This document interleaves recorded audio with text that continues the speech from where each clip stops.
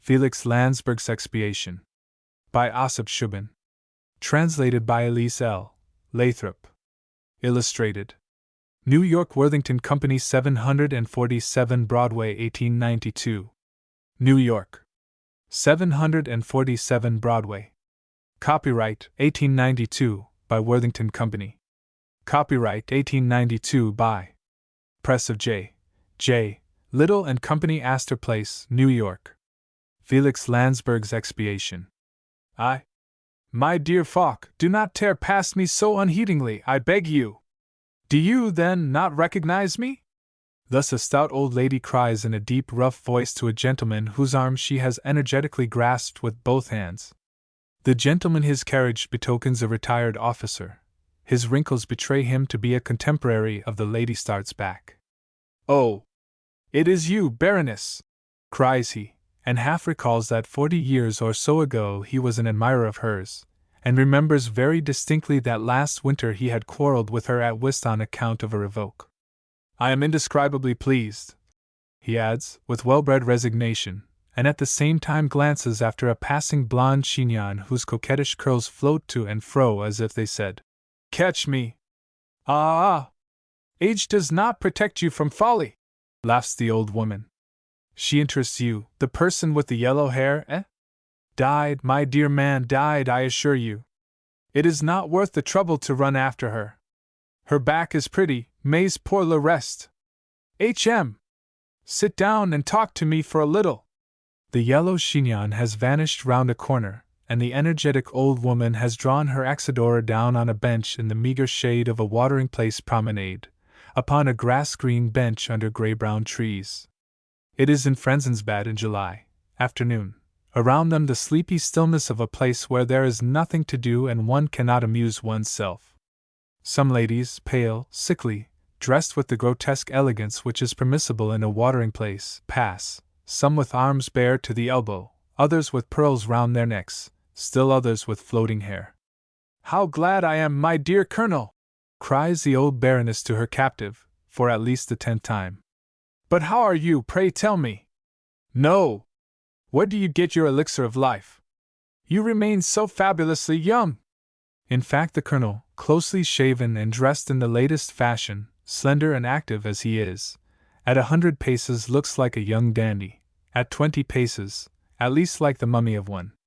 Still he parries the old lady's compliments, while he shakes his head and shrugs his shoulders disparagingly. Positively, croaks the old woman. "And now tell me what is the news with you people in Marienbad? It is not in vain that they call you Le Figaro de Marienbad." Marienbad, a few hours distant from Frensensbad, is the present stopping place of the Colonel. "News? News?" grumbles the Colonel. "A mill burned down yesterday, 3 head of cattle and 2 men with it. Oh, see such ordinary, horrible stories. What does society? Rejoices that it has opportunity of diversion through a fair for charity. So? Ah, and what else? Last night Princess Barenberg's groom hung himself. Perhaps that interests you? Ah, very agreeable that. Poor Clemence is unfortunate," says the Baroness, compassionately. "Yes, the Pansini also," remarks the Colonel, and looks down indifferently at the flower in his buttonhole. "Why she? What? You do not know!" cries the Colonel in astonishment. "Her last admirer, the Polish prince with the unpronounceable name, has turned out to be a circus rider. The handsome blonde with the mysterious political past. It seems to have been merely a politic silence," jokes the Colonel. Tiens! How delightful, how delightful! But do you know it positively?" she asks with anxious excitement. "Positively. Nicky Ehrenhain, 2 years ago in Madrid, saw him dressed in a green satin jacket and white tights springing through hoops. She identified him at once. Famous story, quite famous." The Colonel rubs his hands with satisfaction. The old Baroness knocks enthusiastically on the ground with her umbrella, like an animated amateur who applauds her favorite virtuoso. "Excellent!" croaks she. "It serves her right, that Pansini, who permits herself to be as arrogant as a born lady. It serves her right, the soap boiler's daughter." "Pardon! Her father was a pawnbroker or was in some banking business, I really do not remember. It is all the same, she will have to step down now. Bravo! Bravo! I know something else, Baroness, says the Colonel proudly, and smiling slyly. A decided bit of news, pour la bonne bouche. Well? Felix Lanzberg is to be married. The Baroness is speechless. She opens her mouth, stares at the Colonel, clutches his arm, and only after several seconds she stammers softly. The certain Lanzberg? Yes, it is considered certain. Whom? Look around. The Baroness looks around. In the back seat of a carriage just rolling past them sit two ladies, one of whom, a woman in the 50s, tastelessly dressed, loaded with cameos and Florentine mosaics, has the piercing eyes, the excessive thinness as well as the aimless, twitching movements of a very uneasy temperament, while her neighbor at the left, beautiful and young, lazily crumpling her striking toilet, leans back among the cushions, the embodiment of dissatisfied indolence. A student with a bright red cap occupies the small seat opposite. On the box, usurping the coachman's raised seat, is a short individual with a crimson cravat between a blue shirt and purple face, a short, bright yellow foulard coat and large Panama hat. He smacks his lips incessantly at the horses, in driving holds his elbows far out from his sides so that one could easily place a traveling bag under each arm, and groans and puffs from exertion and attention. Near him, faultlessly erect, arms solemnly crossed on his chest, sits a majestic coachman, every feature expressing the despair of a distinguished servant who, in a weak hour, had let himself be persuaded to enter the service of an ordinary millionaire. Who is this elegant gentleman? Asked the Baroness, raising her lorgnon, still wholly absorbed in contemplating the interesting foulard back. Felix Lanzberg's future father-in-law, Mr. Harfink. He? Sighs the Baroness, emphatically. Poor Felix! He does not deserve such punishment. The Colonel shrugs his shoulders. What punishment? He is not marrying the father, and the daughter is charming, a refined beauty, a truly aristocratic girl, and I do not believe that she will ever worry Lanzberg by a special clinging to her parental house. Now I must part from you, Nolens Volens. Baroness, regret it deeply. I have a letter to deliver to the Countess d'A. I will go with you, I will go with you, cries the old lady, animatedly. Give me your arm and imagine it was 40 years ago. And he, in his quality of man of the world condemned to perpetual politeness, gives her his arm and walks on laughing and chatting, at the side of the colossally stout woman with the servile, nodding little head, a martyr of bon ton. The Colonel and his friend were both fond of gossip, with the difference that the Colonel, an independent man, related scandal for his own pleasure, while the Baroness very often did so to please others. Her name was Baroness Kletenstein, but usually she was simply called Klet, because she could never be shaken off. She also had a second equally pretty nickname. In consequence of her indestructible life at the cost of others, she was remarkably robust. For her 66 years she had been christened the Immortal Cantharide. Hungrily she crept from one house to another, gained admission by a budget of malicious news, which, as we have seen, she collected indefatigably, at times even invented. She always rendered homage to the rising, never remembered even to have known the setting Sunday, and when, weary of her tiring parasitism, she rested in her tiny room at Prague, which was the only home she possessed, she swore that she would have been just as unselfish, just as truth-loving and discreet as others, if only her income had sufficed for her needs.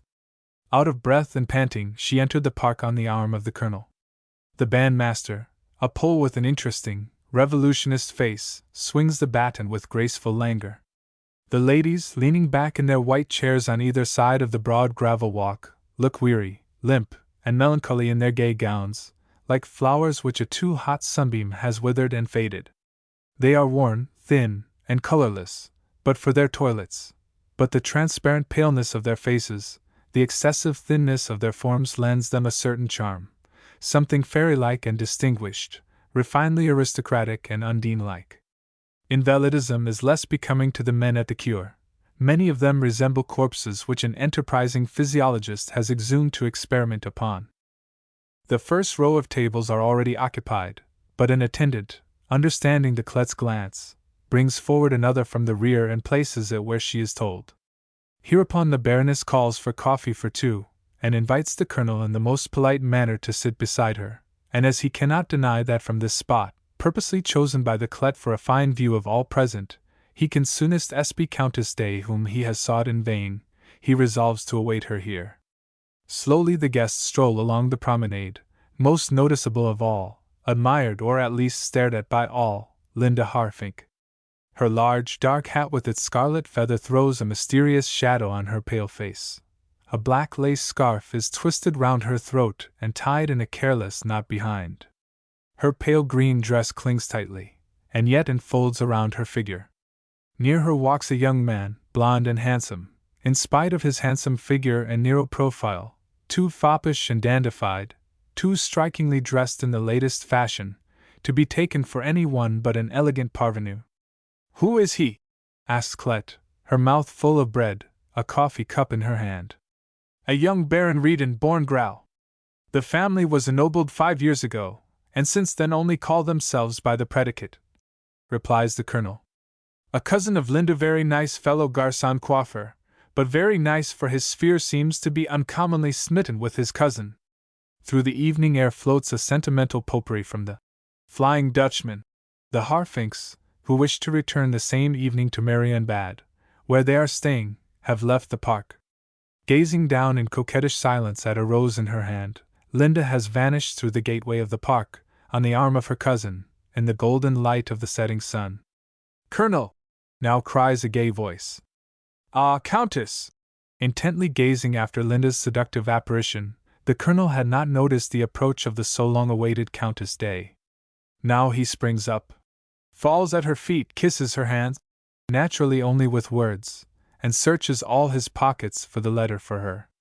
The Countess, meanwhile, with lorgnon at her eyes, indifferently gazes at her surroundings. "I just met a little person who is considered a great beauty. Hopfing or Harpfink is her name, I believe. They say that Lanzberg is engaged to her. That cannot be true?" "I have heard so too," says the Colonel. "Curious match. What do you say to it, Countess?" "Felix Lanzberg is as unfortunate as ever," murmurs the Countess. But Clet shrugs her fat shoulders and hisses. "What does it matter if a certain Lanzberg makes a mésalliance?" 2. A tall form, slender, perhaps too narrow-shouldered, with 2 long arms, a small head with bushy, light brown hair fastened in a thick knot low on her neck, a golden furs at neck and temples, a pale, almost sallow, little face with large blue eyes, which love to look up and away from the earth like those of a devout cherub, a short, small nose, a little mouth which, with the corners slightly curving up, seems destined by nature for continual laughter, but later evidently disturbed by Phaeton. This gay calling, in every movement the dreamy grace of a woman who, when scarcely grown, had experienced a great misfortune or a severe illness, all this pervaded by a breath of fanciful earnestness, melancholy tenderness, and united into an harmonious whole. Elsa, the sister of the certain Felix Lanzberg, and since 5 years the wife of the Freiherr von Garzen. She is like a flower, but not like one of those proud, luxuriant roses which pass their life amid sunbeams and butterflies, but rather one of those delicate, white blossoms which have grown in deep shadow during a cold spring, and which close their petals from the sun. "Mamma, the letters dance again today," complains a little voice, the voice of Felicie, Elsa's 4-year-old daughter, who with bare legs, her little form encased in a red embroidered gray linen frock, her tousled yellow curls fastened with a red ribbon, stands before her mamma. Elsa sits in a deep armchair, an alphabet on her knees. "Look very hard at the naughty letters and they will be quiet," says she with a smile. She finds that Felicie makes that excuse of dancing letters too often. The child tries to look hard at the letters. "M-A," spells she. "Mamma," she cries in great triumph at having spelled out a word which she knows so well. "Bravo, Litzy!" Litzy leans closely against her mother's knees. "Mamma, the letters are tired," whispers she. "They want to go to sleep." And Elsa this time thinks that one cannot expect too much industry from such a tiny little bit of humanity, so she kisses the child and says, "Well, put them to bed then." Whereupon, Litzy, with much pretext of business, puts the alphabet away in the drawer, while Elsa, leaning back comfortably in her armchair, her feet crossed, her arms clasped around her knees, gives herself up to that lazy thinking which with happy people is called reverie, with unhappy ones brooding. The room in which she sits, half boudoir, half library, furnished with tall bookcases, étagères, old faience and Japanese lacquer work, and filled with the perfume of the sweetest flowers, is an ideal nest for a young woman of good taste and serious habits. "Mamma, why must I learn to read?" asks Lizzie after a while. "So as to be a wise girl," replies Elsa absently. "Mamma, can the dear God read too?" "The dear God can do everything that he wishes," says Elsa, with difficulty restraining her laughter. "Everything?" asks the little one, with great, surprised eyes. "Could he make Fido into a cow?" Fido, a white bulldog with pointed black ears and a black spot on his shoulder, raises his upper lip and shows his teeth pleasantly as a sign that he, clever dog that he is, notices when he is spoken of. "The dear God does not wish to do foolish things," says Elsa, very seriously. "But if he wanted to?" The door opens. Fido rises from the streak of sunlight in which he has been lying. "Papa!" cries Lizzie, and a young man, blond, with unusually attractive dark eyes, seizes her under the shoulders, and raising her to him, he says, "Lizzie, Lizzie, you are a dear little mouse, but a great big goose. Accustom yourself to the conditional." "What is conditional?" "A form of expression which leads one to much useless conjecture." "But, Erwin," laughingly admonishes Elsa, "perhaps you did not wholly understand me, Lizzie?" he asks, drolly staring at the child. She shakes her head, and says somewhat vexedly, "You are laughing at me, Papa. Only a very little bit, so that you may get used to it, you pretty little scamp, you," says he, tenderly pinching her cheeks. "And now you may go to Mlie, Angelique, and ask her to put a clean dress and a pretty sash on you, for Uncle Felix is coming to dinner. Can you find the way?" He has placed her on the ground, and led her to the door, then looks after her until, calling, "Angelique! Angelique!" she is met by a pretty French bonne. "And how is your Highness?" He now turns to his wife, who holds out both hands to him. "How long it is since one has seen you today," says she. "Has one missed me a little? Do not ask such foolish questions." "Thanks. I was very busy, or else I should have burdened you with my presence sooner," says he gaily. "And now give me your keys, so that I can put away your money." "Oh, my quarterly allowance. How much is it?" He hands her a little bundle of banknotes. "Count! I do not understand, it is different every time." "You always give me more than is due me," replies she, shaking her head. "Leave me this innocent pleasure." "You are always in debt," says he, while he locks the notes in a drawer of her writing desk. Erwin never would acknowledge the equal rights of woman with regard to the cares of life. He was pleased that Elsa, who read the most abstract treatises on political economy, did not understand an iota of business. He had purposely left her in this darkness, and she did not fight against it. He paid her the interest of her property, insisted that she should spend it exclusively upon her poor and her own fancies, and she never asked what he did with the capital. "May I write here?" he asks over his shoulder, sitting down at her writing desk then, without waiting for an answer. A lady's writing desk without invitations and charitable circulars. "The inspector has become confused about that farm business of your little protégé in Johannesthal," he writes quickly. "The inspector is good for nothing," grumbles Elsa. "That is to say, he is newly married." Owen defends his bailiff. "There, that is done. You can tell your little friend that it is all arranged." "H.M. Elsa, do you think that I would have been much more practical during our honeymoon than my inspector?"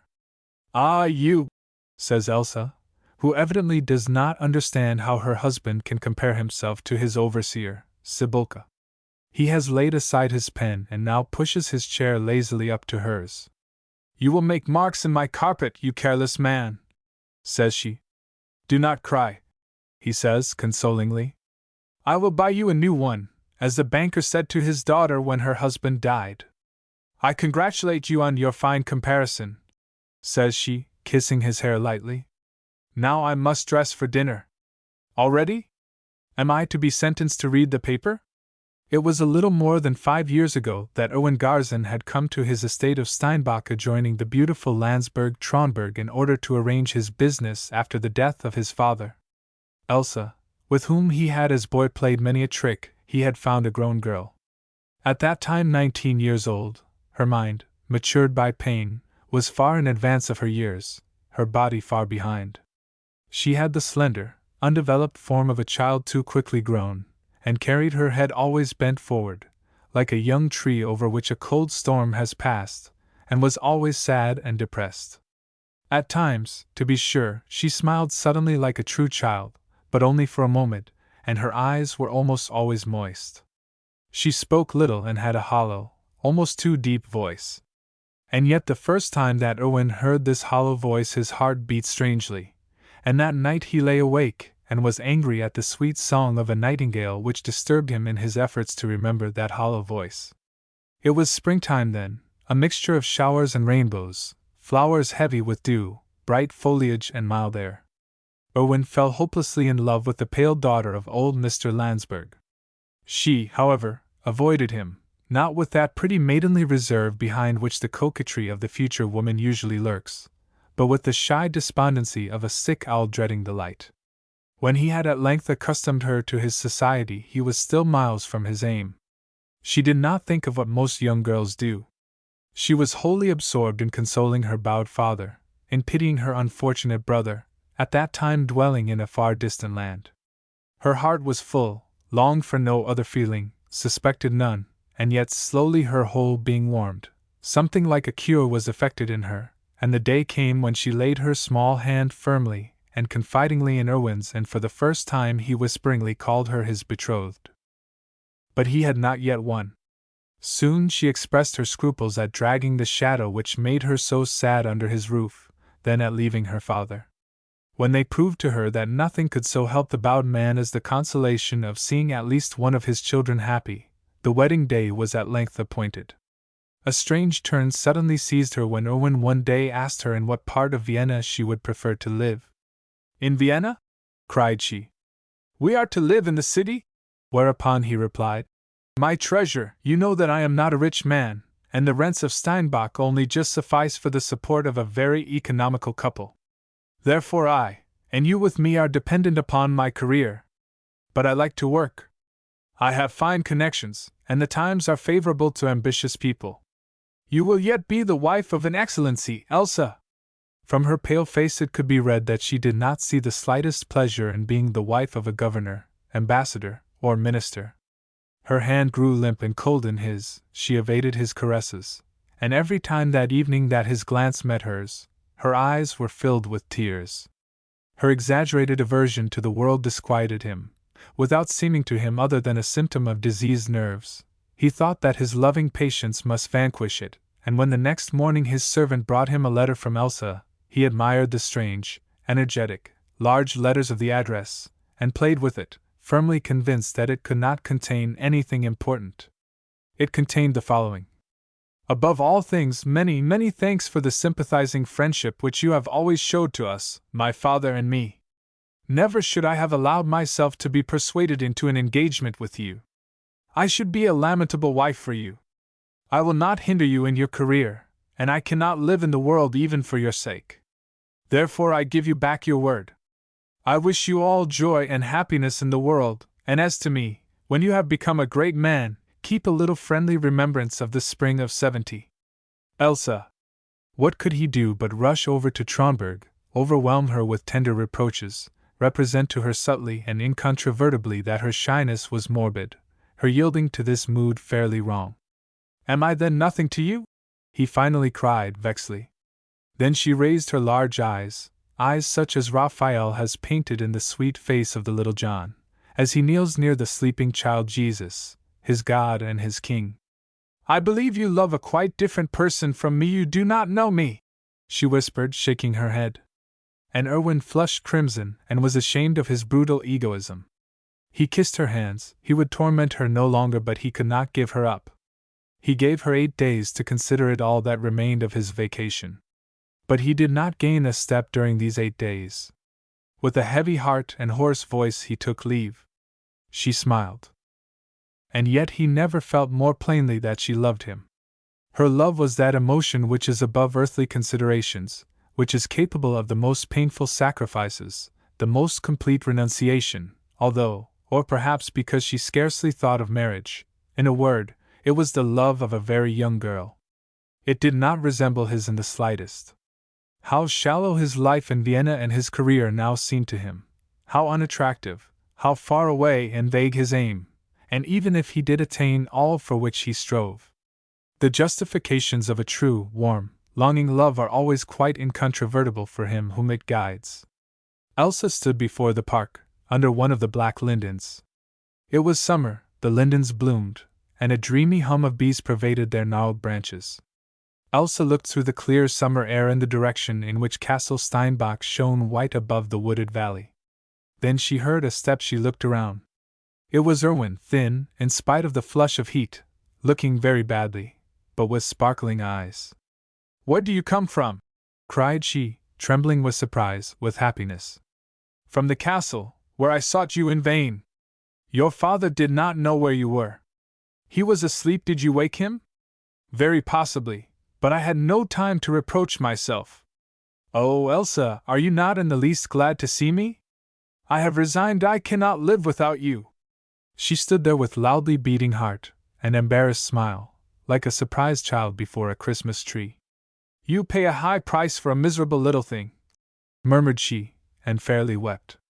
"Happiness desires to be paid dearly, for it seems to me a small one," whispered he. Thereupon she was silent for a moment, looked at him anxiously, solemnly. Was it possible that he clung to her, such a weak, insignificant creature? Then suddenly, with her lovely look of embarrassment, she threw both arms around him. "Oh, you!" she cried, and paused because she found no word that in her opinion was great and splendid enough for him. "How I will love you!" It was a risky experiment, to tear himself away from his customary occupation and society, and wish to pass the rest of his life at the side of a nervous misanthropical wife. How did it succeed? He had feared having too little to do, had provided himself with books, quite like a diplomat sent to Japan. To his astonished delight, he soon found not only how much there was to occupy him, but how much he could accomplish with the income from Steinbach, which he had been accustomed to estimate at 2 or 3%, and which now daily increased. For the many lives around him whose weal and woe he held in his hands, from the overseer and farmers to the day laborers, and then Elsa. How beautiful she grew after he had slowly kissed away the deep sadness from her face, and how lovely! The frivolous love of pleasure and gaiety which is considered normal in young women never developed in her. She always remained quiet, but a dreamy happiness shone continually in her eyes. She was so blissfully happy. What a charming companion! She rode with the endurance and indifferent courage of a man, read everything, was interested in everything, noticed everything, spoke of the most forgotten historical characters as if she had met them yesterday. She rather spurred him on than dragged him down. Instead of, as he had feared, growing rusty in the country, he had time for making good much that he had neglected. She went on long journeys with him, but at home associated as little as possible with her neighbors. In these years Elsa was apparently one of the happiest women in the world. She was only sad when she thought of Felix. Her father, shortly after her marriage, blessing her 1,000-fold, had died in her arms. Felix had returned to his home. 3. The two brothers-in-law sit alone in the circle of light which a garden lamp throws in a corner of the garden shaded by elder trees. Dinner is long over, they have ceased laughing at Litsy's childish pranks and remarks. She has become sleepy, and Elsa has taken her away to lay her in her pretty little white bed. The two men, meanwhile, are smoking their cigars in the open air. "Erwin, do you happen to know these Harfinks?" Felix asks his brother-in-law quite suddenly, in the embarrassed tone of a humiliated, bored man, and with the slightly husky voice which distinguishes all generations of indulgent and effeminate races. The certain Lanzberg is indisputably of an attractive appearance, the beauty of his sister in a man, and yet softer. All the lines of his face are rounder, less decided, the features of a faultless regularity, the eyes still bluer, and yet the whole face lacks Elsa's lovely, evident peace. The eyes are always weary and half-closed. His full lips wear a suffering, tormented expression, and the light brown color of his complexion, in its natural color like Elsa's, is nevertheless ashy in comparison to her healthy pallor, and furrowed with little wrinkles. "Do you know these Harfinks?" he asks softly. "Harfink fitted up my sugar factory," replies Owen, and glances closely at his brother-in-law. "In consequence, I have met him several times. Recently, in Marienbad, he reminded me of our acquaintance, and introduced me to his wife and daughter." "Strange man," says Felix, shaking his head. "Yes, strange, silly. His wife is repulsive, both are very ordinary."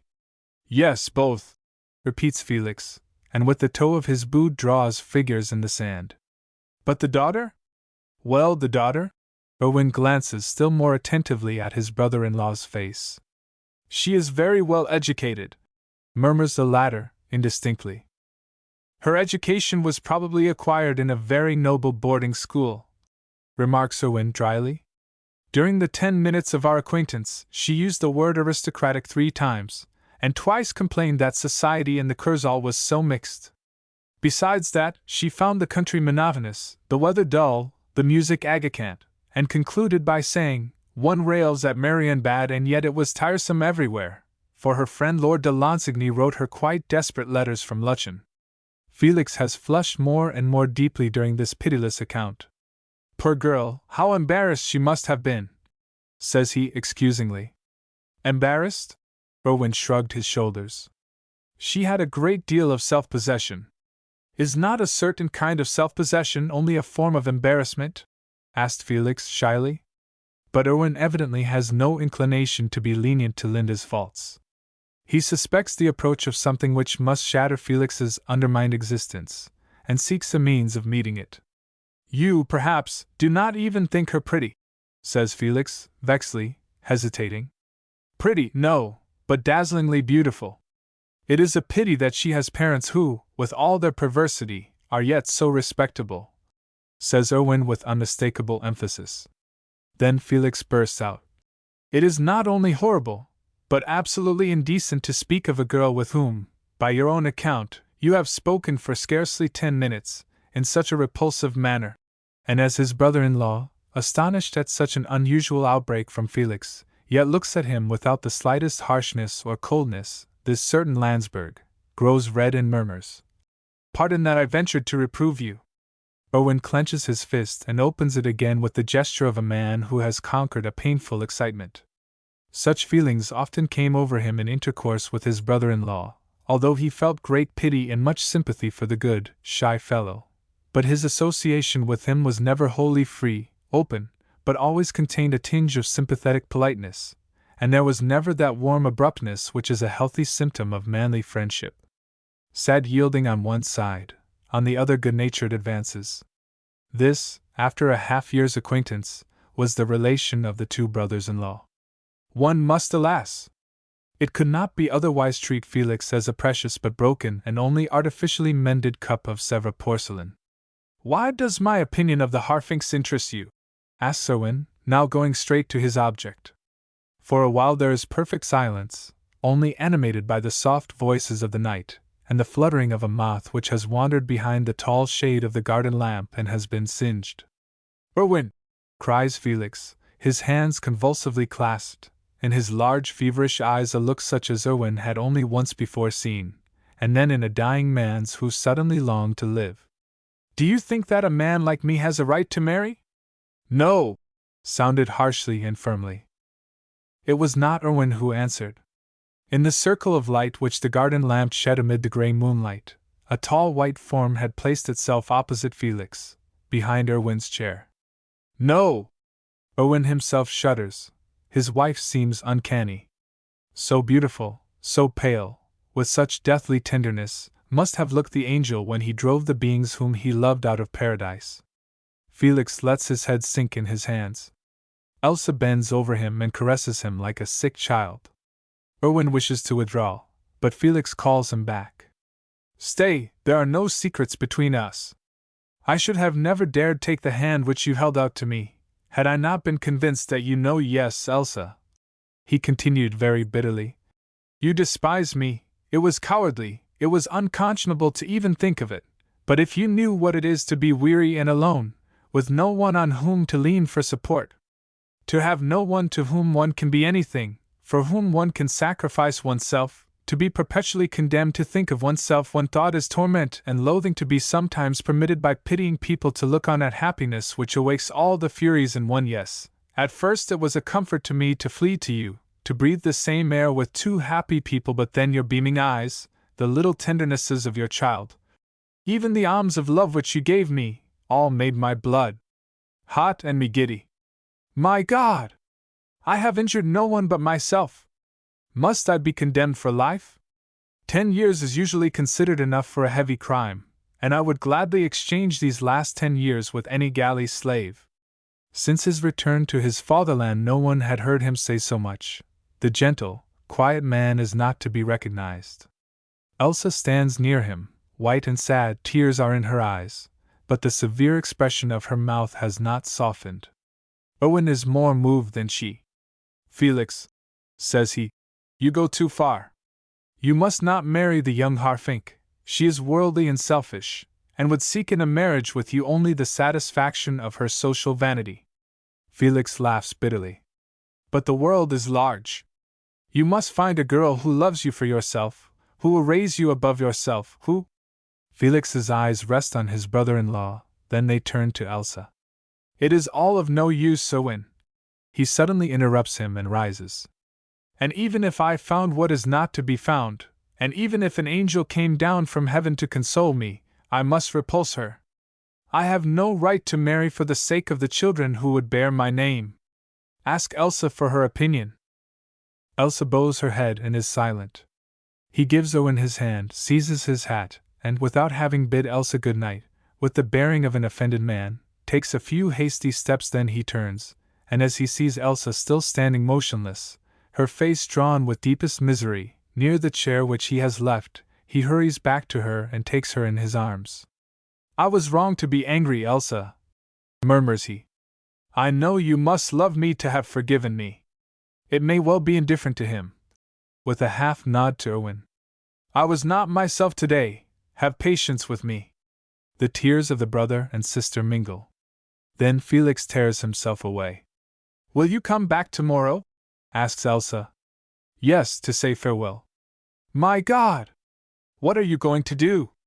I am going away. It is better for me elsewhere, and you are very good to me, but you do not need me. With that he goes. Owen accompanies him. Then he returns to his wife, whom he finds where he had left her. She is not one of those who for long yield themselves to the weak enjoyment of tears.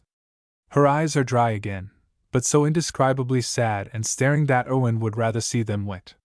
He draws her on his knees and whispers 1,000 calming words of tenderness to her, but she remains absent. So the young Harfink has robbed him of his senses? She murmurs interrogatively. So it seems.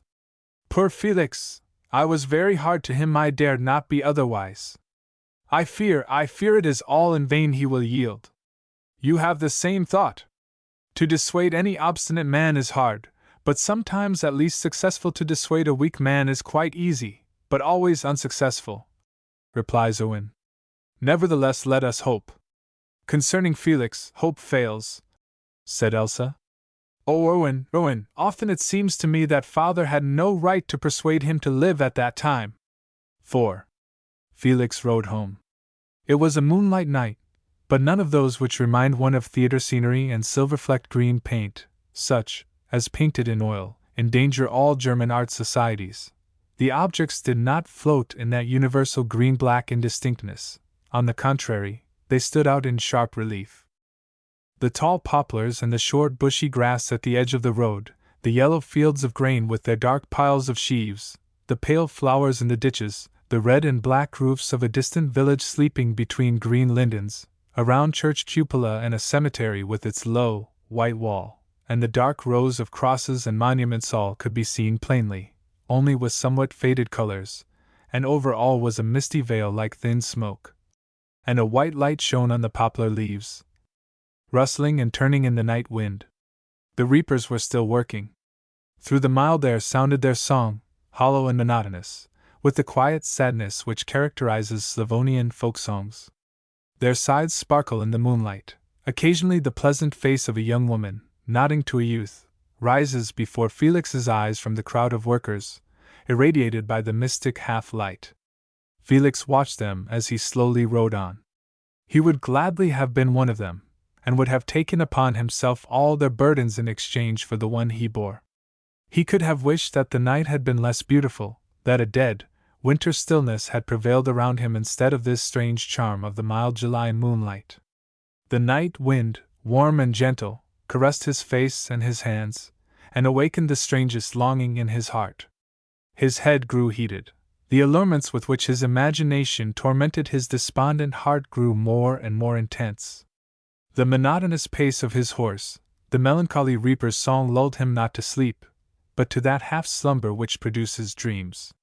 He did not wholly lose the consciousness of motion. The open road, the trees, the wheat fields, with everything, was mingled a light form. 2 large eyes sparkled half in sadness, half defiantly, and 2 full red lips smiled at him. An indescribable breath of youth and fresh life met him. The yellow fields and the reapers have sunken into the earth folk song, and the swing of the scythes have long sounded only like a vague murmur of waters to his distracted ear. His horse stumbles, a twig strikes him in the face, he starts. The white dream form has vanished, all is dark around him, a solemn, far distant murmur breaks the stillness, and gigantic trees meet over the head of the solitary rider. The horse trembles under him, then rears suddenly, and as he checks it he sees in the distance something low and black hurrying away in great leaps, sees there, close before him, a light figure which slowly rises from the ground. He breathes heavily. For heaven's sake, is he still dreaming? That is surely Shelinda. Ah! Baron Lanzberg, you here? Thank God! Cries she. You seem to have met with an unpleasant adventure, says Felix confusedly, coughs and springs from his horse without thinking what he is doing. A very unpleasant one, says she in her high, fresh, girlish voice. That is what comes of insisting upon riding a donkey.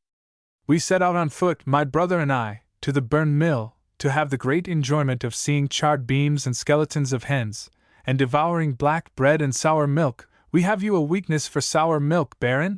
Looking up at him with a childish glance and smile. No, not exactly. I was not at all satisfied with my expedition, she continued, with the self-satisfied fluency of all young girls who are accustomed to have their chatter listened to for the sake of their pretty faces. Not at all. Then I discovered 2 donkeys, one of them had a saddle like an armchair. Raymond must hire them. I left him no peace. His donkey goes splendidly, but mine! I cannot move him from the spot. I call to my brother, but he does not hear. He is singing college songs, thunders like a whole chorus, and has ears for his own voice only.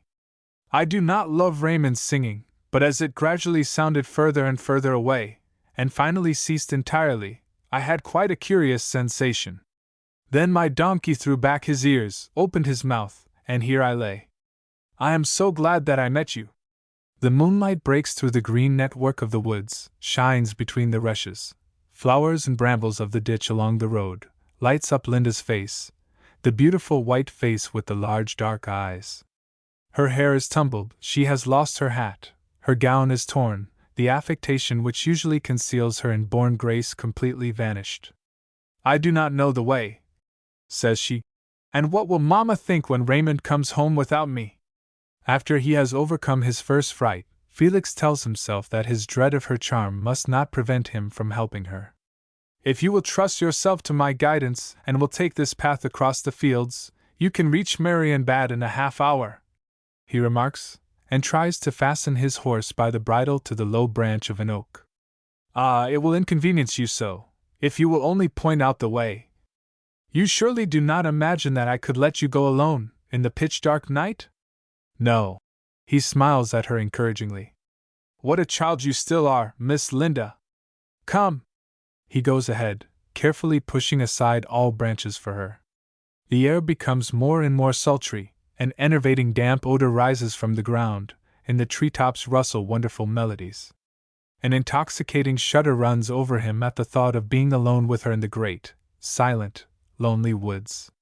Then he becomes alarmed, quickens his steps, in order to run away from his thoughts and shorten the way.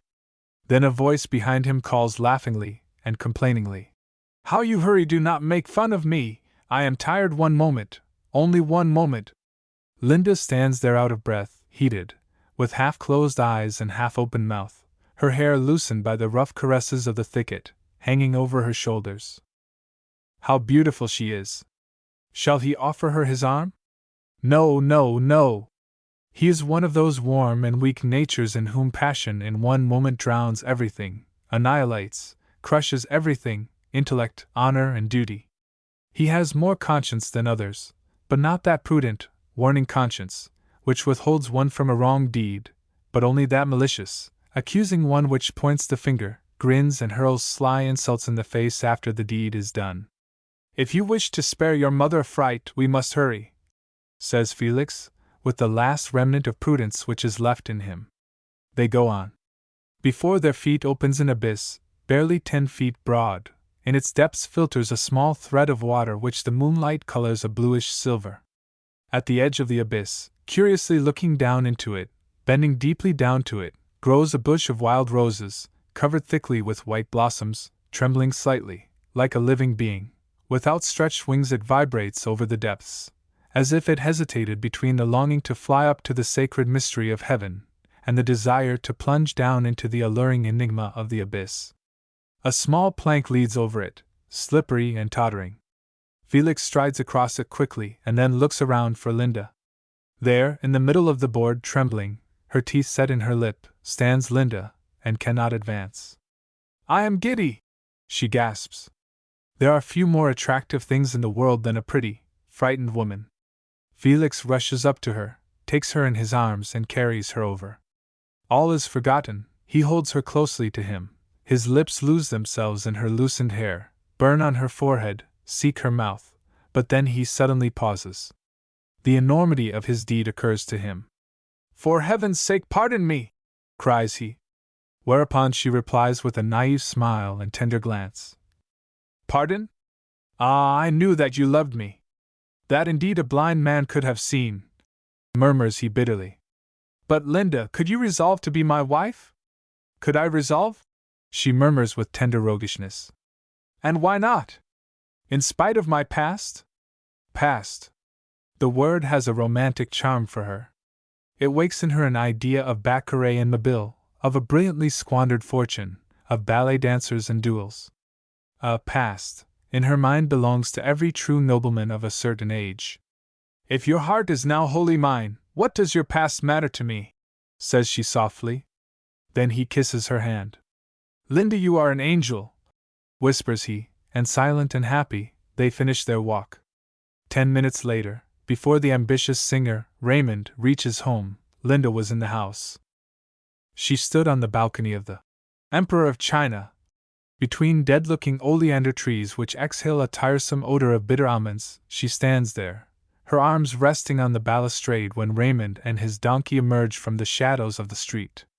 His red cap pushed back, his face shining as if freshly shaven, with glance directed upward in terror he comes along, the picture of bankrupt responsibility on a donkey. A gay laugh greets him. "Linda, where are you?" "Here. Here. I have been looking for you for an hour," says he, scarcely believing his eyes. "Where?" "In the sky. Apparently I have not been there, and have no wish to go. Do not stare at me so, please, as if I were my own ghost. Come up here, I have such a lovely secret." With that she withdraws from the balcony, but the secret with which she has enticed him she does not tell him when he comes up. Tomorrow, says she, clapping her hands, leaning far back in an old-fashioned armchair. Raymond cannot get a word from his pretty, capricious sister. "Who brought you home, then?" he asks finally. "Ah, that is just it, ha ha ha," answered she. "Linda! You have met Lanzberg, he has declared himself," cries Raymond, excitedly. "Will you be silent?" replies she, laughing triumphant. Meanwhile her parents, who have been to the farewell performance of a famous Vienna artiste at the theater, enter. "Hush!" cries she with a decided gesture to her brother. "Good evening, Papa and Mamma," without leaving her armchair. "I am frightfully fond of you, for, if you only knew of it, I am today, for the first time, glad to be in the world." Papa Harfink smiles delightedly. Mamma Harfink asks, "What is it?" And all her cameos and mosaic bracelets rattle with excitement. "She," begins Raymond. "Hush, I tell you!" cries Linda, then laying her arms on the old-fashioned arms of the easy-chair, her head thrown teasingly back, she asks, "Is Baron Lanzberg a good party? His affairs are very well arranged. I saw it in the country register. He has scarcely any debts," says Papa Harfink. "And he is of the good old nobility, is he not?" asks Linda. "Did not his father receive a tip in the form of an iron crown from some tottering ministry? The Landsbergs descend from the 12th century," says Mamma. "They are the younger line of the Counts Landsberg, who are now known as the Counts d'A. Oh! And what was his mother's maiden name?" Linda continues her examination. "She was a Countess Bohl. Why does he associate so little with people, and is so sad, because of his past?" Linda's eyes sparkle and shine, and capricious little dimples play about the corners of her mouth. "What do you know of his past?" bursts out Mamma. "Oh, nothing, but I should so like to know something about it. It is not proper, eh? He had at one time a liaison, whom was deceived," murmurs Mrs. Harfink. "Never got over it. Ah, but it seems so, for in a word, if all does not deceive me, he will come tomorrow to ask for my hand."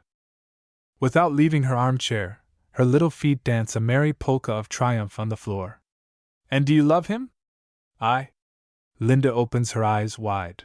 "Naturally. He is the first man with a faultless profile and good manners whom I have met since Lord de Lonsigny's father." Old Harfink, wholly absorbed in gazing at his tongue in a hand-glass, has not heard the bold malice of his daughter. Raymond, on the contrary, says emphatically, "I find your delight at marrying a nobleman highly repulsive," and leaves the room. And Felix? He does not undress that night. Motionless, his face buried in the pillows, he lies on his bed and still fights a long-lost battle. The air is heavy with the fragrance of linden blossoms and the approaching thunderstorm. A massive wall of clouds towers above the horizon like a barrier between heaven and earth. The Susanna Blechizen, now Mrs. Harfink, usually called Madame von Harfink, was a famous bluestocking. As a young girl, she was interested in natural sciences, studied medicine, complained of the oppression of the female sex, and wrote articles on the emancipation of woman, in which with great boldness she described marriage as an antiquated and immoral institution. In spite of the energetic independence of her character, in her 28th year she succumbed to the magnetic attraction of a red-cheeked clerk in her father's office, and generously sacrificed for him her scorn of manly prejudice and ecclesiastical sacraments. She married him. Hereupon she moved with her husband to Vienna, and soon enjoyed a certain fame there on account of her fine German, and because she subscribed to the Revue des Deux Mondes, and had once sat beside Humboldt at a dinner, perhaps also because her husband was a very wealthy manufacturer. Soon convinced of the inferior intellect of this man, she did not give herself up to cowardly despair at this discovery, but did her best to educate him. She patiently read to him works on capital, during which he incessantly rattled the money in his pockets, as if he would say, "How does the theoretical analysis of capital concern a practical man, as long as he relies solely upon the actual substance? This rubbish furnished occupation for poor wretches," he thought to himself, which opinion he finally announced to his wife. But when she told him that Karl Marx and Lassalle were both very wealthy men, he listened to her dissertations with considerably heightened respect. From political economy, which she treated as a light recreation, fitted to his case, she led him into the gloomy regions of German metaphysics, and plunged him confusedly into the most dangerous abysses of misused logic. He listened calmly, without astonishment, without complaining, with the lofty conviction that to cultivate one's self, as every kind of tasty idleness, was a very noble occupation, and like many more clever people, he made a rule of despising everything which he did not understand. Instead of any other comment during his wife's readings, he merely rubbed his hands pleasantly, and murmured as long as he was not asleep, titteringly, This confusion. Yet, however Mrs. Susanna strove, his mental wings did not strengthen, and his digestion remained the most absorbing interest of his life.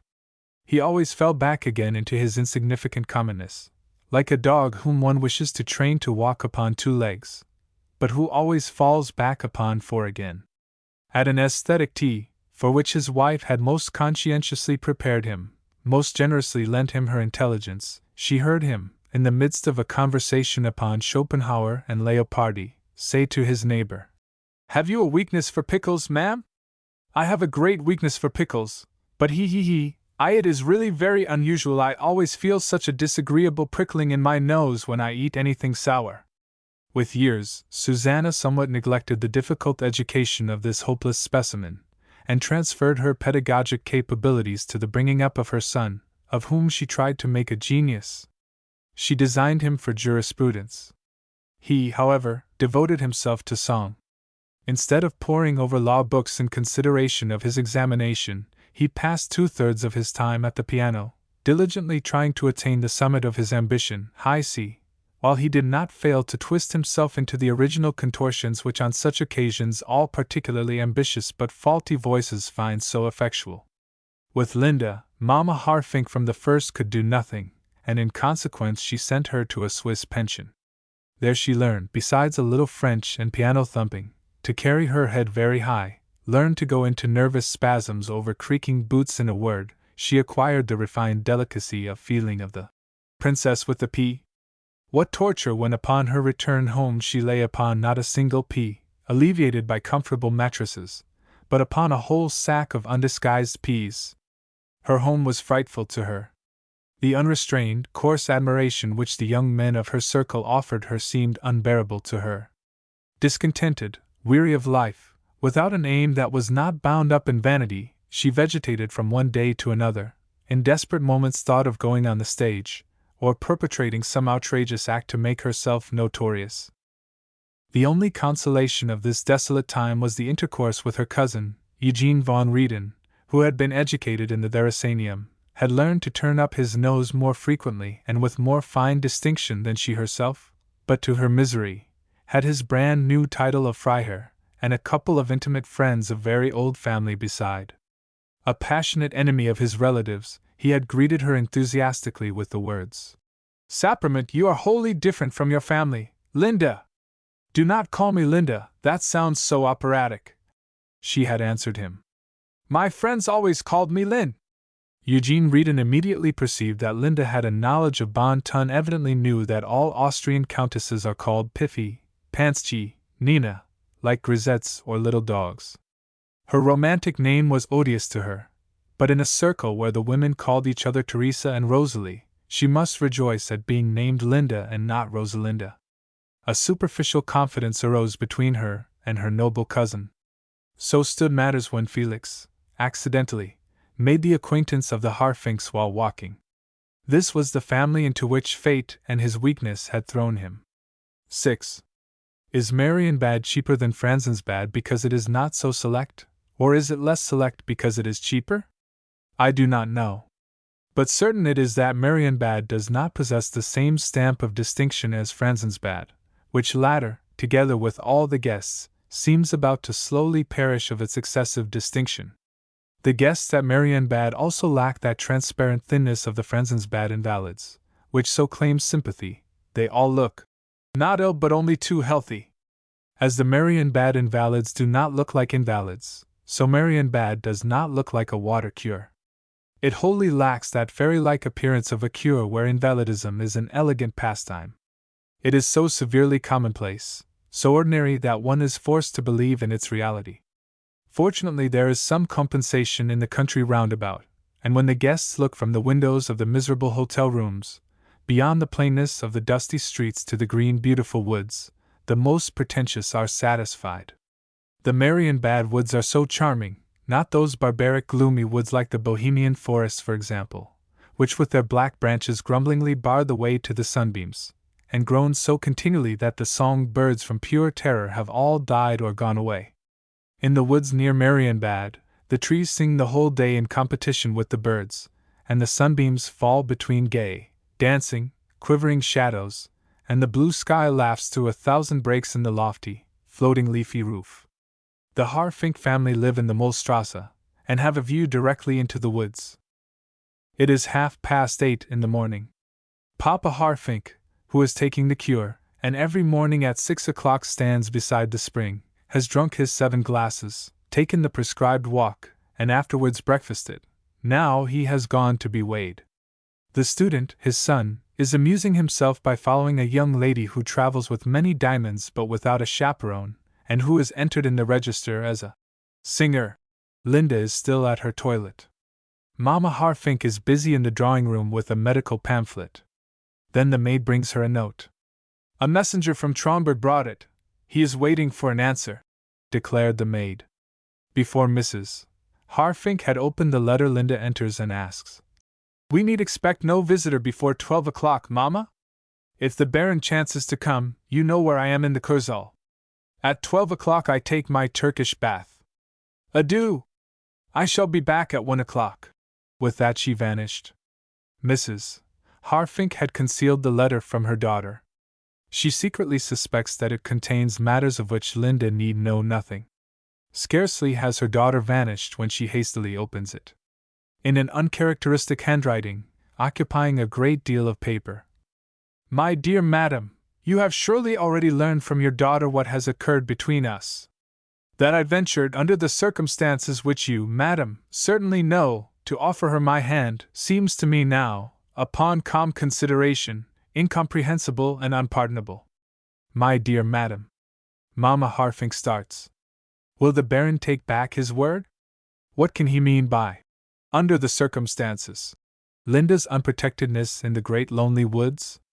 Or does he, perhaps, refer to his fatal past? She resolves to read further. Your daughter's manner proves to me plainly that she has no suspicion of the stain upon my honor.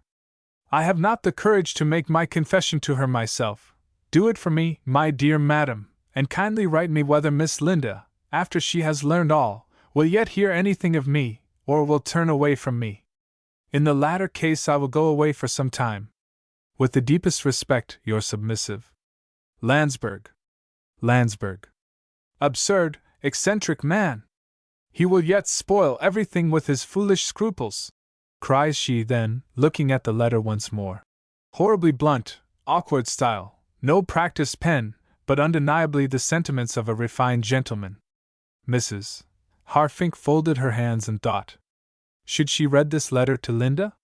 She had been so pleased at the prospect of Linda's advantageous match. But the strange girl was capable of giving up this brilliant part one for the sake of a trifle like this spot in Landsberg's past. Mrs. Harfink, in intercourse with the world very sensitive and wholly implacable, possessed theoretically that far-reaching consideration for any individuals attacked by scandal which has become so fashionable among the philanthropists of the present time. She always treated all city officials as calumniators and all accused as martyrs.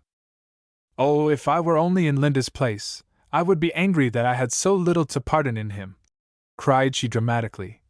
But Linda is so narrow, so petty. Her intellect does not reach to the comprehension of the eternal divine morality. She understands merely the narrow prejudiced morality of good society, which divides sins as well as men into admissible and not admissible. Today calmly overlooks a crime, tomorrow screams itself hoarse over a fault which offends against its customs. While the Harfink satisfied her philanthropic heart with this subtle, humane eloquence, the girl stood waiting at the door. The messenger begs an answer, she remarked shyly. Mrs. Harfink bit her lips impatiently. She was not capable of a decided deception. She must twist and turn it before her conscience until it took on a quite different aspect from the original one. Must, in a word, carry it out in such a highly virtuous manner that she could later deny it to her conscience. The messenger begs an answer. Mrs. Harfink seated herself at her writing table and wrote.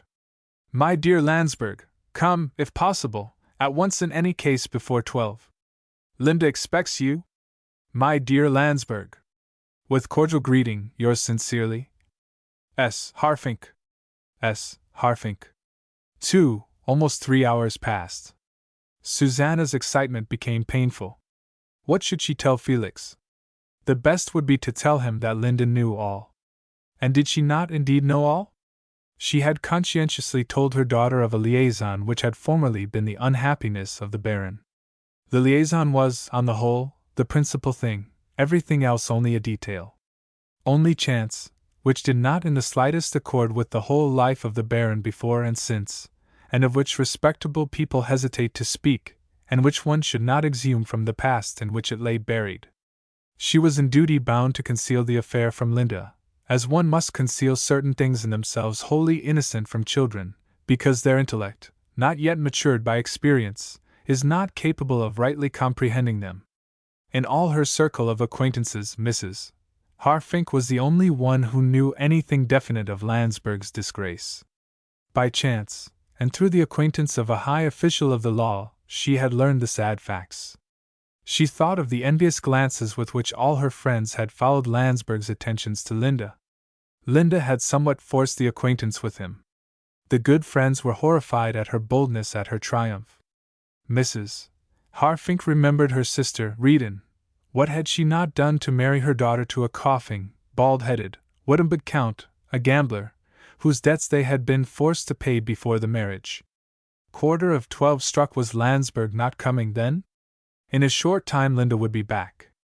Then a carriage stopped before the Emperor of China. A minute later there was a knock at the door, and Felix Lanzberg entered the room, pale, worn, with great uneasy, shy eyes. Mamma Harfink reached him both hands and merely said, "My dear Lanzberg." Then she let him sit down. He was silent. Many times he tried to speak, but the words would not come, and he lowered his eyes helplessly to his hat, which he held on his knees. At last Mamma Harfink took his hat from his hand and put it away. "You will stay to dinner with us?" "If you will permit me, madam," said he, scarcely audibly. "Oh, you oversensitive man!" cried she, with her loud, indelicate sympathy. How she pained him! "Does Linda think that I am an oversensitive man?"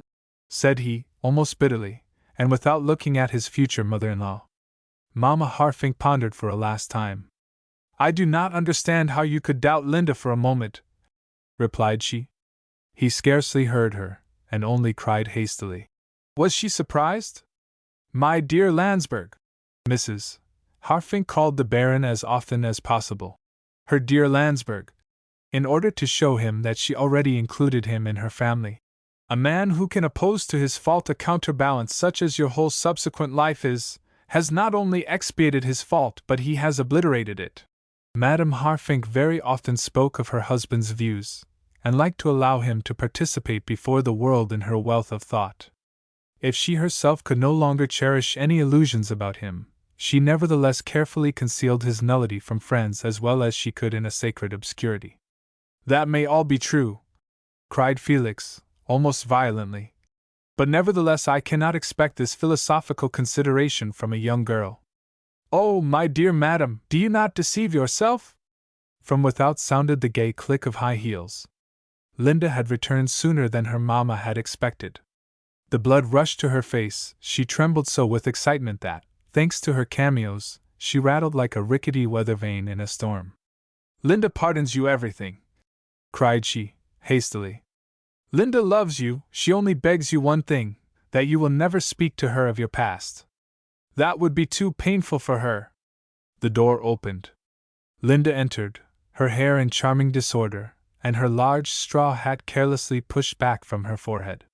When she perceived Felix she started slightly and joyously, then she rested her large eyes, radiant with happiness, upon him. "Attentat, you dear people!" cried Mrs.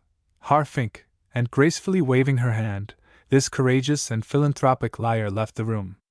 For a few seconds there was utter silence. Linda gazed in astonishment at Felix, who stood there deathly pale and motionless, his hand resting on the corner of the table. That the charm of her person so confused him flattered her. It seemed to her interesting and romantic to cause such deep heart wounds, still his manner remained enigmatical to her. She tapped her foot in pretty impatience and coughed slightly. Then he looked up, his eyes full of pleading tenderness and dread. Linda, will you really consecrate your young, blooming life to me a broken man who… He paused. The situation became more dramatic, and pleased her better and better. She came close up to him. If you ever permit yourself, in the presence of your betrothed, to remember your past, and look so sad, I will run away, do you hear, and will never know anything more of you. Her voice sounded so gentle, so sweet, her warm little hand lay so coaxingly and confidingly on his arm. Poor Felix! Murmured she, looking up at him tenderly. He closed his eyes, blinded with tears and happiness, then he took her violently in his arms, and kissed her. Her hat slipped from her head and fell to the floor. She laughed at it very charmingly. He released her in order to look at her better. He was happy he had forgotten. He drew a ring from his finger. It was my mother's engagement ring, he whispered, and placed it on her finger. Then it proved that the ring was almost too small for her. What slender fingers you must have! Cried she, and gazed with pride at his slender, aristocratic hand. Then there was a knock at the door. Ah! Cried Linda, with a displeasure which her fiancé found bewitching. Eugene von Rieden entered, a bouquet of white flowers in his hand. Gardenius, Lynn! Gardenius! He cried, triumphantly. What do you say to this progress of merry and bad civilization? Ah, Baron, excuse me, I really had not. He glances from one to the other, sees the diamond ring sparkling on Linda's hand. What a magnificent ring you have, Lynn! A present, replies Linda, with a pretty gesture toward Felix. May one accept gardenias from a relative? She asks him, coaxingly, and takes one from the bouquet to place in his buttonhole. Ah! Cries Eugene, suddenly changing an acid expression into a polite smile. May I congratulate you, or will my congratulations not be received? Felix gives him his hand with emotion. Congratulate me, he murmurs. I do not know which of you is more to be congratulated, says Eugene, with tact and feeling. In the adjoining room is heard a selection from the Huguenots, which breaks off in the middle, then a great, terrible howl, whereupon the improvised Rerel, red as his cravat, bursts in and cries, Did you hear, Linda? That was C. Unfortunately, says she, laughing. Raymond starts back. As he notices guests, he cries, I will not disturb, and vanishes. And I also will not disturb you, says Rieden, with indescribably loving accent. Adieu! And kissing Linda's hand, whereupon he says to Felix, Your betrothed, my cousin. He disappears. 7. The music stand in Franzensbad is torn down, the whining potpourris have ceased, the park is deserted, legions of dry leaves whirl on the sand, and exchange cutting remarks with the autumn wind upon the perpetual change of every earthly thing, which short-sighted humanity calls transitoriness. It is the 18th of October, the certain Baron Lanzberg's wedding day. The week of torture in which he could not resolve to tell the severe Elsa of his betrothal is past, and when he at length resolved upon it, he received only a sad glance and a silent shrug of the shoulders as answer from her. Past are the happy hours of the betrothal time almost past. If the intoxication, the confusion which never becomes consciousness is happiness, then Felix was very happy in this time. Passion had numbed everything in him which did not refer to the present or to the 18th of October. He existed only in a feeling of longing and expectation. He had no time to tell himself that Linda's happy coquetries proved a very flippant conception of the serious situation. He himself had forgotten the gravity of the situation. He did not think, he only felt and saw a white, ever-changing face, a face which can smile in at least 200 ways, felt a perpetual warm excitement, felt something like an electric shock when two soft lips touched his temples and left them quickly like butterflies which will not be caught, when two soft hands played round his neck. Yes, FT is the 18th of October, Felix Lanzberg's wedding day. The wedding was to be solemnized at Castle Rinnick, the Harfink's new possession, and in a white circular chapel, with small windows shaded by ivy, and an altarpiece which was dark as the Catholic religion. The castle is crowded with guests, mostly honest manufacturers, who are proud of their fortunes acquired by their own ability, and others also less honest, who, after they have retired from business, wish to know nothing more of their money-making past. Needless to say, the wedding preparations were unpleasant to the infatuated Felix. The bride had joined in his request for a quiet wedding, for the contact with so much industry of which a considerable part had not yet become finance. Little pleased her, but the parents could not let the opportunity pass without displaying their wealth to the astonished throng. The afternoon is gray and moist. Mrs. Von Harfink for the past week, no longer through the obligingness of her acquaintances, but through the obligingness of a democratic ministry thus titled Mrs. Von Harfink, then, composes a toast for her husband to deliver at the wedding dinner. Raymond stands beside the piano to sing while sitting might injure his voice and strives to render the cry of the Valkyrs and Wagner's worthy accents. A sympathetic poodle seconds him in this melodious occupation. Outside in the park Linda wanders alone through the damp October air. The dead foliage lies thick on the lawn, and between the leaves shines the grass, bright and fresh as hope which lies under all the load of shattered joys of broken life, undisturbed. The bushes, glowing in autumnal splendor, look like huge molting birds who shiveringly lose their feathers. Many flower beds are already empty. Only a couple of stiff Georginias and chrysanthemums still raise their heads proudly and solitary in the universal desolation. Linda is quite alone. Her friends, none of whom are very dear to her, are too zealously busied with cares of the toilet to disturb her solitude. They are also afraid to expose their complexions to the morning air. Linda feels no anxiety about her complexion, it is too beautiful for that. With her loosened hair which, brown as the dead leaves, falls over her back, and with the red cloak, in which she has wrapped herself, she is a bright spot in the park. She is not a shy bride, and not at all melancholy. Her eyes shine, her lips quiver with excitement distinguished acquaintances, foreign entertainments of which she will be queen. In mind she already sees herself on the arm of one and another prince of the blood royal. She could clap her hands with joy that today at 6 o'clock she will no longer be called Harfink. She remains standing beside a pond where near the bank 4 swans, shivering and melancholy, swim round a yellow bathhouse. Then a hand is laid lightly on her shoulder. "Felix!" whispers she with the charming smile which she always has in readiness for her betrothed. "No, not Felix, only Eugene," replies a gay voice, and blonde, handsome, with clothes a trifle too modern, and a too pronounced perfume of ylang-ylang. Her cousin and former admirer stands near her. "Ah, have you really come?" says she joyously. "Why, naturally," replies he. "You do not think that for the sake of a few forlorn chamois I would stay away from your wedding?" Reedon has come from Steinmark, to be the cavalier of his cousin's second bridesmaid. "We had already begun to fear that Emma was afraid," said Linda coquettishly. "Naturally it was indifferent to me." "Wholly indifferent? I do not believe it," said he. His arm has slipped down from her shoulder, he has seated himself upon a low iron garden chair, from which, with elbows on his knees, his face between his hands, with the boldness which she likes so well in him, he can look at her as much as he pleases. "Wholly indifferent," she repeats, and throws a pebble between the swans, who dip their black bills greedily in the green water. "Oh, Lynn! You naughty Lynn! And nothing that concerns you is indifferent to me," he groans. "The Trons did not wish to let me go from them, but rather than not see you today I would have fought a duel with all the Trons in the world." Linda has slowly approached him. Flattered vanity speaks from her shining eyes and glowing lips. He seizes her hand and draws her to him.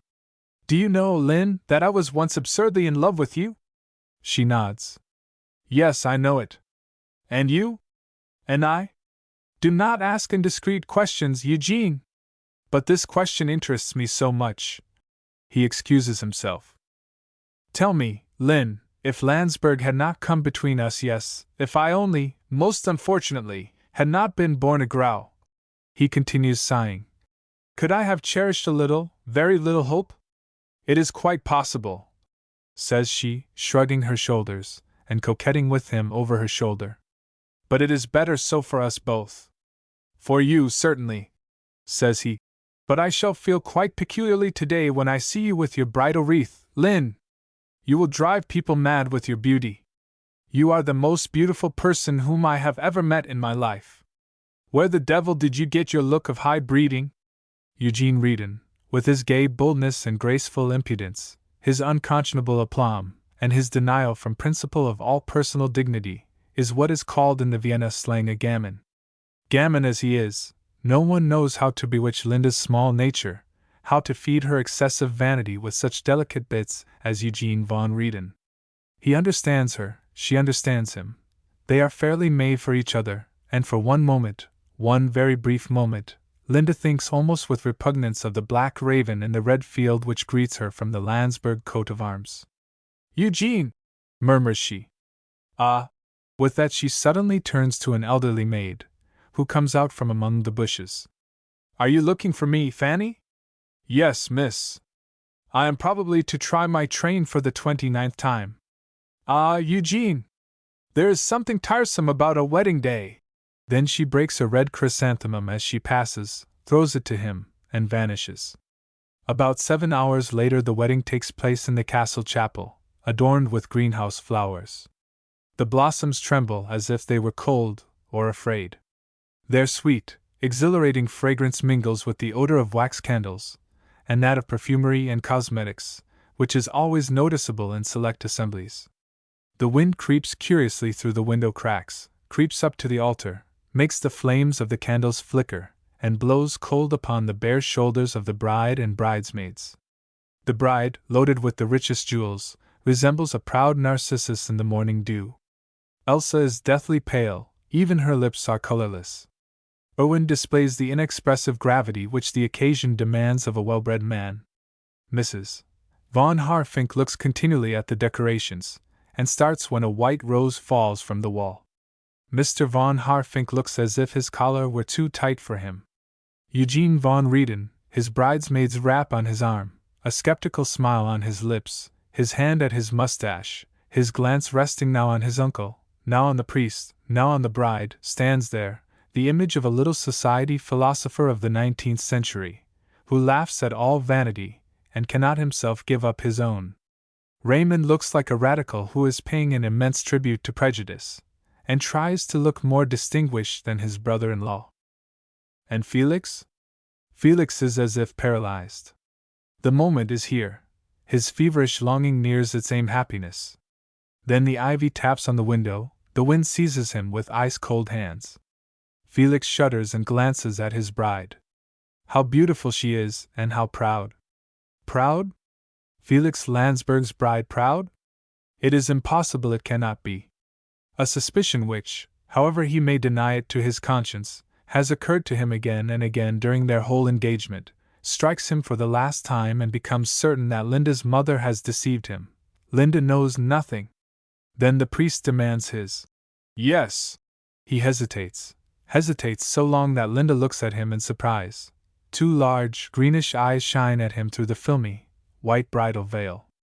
Yes, says he firmly and shortly. A long dinner follows, a long, complicated dinner, which no one enjoys except Papa Harfink, who studies the menu with the tenderest pleasure, and with a small pencil marks the numbers for love of which he thinks to extend considerably his elastic appetite. He sits between Elsa and the wife of his nephew, the Freiherr, the elder Reardon, and, as he gulps down his potage à la reine, tells both ladies of his new Achenbach, which cost him 4,000 gulden, which does not seem at all dear to him, as, besides a great deal of sunset, there are 34 figures in the picture he has counted them, and in the background something else. He does not know whether it is a buffalo or ruins. They almost persuaded me to buy a Daubigny, a Frenchman. I think a green sauce, what a sauce! I said no, thank you. I like spinach and eggs, I said, but spinach and cows, but and such cows! Without tails or horns, regular daubs of colors. These Frenchmen are tricky. Really, people are cheated by them. Thus concludes Papa Harfink, the art critic. Elsa only half listens to him. Her eyes wander wearily over the table with its stiff floral decorations and its heavy silverware. Real silver, and not plate, assures Papa Harfink. Of the men, the last generation are broad-shouldered, red-faced. A sparse beard curls around their full cheeks, A sharp glance, on the lookout for profit, shoots from their small eyes. The past generation breathe loudly, pick their teeth continually, wear 2 tight rings on 2 fat fingers, and without exception, a thick gold chain with a diamond medallion over their stomachs. The present generation are sickly, dissipated, and have something of the jockey and something of the valet who copies his master. The pride of the whole family is centered in Eugene von Rieden, the blonde good-for-nothing, who has as many debts as a cavalier, who was educated in the Verasanium, and once had a quarrel with a watchman. Of the women, some are pretty, none are pleasing, they have all good dressmakers, none are well dressed. The usually pale face of a certain Baron Lanzberg begins to flush feverishly. Without eating a mouthful, he hastily swallows 1 glass of wine after another. Try this delicious salmon, permit me to help you. The charming host turns to Elsa. She makes a desperate attempt to do justice to the salmon. Strange, remarks von Harfink. My mother used to say that when she was young salmon was cheaper than beef, now it is very dear. Elsa has laid down her fork in despair. I am behind the times, says she. I still am frightened by a telegram, and always feel nervous at a wedding. She smiles sadly, and 2 charming dimples appear in her cheeks. Papa Harfink continues to urge her to eat. You must taste this salmi, Baroness, he entreats. Monsieur Gallatin, my cook, would be unhappy if he learned that every one had not eaten some of his salmi. Pot à la Kotzebue, he calls it. Only today, this Gallatin said to me, Ah, Monsieur le Chevalier, when I think how often Prince Kotzebue got his stomach out of order with my salmi. The physician said he died of gastrosis. Ah, he died of my salmi. You have a dangerous cook, says Elsa. But I understand this Kotzebue, do you know? Continues Papa Harfink. Since I have had this cook, I really have to go to Marienbad twice every year. And besides, he is a splendid fellow, talks politics like a deputy. He formerly served only with the highest nobility. I took him with the castle from Count Silvani. A peculiar fellow this Gallatin, will not stay away from the swans and the park. A poetic creature, do you know, Baroness, he reads Victor Hugo and the Meditations of Lamartine. Ah, really, the Meditations of Lamartine, says Elsa, smiling. Susanna Harfink rushes to the assistance of her distressed husband. Ha! Ha! Ha! Says she, with her shrill laugh. My husband always calls meditations very malicious, do you not think so, but a good joke? Papa Harfink, sadly conscious that it always means a curtain lecture when his wife before people laughs so energetically at one of his jokes, of which he feels innocent, with much grace and melancholia licks his knife on both sides. His wife looks as if she were weary of pulling the lion's skin again and again over the long ears. The moment has arrived when he is to speak his toast. He rises hesitatingly, the glass trembles in his hand. Fear and champagne have made him lose the last recollection of the few words prepared by his wife. This is a great day for me, a day of pride and pain. No, that is not it. Thoughtfully raising his hand to his upper lip. I hope that my brother-in-law, no, my son-in-law Susanna, he murmurs helplessly. His cheeks seem to inflate. His eyes grow smaller and more shining. He has set down his glass, and twists his napkin like a conscientious washerwoman. Susanna rises, she is fairly Roman. As my husband, overcome with emotion, cannot speak, she begins. I will say, this is for. For a moment she hesitates, then for the first time in her life, she resolutely denies her husband, emancipates herself from the us, with which for long years she has protected him, and says, This is for me a day of pain and of joy. I lose a daughter, gain a son. May my children always find the highest happiness in each other, and a safe retreat in their parental home. He is getting a dreadful mother-in-law, this Lanzberg, whispers Eugene Rieden to his neighbor, a gay, more than audacious brunette. Something between a Roman matron and a quarrelsome landlady from a bachelor boarding house. The tasteful Raymond contributes a toast to the fusion of nobleman and citizen. The older Rieden hopes that his beautiful cousin will lend a new charm to the noble name of Lanzberg. Much similar follows. Eugene, for whom this rosary of parvenu platitudes becomes too long, murmurs, Shall we not soon have paid sufficient thanks for the honor of being allied with Baron Lanzberg? This mocking remark was only meant for his neighbor, its bitterness was only meant for the fawning of the Harfinks. But Felix heard it. Ashy pale, with glowing eyes half rising from his chair, he stares at the impertinent young man. The latter says good-naturedly and thoughtlessly, "Yes, Lanzberg, I will jeer at myself. Parole d'honneur, I am a little ashamed to be quite so delighted at receiving an honest man into the family." Thereupon the certain Baron Lanzberg lowers his eyes to the tablecloth and remains silent. 8. 3 years have passed since Linda left her father's house, and was no longer condemned to be called Harfink 3 years and 7 months. The trees have only recently lost their snowy blossoms. All are wrapped in soft young green, the whole earth seems bathed in new hope. It is a day in which death and misfortune seem like ghost stories, invented by old women. No one believes them. The birds twitter joyously, and without all is fragrance, sunshine and flowers. Fragrance and sunshine fill the room where Elsa sits, her youngest child in her lap. Elsa looks youthful and girlish, quite as much so as at the time when we first made her acquaintance. The same heavy brown hair, as if sprinkled with gold, clusters at her temples, and her eyes still shine with the old dreamy light of happiness, but her cheeks are thinner, her figure frail and thin. The existence of the little creature in her lap has deprived her of so much health. She has not yet recovered since baby's birth, and has not had time to think of her health, for baby was a sickly child, and great skill was required to bind the little soul, which seemed so anxious to fly back to heaven, to this earth. Day and night, in spite of her own delicateness, Elsa has nursed and cared for the child, holding her tender mother hand protectingly before the little light which every breath of air threatened to extinguish. Owen, who usually had such influence with her, this time could not induce her to spare her weakened strength. Now the little girl is a year old, and laughs and smiles at her mother gaily, and the physician said recently, "You may be proud of the child, Baroness. How you have raised her, God only knows. All doctors can learn from a mother. But now think of yourself a little." And the physician shook his head as he looked at the young woman. Yes, the air is full of perfume and sunshine, but in the midst of the charming spring life, Elsa looks like a frail white flower. She has bathed baby, put on her little embroidered shirt, and wrapped her in a flannel slumber robe, and now, with a fine towel, wipes the last drops from the tender pink little feet, and the little neck on which the water drops down from the small golden head. The nurse is meanwhile busy removing the bathing utensils, while Litzy, who is now a big girl, wearing long stockings, stands near her little sister and holding perfectly still, allows her long hair to be pulled. "Fie, you wild little thing, you will hurt her!" cries Elsa at last, as baby pulls harder and harder, and wins her tiny fist in Litzy's hair.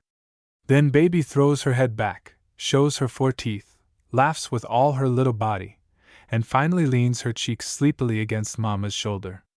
"Go downstairs, my Litzy, go to Miss Sidney, baby wishes to go to sleep," whispers Elsa to her big daughter, whereupon Litzy goes away on tiptoes. Dreamily humming a lullaby, Elsa cradles the child in her arms, and then lays it down in its pretty white bed. But when she thinks it asleep, it opens its blue eyes, and stretching out its arms, murmurs something which, with a vivid imagination, one can declare to be, "Papa, did you hear him come sooner than I, baby?" says Elsa, while Garzin, sitting on the edge of the bed, strokes the child's head until she closes her eyes. There she lies, her hair full of golden lights, the unusually long, black lashes resting on the round cheeks, lengthened by their own shadow, the full little mouth half open, like the calyx of a red flower, one fat little arm thrown up over its head. "She is pretty, my little one, is she not?" says Elsa proudly, as she sees the quiet smile with which her husband watches the child. "And the doctor thinks I need have no more anxiety about her." "Yes, the little rogue is healthy enough," says Owen, sighing, as he softly leaves the nursery with Elsa. "I wish I could say the same of her mamma. Poor Elsa, how thin you are! Do I not please you any longer?" she replies, half laughing. "You are not very sensible." "Probably not," replies she seriously. With such old married people as we are, there can be no more talk of pleasing. Do you think so? And if I should have smallpox, would it make any difference to you? She asks him, looking at him curiously. The noblest woman is not ashamed to be loved a little because of her beauty. Certainly, he replies. I should love you just as much as before, but I would be bitterly sorry for your pretty face. Jestingly, he passes his finger over her cheeks. They go into the garden. All is gay as if for a feast, the whole earth with her blooming mixture of white, blue, and violet elder, golden rain and red acacias, a gay, shimmering picture under an endless blue sky. Everything lives and breathes. The birds twitter, the insects hum, every blade of grass seems to have a voice, and join in the great triumphal chorus of the newly risen nature. There is a rustling, a murmuring, a whispering, a nodding, a quiver of life and pleasure, and in the enchanting music suddenly mingles a soft crackling, the crackling of dead leaves, which play at the foot of the trees. Garzon has led his wife to a bench, over which an elder tree bends its branches of bushy white blossoms. Elsa gazes before her at the lovely nature, the mixture of luxuriant green and gay blossoms, of short black shadows amid dazzling light. How young the earth looks, says she dreamily. Owen draws her to him. I do not know whether he loves her even more now when she is pale and ill. At any rate, he is more conscious of his feeling for her, and treats her more tenderly, is more thoughtful of her, and she leans on him like a sick child. Her whole being has become softer, less independent. I received a letter from Felix today, says Garzon after a pause. Ah, murmurs Elsa somewhat bitterly. Does he write for money again? Yes, I am to raise some money for him, says Owen, looking troubled. Ah, he has a fine property, but that cannot last, he remarks thoughtfully. If it makes him happy. Elsa shrugs her shoulders, and her voice sounds harsh. To ruin oneself is at the time a very pleasant occupation, but to be ruined a very unpleasant condition, especially with a wife like Linda. I do not believe that Felix will be willing to live on the income of his wealthy wife. During this remark, Elsa continues silent. Do you believe that Felix is happy? Owen continues. His letters give a desperately depressed impression. Did you ever hear a really happy man assure one in every letter, I am very happy, everything goes well with us, I am very contented. Happy people are silent about their happiness. Elsa lowers her head, and remembers that in the first years of her marriage she had never written anything to her brother but, I cannot express how I feel. As I know him, continues Owen, his present frequent contact with the world must be a continual torment. Elsa frowns and grows very pale. I do not understand Linda, she cries. How can she under the circumstances rush into society? I no longer try to understand Felix. He is weak, could never refuse a woman anything. If one had asked him for his hand, he would have let it be cut off for her. As far as I am concerned, he can give her his hand, but. A strange fire glows in Elsa's eyes, her face takes on a rigid expression, and she grows stiff and clutches both elbows convulsively. Poor devil! Murmurs Owen. You pity him for my sake, cries Elsa, bitterly. It is not necessary. I know that you think his conduct unanswerable, that you must think so. He has forfeited all the sympathy which his blameless conduct for years had won. I will never forget the tone in which Marie Day said to me last spring, when she returned from Rome, I have often met your sister-in-law, she goes a great deal into society, one sees her everywhere.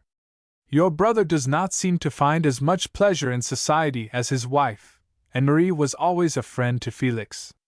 I know that in Parisian society Felix is called Le Revenant, for which name he has naturally to thank some kind Austrian. Evidently the whole story, which was forgotten, has been warmed up again. The world is very malicious, says Owen, evasively. Certainly. But after one has passed 16 years, one knows it, and guards oneself, cries Elsa, and adds with a bitter smile. I suppose he is a great philosopher and thinks nothing of it. Elsa! Elsa! Admonished Owen. She shook her head. See, said she dully. To spare Felix a humiliation, I would give my life, but now I cannot think of him without anger. Heavens, when I think of his return I tremble. I know he will be very badly received, and as his wife's whole existence turns upon being received. Owen bites his lips. Felix writes me that his wife plans to return in the latter part of June or the 1st of July. He will come to Tromberg with his little son somewhat sooner. He will return? Murmurs Elsa, slowly. Well, he must sooner or later. Certainly, cries Elsa, with a shudder. Owen, what will strangers think of his return, if I myself am not able to rejoice? Strangers do not take the situation so tragically, says Owen, hastily and precipitately, looking away. Well, to be sure, sighs Elsa. It is of no consequence to strangers whether he has acted without any tact, yes, unresponsibly. To think evil of one who is far from one is a pleasure to malicious people, and to the best is simply indifferent. But to be forced to think evil of one whom one loves is the most painful thing in the world. For a moment she is silent. If Felix insists upon coming, she then continues, I will do my utmost to make life endurable for him and his wife. I cannot persuade him to return. 9. About a week after the conversation between Owen and Elsa, recorded in the last chapter, a bowed man appeared in Steinbach whom at first Elsa did not recognize, but into whose arms she fell with a cry when he stretched out 2 trembling hands to her with a sad smile. She had forgotten his unsuitable behavior. Every bitter word which she had pronounced against him fell heavily on her heart. She no longer felt anything for him but boundless, compassionate love. The sight of him shocked her. His hair had grown gray, his voice hoarse. An anxious habit of raising his shoulders, and pressing his elbows against his ribs, that shy manner of poor tutors and other despised individuals, who seemed to strive to make themselves as small as possible, to deprive others of as little room as they can, lent his figure a sickly, narrow-chested look. He spoke a great deal, with forced fluency, often repeating himself. He whom for so long Elsa had at most only heard laugh fondly at Litsy's little wise sayings, now laughed continually, loudly and harshly at the slightest provocation, whereupon the wrinkles grew deeper in his face, the shadows under his eyes darker. Often after such an outburst of nervous hilarity, his face suddenly grew flabby, as if wearied by too great exertion, and for a moment displayed the stony features, the rigid pain of one who has died a hard death.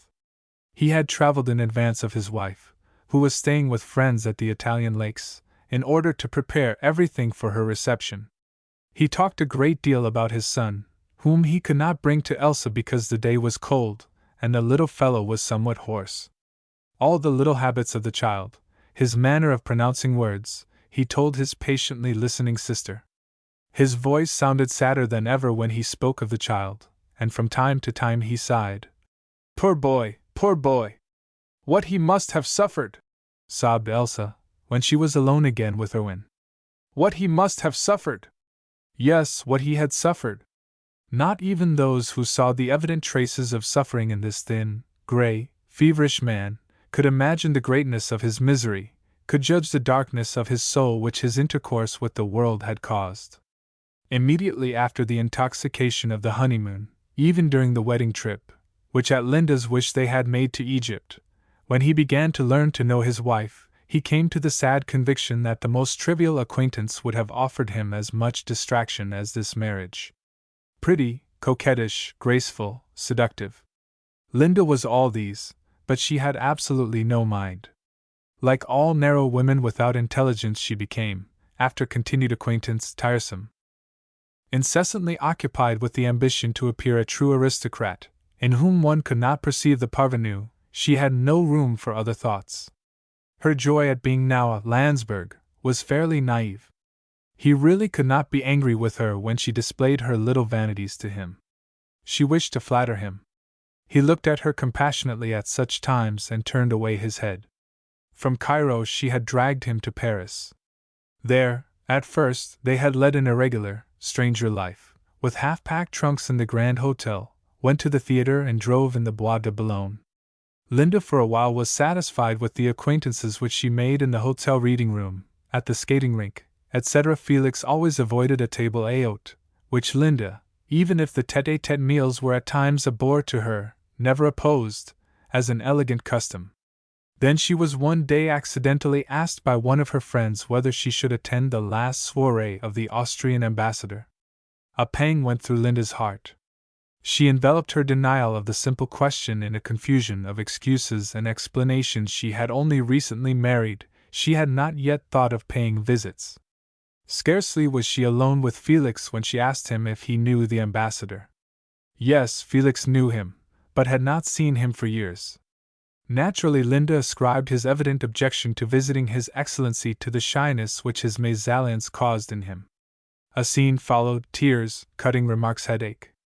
The next morning, Felix stood mournfully before one of Froment Mirror's windows and asked himself whether he should not buy his wife a diamond cluster of wheat to calm her anger, when someone seized his arm and cried, "Why, how are you, Felix?" Felix turned, discovered an old friend, who, many years younger, had served a degree lower in the same regiment with him at that time. Now the friend was attaché at the embassy, and a favorite with the Parisian ladies, a gay, hot-blooded comrade for whom someone had found the nickname Sirocco. "How are you, Felix?" he cried a second time, offering his former comrade his hand. Felix started. No one in all Austria knew his story better than this very Sirocco, and Sirocco offered him his hand. "Thank you, Rudy," he murmured softly. "It is very good in you to still remember me." Poor Sirocco grew very hot and uncomfortable. Lovable and impulsive, he had spoken to Felix without thinking for a moment how hard it is to associate with such a man. Felix looked so miserable, so depressed that Sirocco would have told all the lies which might occur to him to talk him out of his sadness. "I was going to run after you in the Bois the other day," he went on, "but you were walking with your wife, and I did not wish to intrude. Sapristi! How long have you been married? Here in foreign parts one loses all Austrian news. Your wife is a sensational beauty. Do not take it amiss that I do not even know who she is. I absolutely do not remember to have seen any one who could remind me of this fairy-like apparition a few years ago in short clothes." "You certainly never knew her," replied Felix. "She is the daughter of a Viennese manufacturer, Harfink." "Ah!" Somewhat robbed of his self-possession, Sirocco, hastily leading the conversation from an unpleasant subject, stumbles upon yet more dangerous topics. "Do you live in jealous honeymoon solitude? Do you not go out at all?" Felix looks pleadingly at him. "You know that I cannot go out," he murmurs. And Sirocco hurries over that he will not understand. "Nonsense!" he cries. "People are wiser here than with us at home. Mind and beauty count for as much as nobility." Poor Sirocco, he was never guilty of a more trivial platitude. "You must take your wife to the X's," he continued. X was the ambassador at that time. "Never!" said Felix violently. They had reached the Grand Hotel now. "When may I call upon your wife?" asked Sirocco. Felix had averted his face from his former friend. "When you wish, Rudy," he murmured then, suddenly turning towards him. "God reward you for your kindness, but do not force yourself." Sirocco saw that tears rolled over the cheeks of the certain Lanzberg. Sirocco did not philosophize over the weakness of his former comrade, he was far too deeply shocked. The result of his great cordiality to Felix was an uneasy conscience, the feeling that with the best intentions he had acted with a want of tact, and the need of inflicting punishment upon someone for Felix's tears. "Poor Felix! Such a splendid fellow!" he murmured to himself. Sirocco, whom we must introduce to our readers by his name Count Sempioli, was noted for his good-natured precipitation and thoughtless generosity, by which he was often subsequently forced pitilessly to harshness which would be spared a less lovable but more prudent man. For instance, at one time there was the American Smythe, who had been guilty of a breach of etiquette in a Parisian circle at cards, and whom society had avoided, without harshness, with the assurance that he had assuredly been only stupid. They bowed to him on the street, they invited him to large entertainments, but they hoped that he would not accept the invitations. They cut him dead when he accepted them. Then there was the Marquis de Coup de Foudre, who was accused of cheating on the race-track, and who, from indignation, retired from the track. He was not wholly given up, but every one would only see him as far off as his neighbor did, in the beautiful bond of mutual responsibility which holds society together. Then, finally, there was Lady Jane Nevermore, who had permitted herself several little irregularities with her husband, and who now, divorced, with a grown daughter, rendered Paris and Nice uneasy. How he had defended these people, with what deep respect, with what sympathy he had spoken of them, showed himself with them on public occasions, made good all their lack of tact. People in an uncertain social position always develop a particular genius for this. He lent them more of his shadow than the devoted Bendel lent his master, Peter Schemel, procured the widest social credit for them. He made a legion of enemies, but the clouds which rested on Lady Jane, Coup de Foudre and Smythe, their names here stand for many, rested on him. People said at last that he must have his reasons for defending these people. Weary, angry, he then suddenly withdrew from his protégés, whom by this he injured much more than he had benefited, and who now could, without opposition, proclaim their social bankruptcy. Like many foolhardy heroes, at the last moment he was forced to beat a shameful retreat, when a perfectly respectable withdrawal would have been possible before. But with however a wounded heart he might return from his campaign against public opinion, he always ventured into battle again. After this philosophical interlude, we would perhaps do better to return to Sirocco, who is meanwhile breakfasting in the Café Riche. He was not hungry, he pondered. Landsberg's fall did not in the least remind one of Smythe's, Coup de Foudre's, or Lady Jane's. In regard to these people, to a certain extent, prejudice had been justified, as if prejudice is not always to a certain extent justified. Sirocco's pondering ended in the resolution to launch Landsberg in Parisian society, as one launches an unpopular debutante of the theatre. The next day he called upon Linda, and the day after Count X paid his visit. How high she held her head among her acquaintances of the reading-room and skating-rink. X, an old friend of my husband, etc., etc. She took an apartment in the Avenue de l'Impératrice, an apartment with a large cold salon which was distinguished by gilded moldings and white walls, pink doors, conventional chairs, and sky-blue satin upholstering. Linda very soon understood that this dazzling elegance, which at first had blinded her inexperienced eyes, was intolerably dentiste, as they say on the boulevard. She surrounded herself with old brocades, with modern bronzes, with Smyrna rugs in irregular confusion of picturesque treasures whose unsuitableness justified the temporary look of the whole establishment. Sirocco helped her in everything. He found out auction sales in the Hotel Drouot for her, stood for half the afternoon on an old Flemish chair, to drive a nail with his own hands in the wall for her to hang a Diaz or a Corot upon, procured all the invitations for her which she wished, in short, was unweariedly obliging, and nota bene, he only paid her enough attention to make her the fashion. She was clever enough to take with him the good-natured, brusque tone of a woman who may permit herself little liberties because she is sure of her heart and of the respect of the man with whom she associates. She lived in the seventh heaven.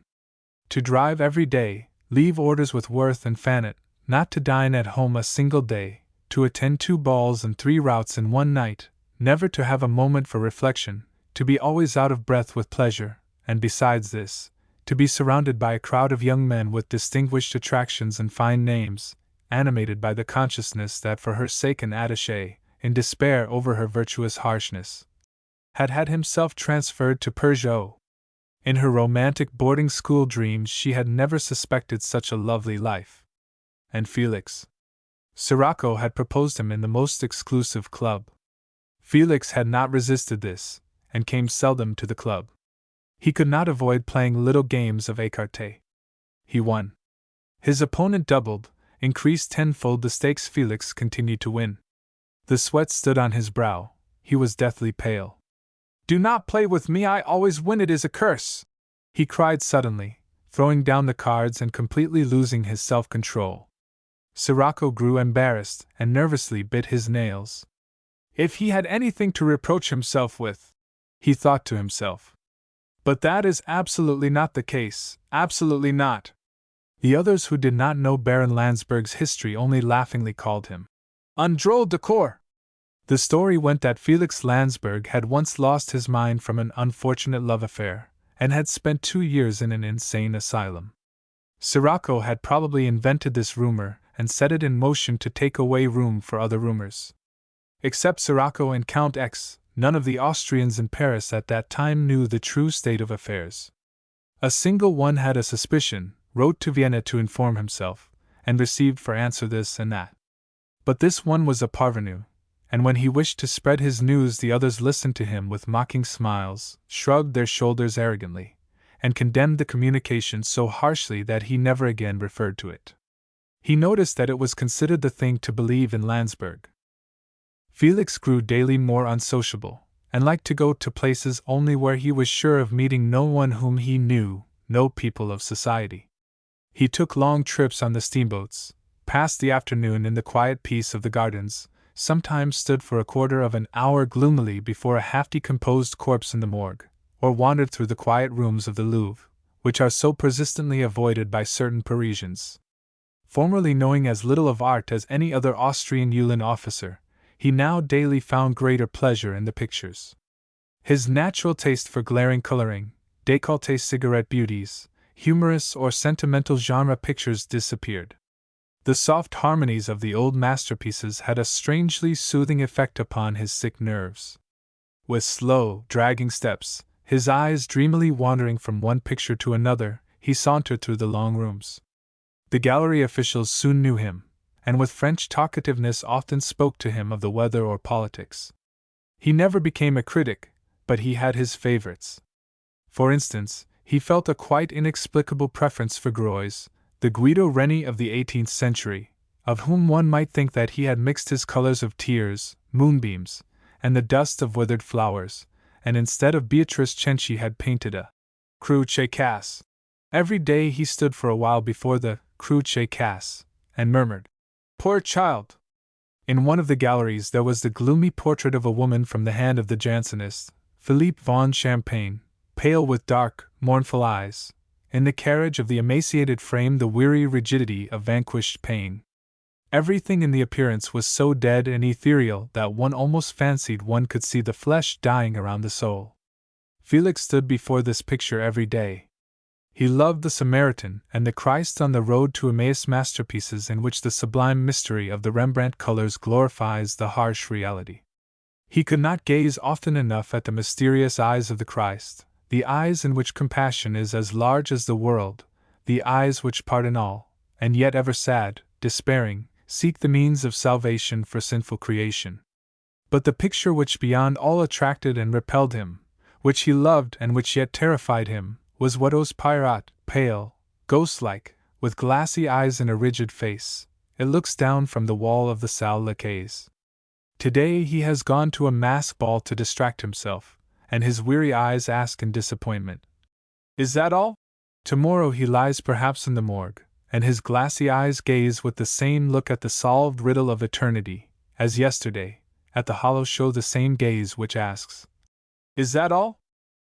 Felix almost daily passed a couple of hours in the Louvre. "Bonjour!" A diligent little artist cried to him here and there, some little person whom perhaps he had given some small assistance, and who greeted him as an habitué. Except for this all was silence. No one speaks in the Louvre, one only whispers. A hollow mutter and murmur woven of 1,000 soft echoes pervade the old rooms in their vast monotony, like the faint echo of the great tumult of the world, or like the murmur of the eternal stream of time. A year later, in a pretty country house in Ville d'Avray, where they had passed the summer, a little son was laid in Felix's arms. The tiny creature, wrapped in white lawn, grew indistinct before his eyes. He scarcely saw it, only felt something warm, living, between his hands, something the touch of which caused him a wholly new, tender sensation, and lightly and carefully he kissed his son's little rosy face. Then remembrance smote his heart, a convulsive sob overcame him, and in a broken voice he murmured, "Poor child! Poor child!" From Ville d'Avray Linda dragged Felix to Biarritz, then to Rome, where they passed 3 winters. These were still worse than the winter in Paris. Rome is the city of social consideration, a kind of free city for dubious characters. Felix's martyr nimbus had vanished through his intercourse with society in Paris. Sirocco, who had been removed to Rome, was vexed with Linda for following him. Her manner of chaining herself to his protection irritated him, but he still assisted her social advancement where he could. The other Austrians were not exactly unfriendly to Felix, but cold and distant. On their faces could be read, "We are surprised that you show yourself." Or even, "We will not turn our backs upon you, we are in Rome." With the certain feeling of kinship which characterizes the Austrian nobility, they, to be sure, never spoke of his affairs with a stranger, but so much the more among each other. At last Rome was tired of, and even London, where Linda spent a season and enjoyed her greatest triumph. But one place remained to try: Tromberg. It was a cool, unpleasant evening when Felix returned to Tromberg from his short visit in Steinbach. Gray and white strangely scattered clouds rose along the horizon, the lindens shivered, and threw long pale shadows over the smoothly shaven lawn and the yellow gravel. The sun hung on the horizon almost without light, behind a pale mist like a half-faded spot of blood. Life had never been as hard to bear for a certain Baron Lanzberg as on this evening. Slowly he wandered through the large, gloomy rooms of the castle, in which the cold air was as close and mouldy as in a cloister, and where every step seemed to charm a remembrance from the floor. He saw Elsa, tall, somewhat pale, with the charming awkwardness of her 14 years, hurry to meet him, shy before her handsome, brilliant brother who, a week before, had won a race, her brother of whom she was so proud. He saw his father, as he smiled joyfully at him, and pulling his ear, cried, "Do you amuse yourself, my boy? Do you amuse yourself? Have you debts? Out with it, not many? Always tell me what you need. I no longer know what circumstances require. You are my golden boy, you are your old father's joy." He remembered the expression with which the Freiherr had surveyed him, a glance in which a kind of exaggerated paternal pride was glorified by the deepest love, and the gesture with which he had merrily cried to the old family portraits, "Are you satisfied with my boy?" His memory did not spare poor Felix a word. He had passed through one after another of the large rooms. In some of them stood great piles of furniture which Linda had sent here. Suddenly he found himself before a picture which hung in a dark corner, concealed by a curtain, in his father's former room. Hastily he drew back the curtain, then he clutched his temples and turned away from the painting with the short, dull groan of a dying animal. What had he seen? The portrait of an unusually handsome, merry, good-tempered young officer, who smiled at him through the twilight. Felix hurried away. In the lofty, arched corridor, the echo doubled the sound of his footsteps. It seemed to him as if that gay comrade had stepped down from the frame, and now, relating old stories, wandered at his side. The sweat of terror was on his brow. He met a servant, and hastily commanded him to remove the picture from the green corner room. His voice was always sharp when he spoke to servants, and yet he was the best, most generous master in the world. He entered his child's room. The French bonne laid her finger on her lips to signify to him that the child slept. He bent over the little creature, who, with one little arm under his cheek, with the other clasping a gay gilded doll to him, lay in the embroidered pillows. Without, the lindens, sighing compassionately, shook their great black heads. The tower clock, indifferent as time which it serves, played its old piece in a flat tone, hesitating and pausing a minuet to which the grandparents had courtesied and bowed. Felix listened, like an old man who suddenly hears once more the cradle song with which he used to be lulled to sleep. It overcame him. He bent down deeper over his little son, and murmured softly, poor child," and the words woke the child. He opened his large eyes and lisped, unabashed, "Why, poor child? Is Jerry sick? Elsa, dear Elsa, this is lovely in you. What a surprise! I only know you from my husband's accounts, and from my wedding day, but I shall love you frightfully, that I feel already." Crying out these words, Linda had jumped out of the carriage with which Felix had met her at the railway station, and greeted Elsa, who, at her brother's wish, had come to Tromberg to welcome the young wife to her new home. Then, leaving Elsa, Linda let her eyes wander over the facade of the castle. "Charmant! Magnifique!" she cried. "A portal like a church, grey walls, cracked window-sills, balconies and volutings, small-paned old cloister windows. I am charmed, Felix charmed. C'est tout à fait, Seigneurial. If you knew, Elsa, how tired I am of modern villas, stucco and plate glass.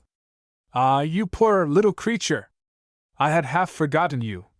With this Linda bends down to her son, who had first stamped his little feet with joy and excitement at his mother's arrival, but then, ever more and more abashed by the flow of words which had carelessly been uttered over his head, with his finger in his mouth, now seemed to take a mournful pleasure in crying.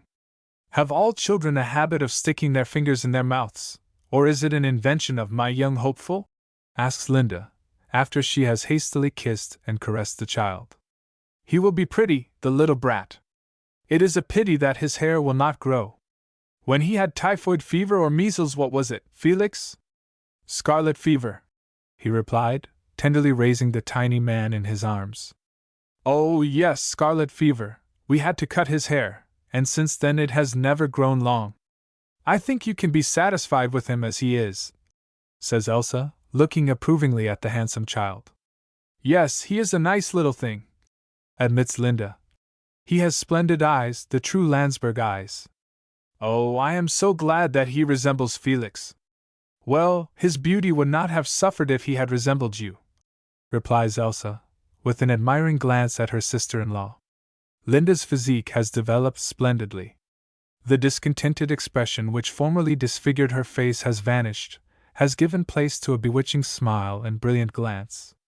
Negligence and grace are united in her carriage. She displays the gaiety and cordiality of a person who is satisfied with herself. Laying her arm caressingly around Elsa's waist, she whispers, So you really do not find me too homely for a Lanzberg? One would not guess from my looks where I come from, eh?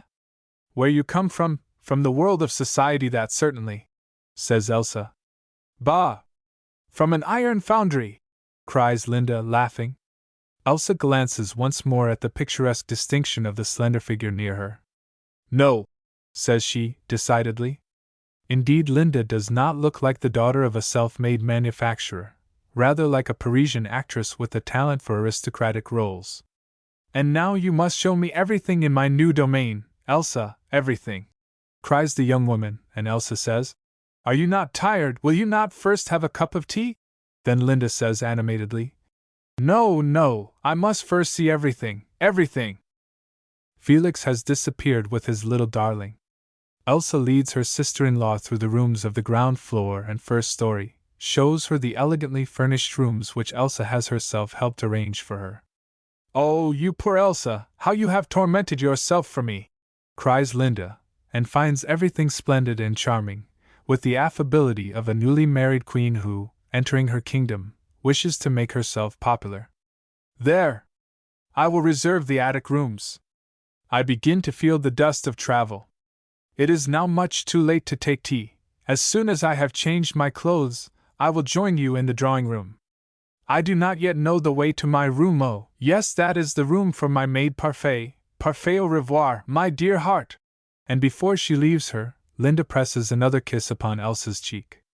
On her way to the drawing-room, Elsa heard a little voice prattling and laughing behind one of the tall doors which open on the corridor. May I come in?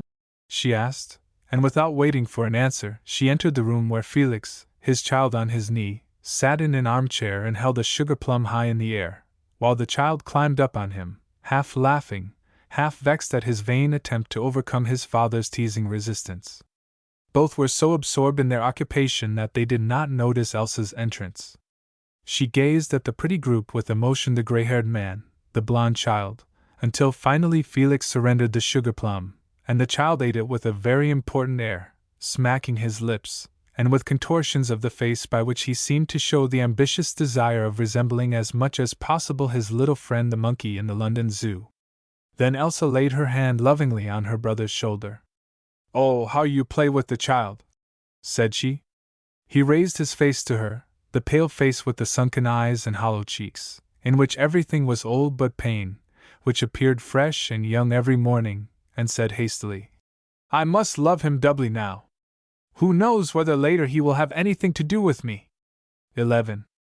I could not resolve to dress. To appear at dinner in a peignoir is a fault which is pardoned in convalescence, and after 24 hours of railway travel, I feel at least like a convalescent. Ah, how pretty it is here! So cried Linda, entering the drawing room where Felix and Elsa awaited her, a half-hour later. What she called a peignoir was a confusion of yellowish lace and India muslin with elbow sleeves and the unavoidable widow plait in the back. Her soft hair hung loose over her shoulders. I have a headache, and cannot bear a comb, and as we are entre nous, she excused herself smilingly at Elsa's astonished glance, as she pushed back the heavy waves from temples and neck. Her gestures were full of seductive grace, and her whole form was pervaded with a moist, sweet perfume which reminded one of a summer morning after a storm, and which exhales from a woman who has just taken a perfumed bath. In her whole appearance lay something which excited Elsa's nerves without her being able to explain it, which wounded her feelings of delicacy. Linda suspected nothing of the impression which she made. It is pretty here, she repeated, with a lazy glance of satisfaction around the room. I thank you so much, Elsa. One sees everywhere that a woman's tact has superintended the furnishing. A workman never produces such an impression. Everything looks so cozy, so irregular. How happy I am to be home at last! And Linda took her sister-in-law's slender, sallow hand in her white, rosy-tipped one, and kissed it with childish exaggeration. Who is already here besides the Days? She asked then. Before next week I must really think of paying calls. Elsa was spared an answer by the quick rolling of a carriage. Springing up, she cried whether her emotion betrayed merely a severe feeling of propriety, and did not also display an unconscious premonition of jealousy, I cannot say. Linda, it is Owen who has come for me. Put up your hair. It would be unpleasant for you to meet a strange man so. With a peculiar expression in glance and smile, Linda fulfilled her sister-in-law's wish. Elsa quickly helped her to twist up her hair, and thereby breathed the peculiar perfume which Baroness Lanzberg used. She will think of this perfume in many terrible hours which fate has in store for her. With both hands at her neck, her beautiful figure clearly outlined, her white arms exposed to the elbow by the falling back sleeves, Linda is just fastening a pin in her improvised coiffure, when Owen enters the drawing-room. I did not think that you would take the trouble to come over here, stammers Linda, childishly, shyly offering him her hand. Or else you should have found me in more correct toilet. Elsa starts. Instead of answering, Owen has kissed the warm white hand of his sister-in-law. The Garzens remain to dinner in Tromberg. Linda would not hear of their return to Steinbach. She was so happy at last to have an opportunity of learning to know her relations better. She asked advice and indulgence so childishly, was so gay, so amusing, so charming, that Elsa's antipathy to her increased and Owen's rapidly lessened. Soon he fell into the tone of indifferent gallantry with her which in society almost every man takes with every woman who does not inspire a direct repugnance in him.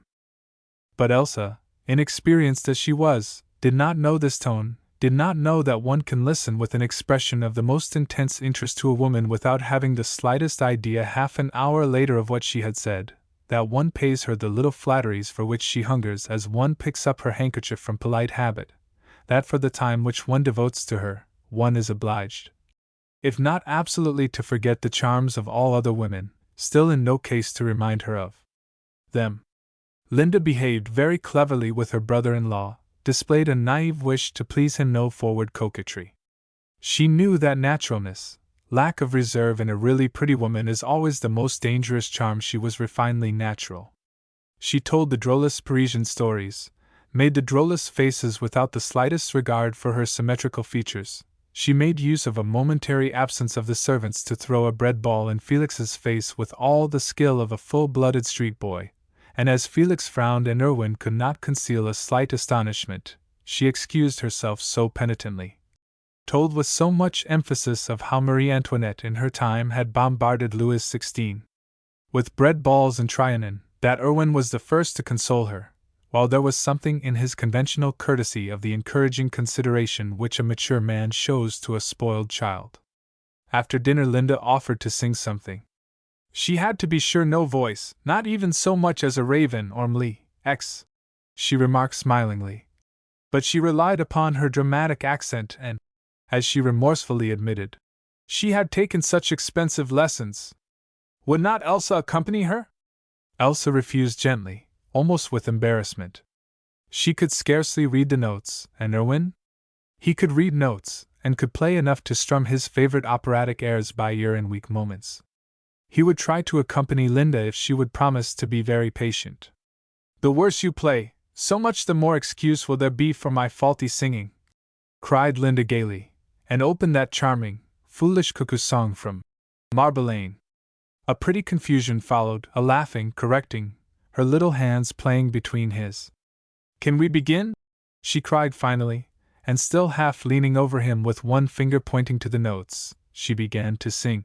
Cuckoo! Her voice, in truth, did not remind one in the least of the gloomy organ of a raven, or the passionate hoarseness of the rather of a child's laugh. It was so clear and boldly gay, even if somewhat thin and shrill.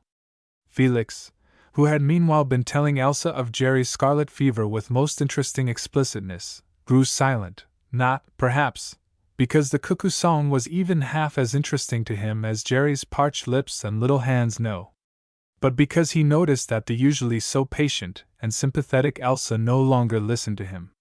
Her eyes were fixed on Linda. That thin, flippant voice pained her. Could it please Erwin? Then the last note ceased. "I am so sorry that I have hindered you by my miserable playing," he excused himself. "You sing so very charmingly. Another one, I beg you." For the first time in her life Elsa was vexed that she was not musical. 12. "Cuckoo," hummed Erwin absently to himself as he drove back with his wife to Steinbach through the capricious, flickering evening shadows. A filmy confusion of pink and white, a tumbled knot of pale brown hair, two large, cold eyes, mysterious greenish riddles in a flattering, open child face, a seductive, rococo figure which leaned over the stone balustrade of the terrace, and threw gay kisses after the departing carriage. This is the last impression which Erwin takes away with him from Traubenberg, in the landau in which he now sits beside his pale wife. She has changed greatly for the better. It is a pity that she has such bad manners. He breaks the silence after a while.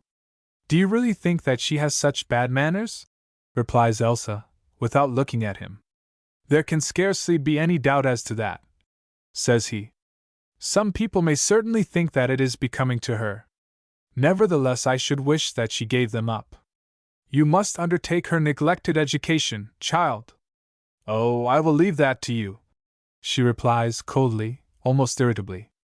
"Linda is not a person who will learn anything from women." "Do not be harsh," he whispers, reproachfully, perhaps with a trace of impatience. The gloomy Traubenberg lindens are far behind them, only show us a dark spot on the horizon. The carriage rolls on between gigantic poplars. The sun has set and the shadows have vanished with it. Over the earth is that dull gray light which might be called dead light. The new moon floats in the heavens, small and white, like a tiny cloud. Pale yellow and reddish tints are on the horizon, above the violet distant mountains. At the left, only separated by a blooming clover field, is the forest. "Elsa, do you feel strong enough to walk home through the woods?" whispers Erwin to his wife, coaxingly, and as she nods assent he stops the carriage, and they take a path through the clover to the shady woods. "Now, was not that a good idea of mine? Is it not pretty here?" he asks, gaily and proudly, as if he had made the wood, surveying all its beauties. "Lovely," whispers she, but her voice sounds sad. At her feet the ground is blue with forget-me-nots. Under the wild rose bushes already lie many white petals. A sob and a sigh pass through the gloomy trees as if spring mourned that the first roses were dead. All is grave and solemn, the air spiced with the odor of withered generations of leaves, with the perfume of fading or still blooming flowers. Erwin teasingly waits for Elsa to speak to him. He waits in vain. With head thrown back and earnest eyes she wanders near him, and does not rest her little hands tenderly on his arm as usual. What is the matter with her? That she can be jealous does not occur to him. They have almost crossed the forest. The meadow which separates it from Steinbach Park shines between the sparse trees. Then Erwin discovers a striking trace of game. He bends down to observe it more closely. "A roebuck," he murmurs. "Strange in this region. Is there no other way across?" asks Elsa, who has meanwhile crawled close to the edge of the meadow, and casting a somewhat anxious glance over the knee-high, dewy grass. "No, wait a moment," he replies, still absorbed in contemplating the strange trace. "It will cost me a pair of shoes." She murmurs somewhat vexedly, raises her gown, and resolutely prepares for a very cold footbath. "Elsa, what are you doing?" cries he, perceiving her intention, and leaving his hunter's problem, he hurries quickly up to her. "With your genius for taking cold." Before she has time to answer, he has taken her in his arms and carries her through the dew. He has wholly forgotten Linda Lanzberg, and also that he had been vexed with his poor nervous wife's unjust, childish antipathy for Linda. He looks down tenderly upon the dear head, which rests with half-closed eyes on his shoulder. "How light you are!" he remarks softly and anxiously. "You do not weigh much more than Litzy now, my mouse." Elsa does not answer, but her slender arms twine round his neck, and as his lips seek her pale face, he feels that she is crying. "What is the matter, my darling?" he asks. "I do not know myself," she murmurs with a slight shiver. "I am afraid." 13. "We really must invite her," says, in a mournful tone, Countess Mimi Day, a large stately woman, with a too high forehead, a feature which has the proud advantage of being a family inheritance in the Semple family, an aristocratic, small, turn-up nose, a benevolent smile, and a near-sighted glance. The Countess is the best woman in the world, of proverbial good nature and unfeigned condescension in association with music teachers, governesses, companions, maids, tutors and officials, and such poor devils who are paid and supported by the aristocracy, and politely courtesy to them. But she is unapproachably stiff to the upper middle classes, those persons who demand a place in society.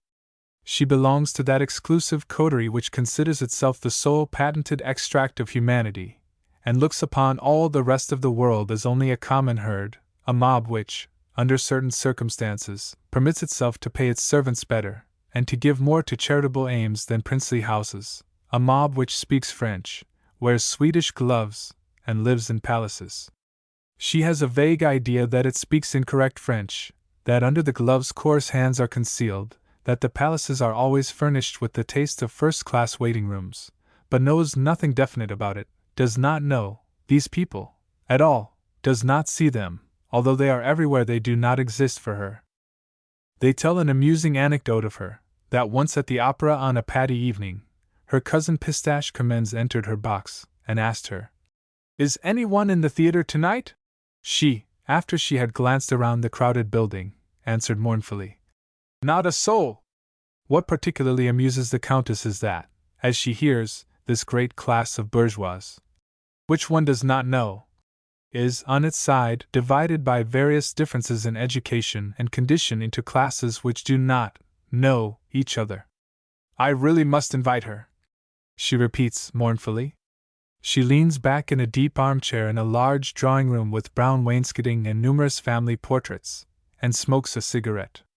"Pardon me that I really cannot so deeply pity you as you seem to expect," replies Sirocco Semple, who, now on leave, occupies a second armchair opposite his sister. "H.M. I do not care about the positive fact.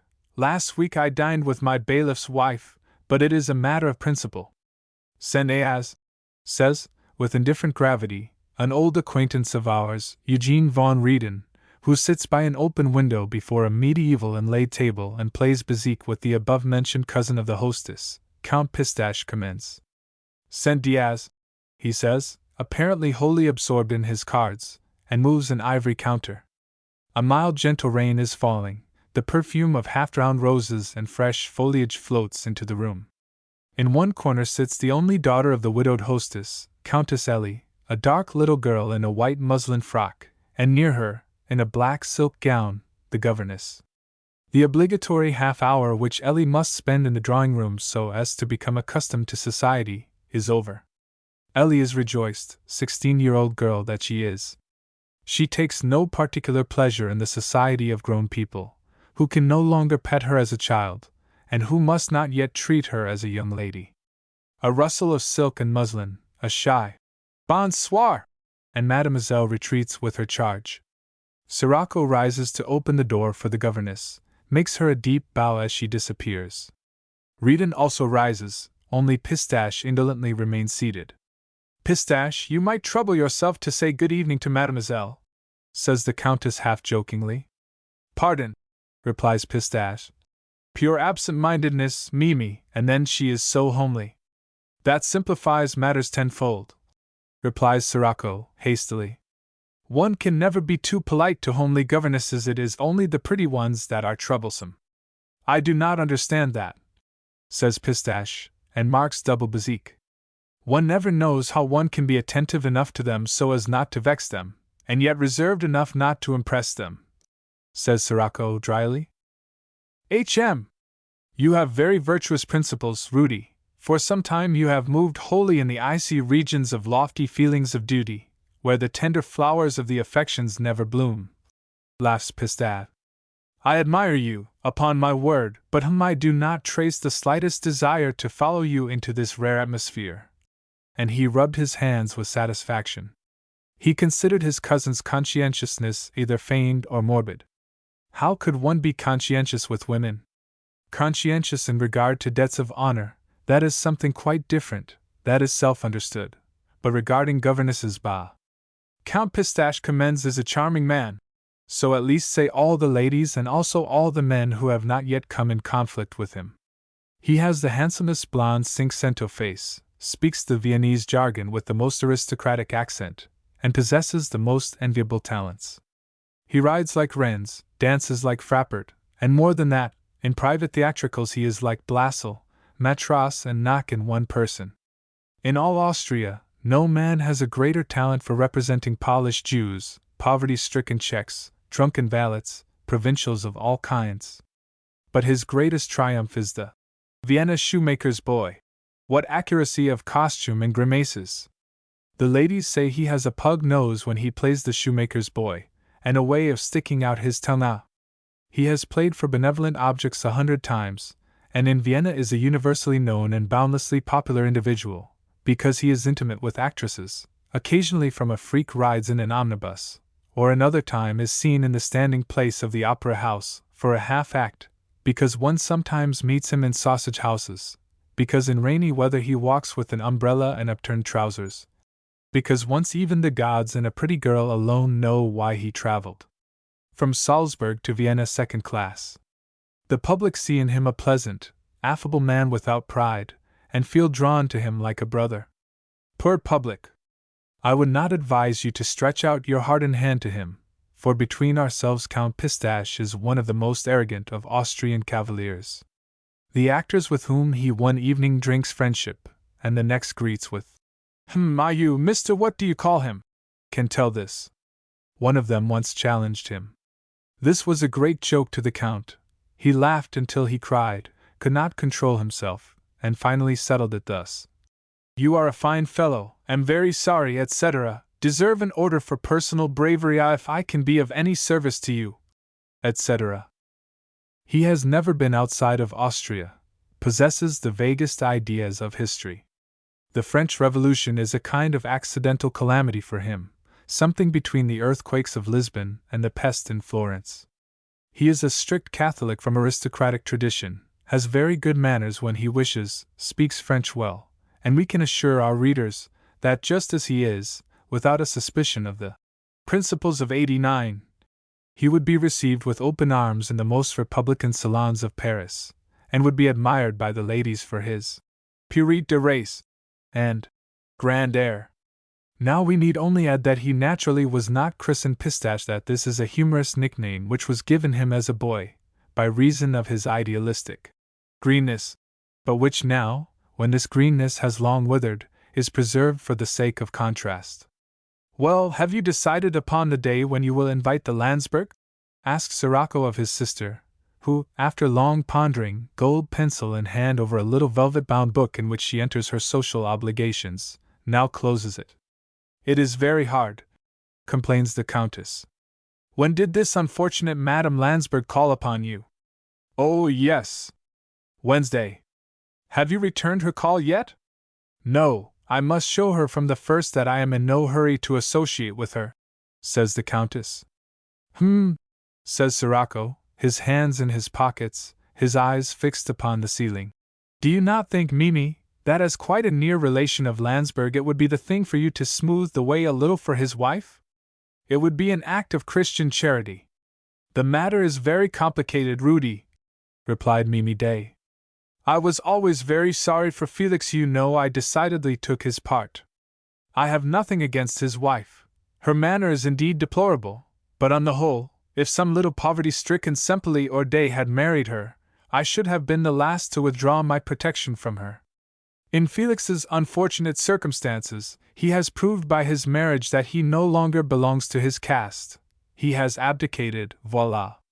Reedon and Pistache have finished their game of bezique, and now devote themselves to the building of interesting card houses. They spice this intelligent occupation by considerable wagers, which he shall win whose card house remains standing the longest. Up to now Reedon has had the advantage. But the Countess's words seem to have excited him a very little. His card houses no longer stand. Sirocco bites his lips, every finger quivers. How can he counsel his sister to silence, or at least consideration? In vain he turns his back to Reedon, so as to make an impression upon her by energetic scowling.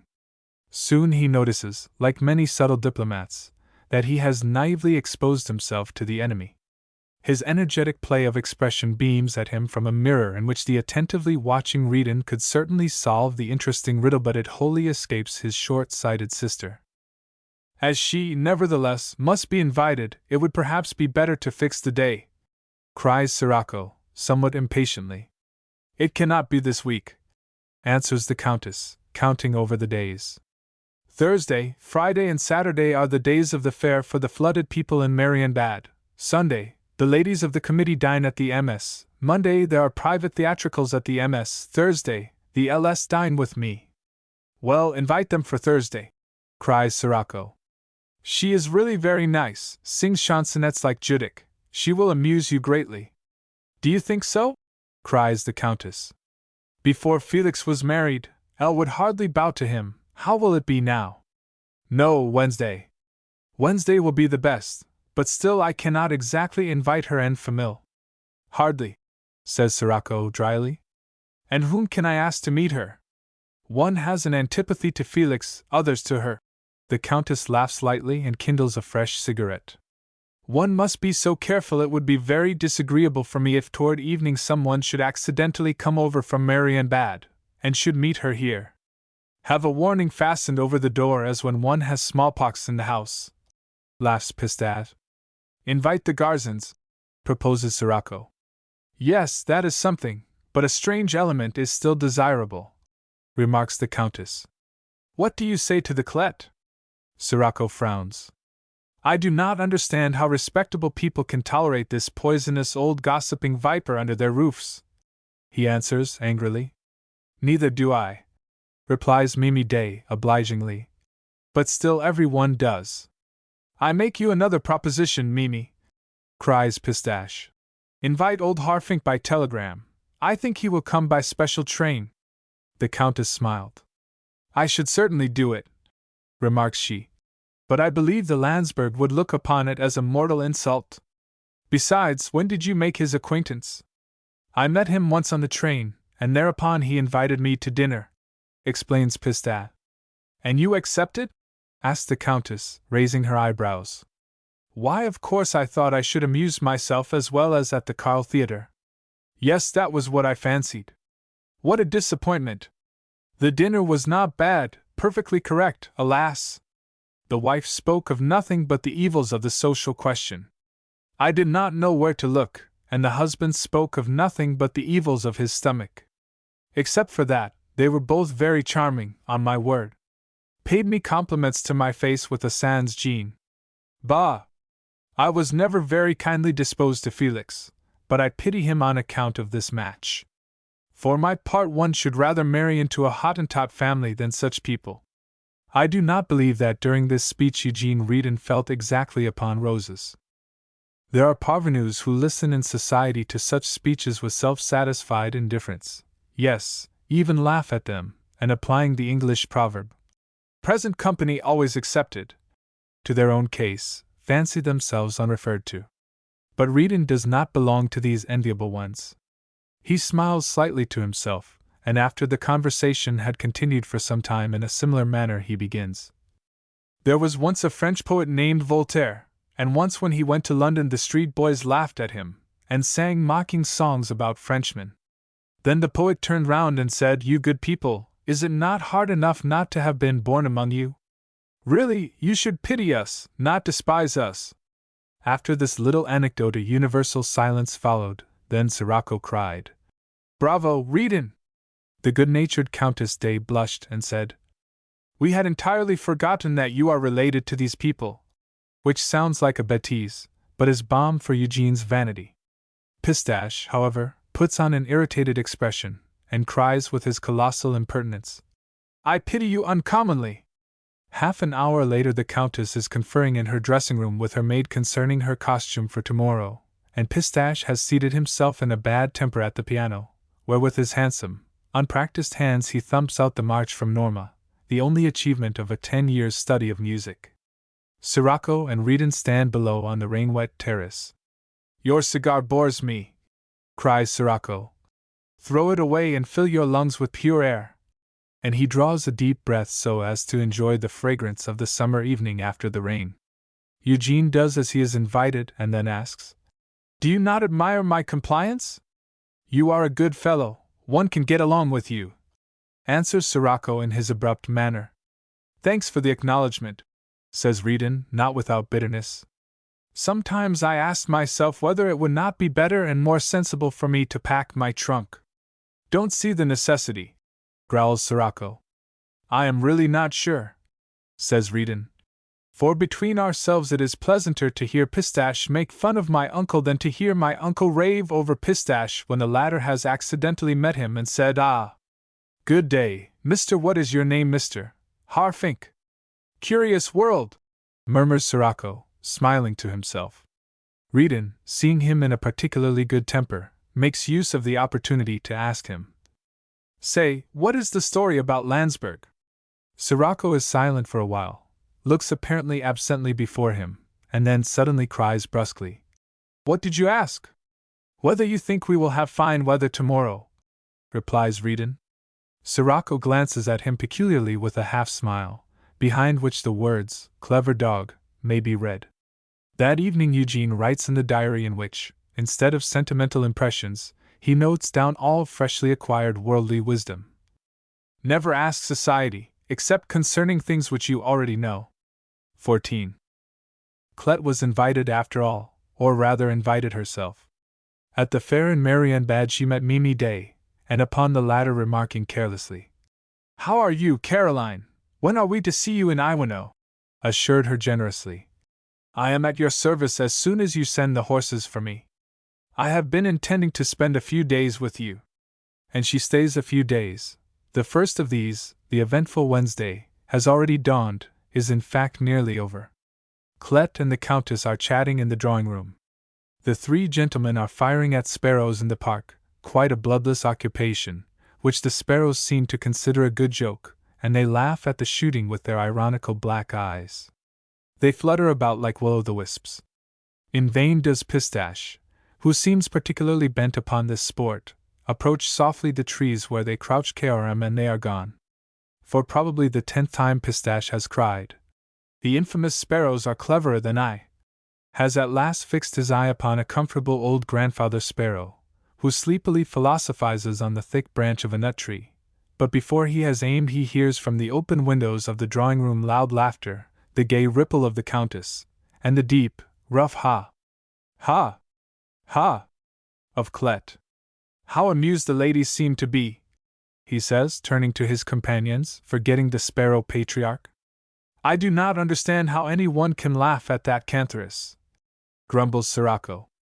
Oh, she is surely relating something piquant about us, says Pistache. It is incredible how greatly interested the ladies are in our doings, that is to say, in our evil doings. Now the shadows have become much longer. Clette has withdrawn to don a wonderful cap of yellow lace and red ribbons, and the men have returned from their bloodless hunt, to exchange their gay shirts and light summer suits for solemn black and dazzling white. Rudy! Cries the Countess, as she hears a light and yet somewhat dragging step. Sirocco limps a little passing her dressing-room door. Have you any commission, Mimi? Asks Sirocco, with his good-natured obligingness, as he enters the room. The Countess has dismissed her maid, is already in dinner toilet, suppressed laughter sparkles in her bright brown eyes, the corners of her mouth twitch merrily. No, she replies to his question. What commission should I have for you? Ah! You came from the greenhouse? Pointing to a couple of flowers in his hand. Yes. I wish to give the gardener some directions in regard to the flowers for your guests. I remember that Elsa cannot bear gardenias, and Lindholm the Landsberg raves over stephanotis. You really might have omitted the bouquets today, says Mimi, vexedly. My greenhouses without this, thanks to the fair and those stupid theatricals, are pretty well stripped. Elsa has never dined here without finding her favorite flowers beside her plate, remarked Sirocco, calmly. I can neither pass over Linda, nor will I punish Elsa for the misfortune of having a Miss Harfink for sister-in-law. Why are you laughing so, Mimi? What seems so amusing to you? My own simplicity, cries the Countess. I was so very stupid. Mimi, I do not understand you in the least, says he in astonishment. Oh, I took your protection of this pretty Landsberg for unselfish philanthropy. The Countess interrupts herself to laugh. Unselfish philanthropy. Say rather ordinary justice, cries he, becoming somewhat violent. What are you thinking of? What are you driving at? Your discretion is admirable. You understand no hints. Ah, indeed, cried Sirocco, pale with rage. Ah, indeed. And the Cantoress told you that that was what you were laughing over so immoderately? But Rudy, never mind. I do not take it amiss in you, cries the Countess good-naturedly, restraining her levity. But I take it amiss in myself to have given rise by my thoughtless inconsiderateness to such infamous inventions, cried Sirocco. For once for all, Mimi, Mrs. Landsberg is horribly calumniated by such. There are cases where perjury is permissible, says the Countess, indifferently. Do not trouble yourself, I will never speak of the matter. Then Sirocco steps close up to his sister. Mimi, cries he hoarsely, do you know that I am wounded, seriously wounded by your suspicion? Pray consider the meanness which you ascribe to me. I have worked for Felix's rehabilitation so as to be able to carry on a convenient love affair with his wife, on the risk that the world, bad as it is, discredited as he is, should say that he voluntarily paid this price for my assistance. His wife was indifferent to me, but even if she had charmed me I would have avoided her like the plague rather than throw another shadow on Felix's compromised existence. Poor Felix! And I imagined that I had been of some use to him. Impossible not to believe in his honest excitement. Pardon, Rudy, whispers the Countess. I had not thought. Never mind that, Mimi, he murmured. Besides, it is better that I know what people say. I can at least act accordingly today. This venomous serpent will surely watch my every glance. However, I must hurry à tantat, Mimi. With that he rushed out, had only just time to change his clothes when he heard a carriage approach. Poor Felix, he murmured thoughtfully and sadly. I can do nothing more for you, they have tied my hands. Thus the last shadow of pleasure which Linda might have had at the dinner has vanished. The Landsbergs arrived a few minutes before the Garzens. Sirocco received them at the foot of the terrace, offered Linda his arm, with somewhat formal politeness, and escorted her to his sister in the drawing-room, not in the cozy, brown wainscoted one, but in a ceremonious chamber hung with gobelins. The Countess rose at her entrance and took 2 steps to meet her, then introduced her to those present with her usual absent-mindedness, naturally to Reedon also, at which Linda began to laugh. But as no one joined in her merriment, her pretty, attractive face suited itself to the universal gravity. Poor Linda, she so petted, so spoiled, today sees not a welcoming face, even among the men. The Countess exchanges polite commonplaces with her, while she addresses remarks to Clet in between. The chair near the sofa on which Linda sits remains empty. Pistache, whose humorous talents are today wholly imperceptible, presents the appearance of a distinguished statue, and exchanges a few words with Eugene, while Sirocco with unnatural liveliness has entered into a conversation with Felix. At last the Garzens appear, everyone thaws. The Countess does not walk, no, she runs to meet Elsa, kisses her on both cheeks, scolds Garzon for permitting his wife to look so pale, accidentally steps on Linda's train, turns round and says, "Ah, pardon me, Baroness!" A perfectly polite little phrase which makes Linda feel as if cold water had been thrown over her. The dinner is announced. Sirocco takes Linda in with the same strange formality which she perceives in him today for the first time. At the table a charming surprise does indeed await her, a bouquet of stephanotis and gardenias. "Oh, Sirocco!" cries she, perhaps a very little too loudly. "That is too lovely! It reminds me of Rome," she adds softly. She is already so nervous that she would like to burst into tears at the pretty attention. Her eyes sparkle, and a fleeting blush crimsons her cheeks. Sirocco is sorry for her. "I am glad that you appreciate my good memory," says he, bending slightly towards her. Then he notices how suddenly no less than 3 pairs of eyes watch him closely, those of Clet, Pistache, and Reedon. He feels that Linda's excited manner is most suited to strengthen this distrustful trio in their suspicion, and immediately turns to Elsa. "I could not conjure up any white elder, unfortunately, Snowdrop," says he, shaking his handsome head vexedly. "Even with the assistance of all the seasons, you could hardly have found anything more beautiful than these white roses," she replies. She sits at Sirocco's left. Linda cannot eat, and finds no opportunity to speak, and relate the gay little stories which are her specialty. Pistache, who sits at her right, contents himself by from time to time dutifully making some remark to her concerning the weather, the country, and such perfectly neutral subjects, excluding all intimate conversation, and Sirocco, her old friend, on whose homage she had relied so surely, today has nothing but etiquette for her. She listens to his conversation with Elsa. Elsa and he were playmates together. She calls him by his given name, he calls her Snowdrop, which pretty nickname he had discovered for her years before. Both laugh lightly over old reminiscences which they share, and ask each other about old, half-forgotten friends. Pleasant confidence on her part, smiling courtesy on his, marks their manner to each other. Linda feels more and more depressed. Felix, more gloomy and embarrassed than usual, scarcely raises his eyes from his plate. Except Sirocco, who absolutely cannot help her, nor dares, only one notices and pities her misery. "What has become of your wild gypsy, Snowdrop?" asks Sirocco, among other things. "My wild gypsy has become a very tame gypsy, who lets my little daughter ride her very good-naturedly," replies Elsa. "Ah, Litzy rides already, then I must accompany her some day soon," says Sirocco. "Do not break her heart. She likes you better than anyone else now," says Elsa.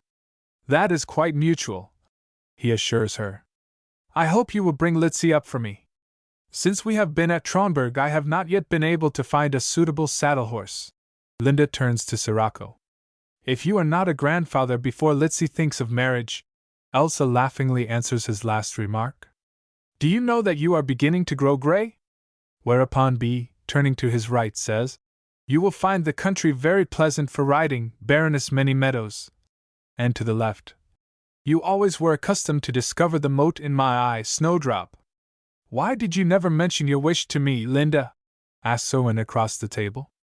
"I can place a horse at your disposal which might suit you. Riding is a very pleasant pastime, will be a great resource for you, Baroness," remarks Pistache. "Ah, do you think that I will need many resources in Tronberg?" asks Linda bitterly. "Well, life in the country is always monotonous," he says politely but somewhat hesitatingly. "These patties are excellent, Mika," now says the bass voice of Clet at his right. She has known him all his life, has dandled him on her knees when he wore short dresses, still calls him by his Christian name, and is one of the few people who remember that he was really baptized Michael. He gives a servant a sign. "Shall I help you?" he asks with droll gallantry. "I have nothing against it too, please," she replies. "How is Marian Bad looking? Any new beauties?" he asks. "Don't be so lazy, and come over and see for yourself," says she with her mouth very full. "I was there Saturday at the fair. Ruined myself buying cigar cases. I place 6 at your disposal, Caroline. But on my word, it is astonishing what trash they had at the fair. You distinguished yourself, cries the hostess, laughingly. Yes, unfortunately I took a Ring Street beauty for the F from the Carl Theatre, and asked her how much a kiss cost. Her ladyship entered into the joke, and answered that she only sold cuffs, and as I persisted pour la bonne cause, she replied in perfectly good French, La bonne cause s'en effaroucherait. Then I grew urgent. Count commends, cried a warning voice near me. I look up, and behold beside me, the picture of offended dignity, the husband. And how did you get out of the scrape? What did you say? asked Clete. What could I say? Pardon and decamped? Cool. Very, remarks Reedon, who has been reconciled to Pistache again, laughing. I only wondered that he knew my name so well, says Pistache, meditatively, with feigned simplicity. I do not know to this day what his name is. His wife was a magnificent creature, on my word, what a pity! I think she was sadder at the interruption than you, says Reedon. Possibly, replies Pistache calmly. The trivial little story has seemed diverting enough to all present except Linda. Is that the way in which young people of society speak of pretty women out of their sphere, to whom they pay attentions? She asks herself. 15. Now the dinner is over. They have left the drawing-room to wander through the park. There are thunderclouds in the sky, the air is close and breathless, sultry, but at times a sharp gust of wind rises. The birds fly close to the ground, as if the black sky frightened them, and the flowers smell strangely sweet. In vain has Linda sent inviting glances at Sirocco. He clings to Elsa as a sinner might cling to a saint through whose protection he hoped to gain admission to paradise. Reedon, who, whether from policy or convenience, plays the role of an injured man and is very reserved, polite and attentive as he is, has undertaken to be the young Ellie's partner at lawn tennis, by which game he can meet her in the park. Owen has good-naturedly joined his pretty sister-in-law. Chatting gaily, he tries to drive away her bitter mood. There is something in the shape of his eyes which makes them look sentimental, one might almost say loving. His temperament is such that he can be with no one, especially no woman, without trying to make her existence agreeable. Elsa, who, walking with Sirocco, meets her husband, Linda on his arm, remembers neither the one thing nor the other, the smile with which, with head slightly lowered, he listens to her chat, the glance which he rests on her, are in Elsa's eyes half crimes. After a few superficial words the two couples separate again. Owen as he goes turns round and calls to Sirocco. See that you do not take my wife into a draught, Semple. She is strangely imprudent. What admirable thoughtfulness, says Elsa, half aloud, and draws down the corners of her mouth so deeply that Sirocco, as an old friend, permits himself to remark laughingly, I did not know that you could look so gloomy, Snowdrop. Whereupon Elsa blushes. Linda and Erwin join the lawn tennis players. Linda has studied this modern pastime thoroughly in England, and likes to play. Besides that, she knows very well that nothing is more becoming to her slender yet voluptuous figure than the quick litheness required in lawn tennis. Her voice reaches Elsa from a distance, gay, shrill, then the soft, half-laughing voice of Erwin. You look so tired, Snowdrop, says Semple, sympathetically. Will you not rest a little?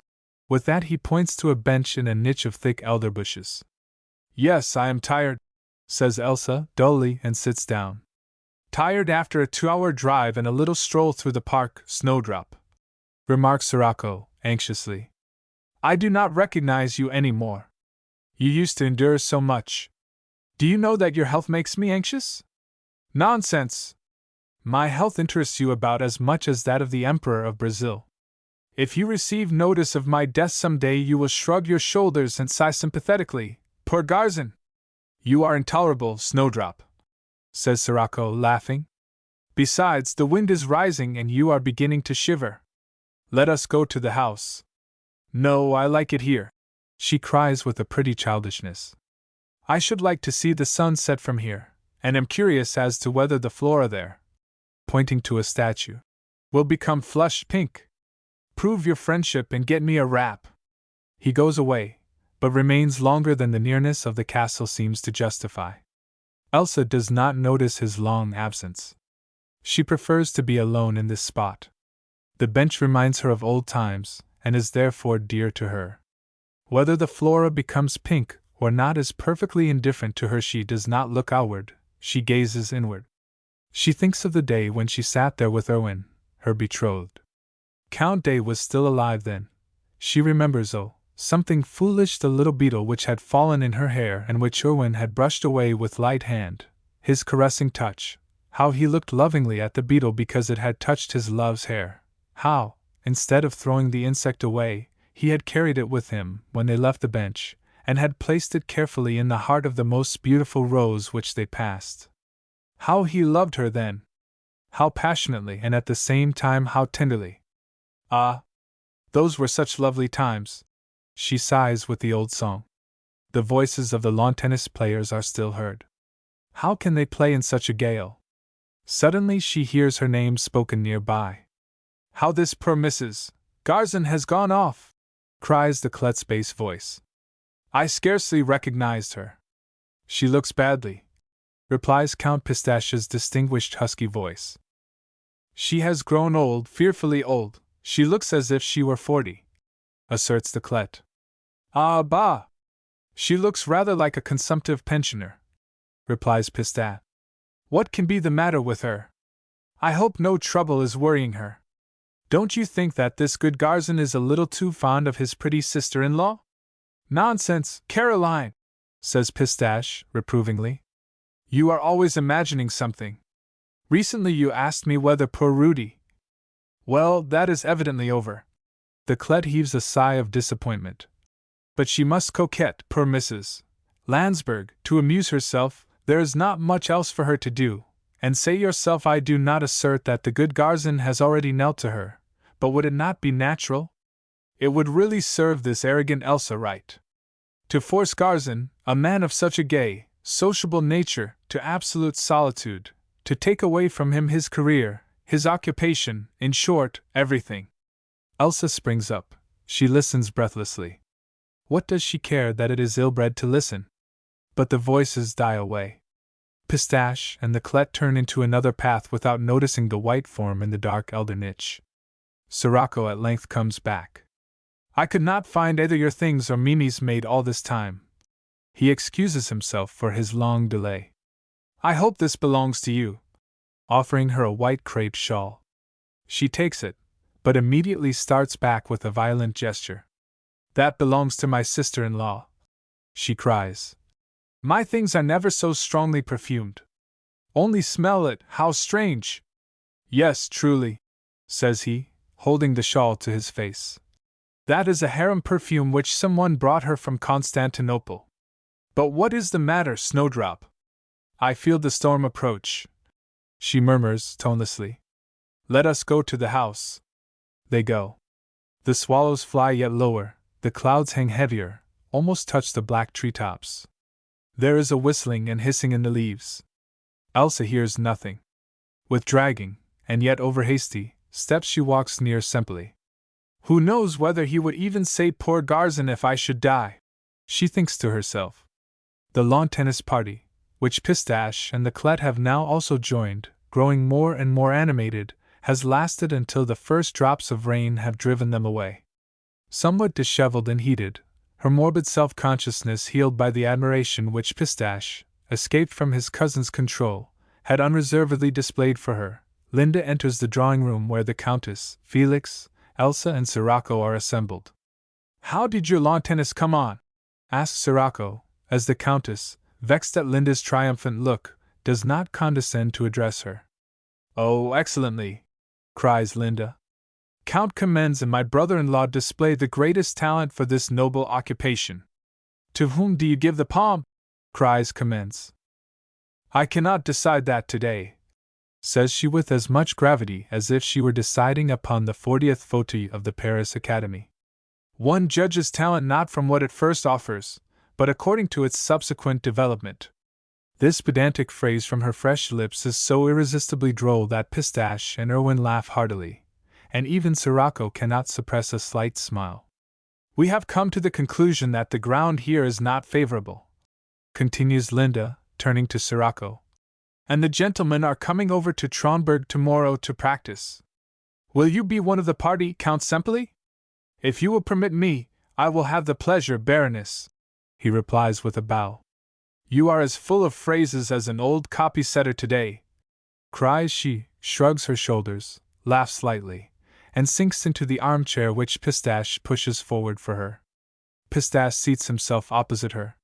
His light laugh as he leans forward, her satisfied leaning back, the continuous conversation wholly incomprehensible to the others, indicated a dawning flirtation.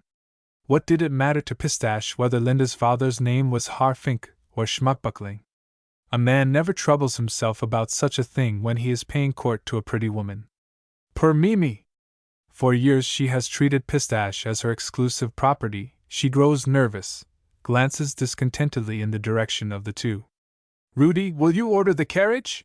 Asks Felix, uneasily. Sirocco stretches out his hand to the bell, but asks politely, will you not wait until the rain has ceased?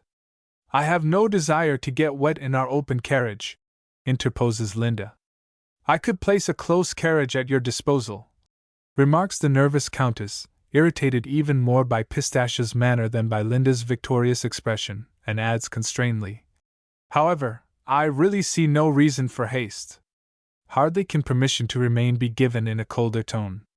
But Linda replies with astonishing aplomb, neither do I, and has a sweet, naive smile for the Countess, and for Pistache, on the contrary, a comical, expressive glance which delights him. He finds it quite in order that she should refresh herself with a little impertinence. She is piquant as an actress, he thinks. Then the door opens, unannounced, like very old friends, a lady and gentleman enter. She, small, fat, lively, cries out, hurrying up to the Countess, we flee to thee, Mimi, the rain has surprised us. Ah, you have guessed. How are you, Elsa? Do I really see you at last? He, tall, thin, with a Velasquez nose, Don Quixote manner, and arrogant eyes, looking out through glasses, has meanwhile chivalrously kissed the hand of the Countess. Now he looks round, recognizes Erwin, greets him heartily, comes up to Felix, starts slightly, goes past him to Reedon, as if he had never seen Felix in his life before. Felix stands motionless, ashy, rigid, with bluish lips and half-closed eyes. Sirocco has lived through many unpleasant moments, but never a more painful one.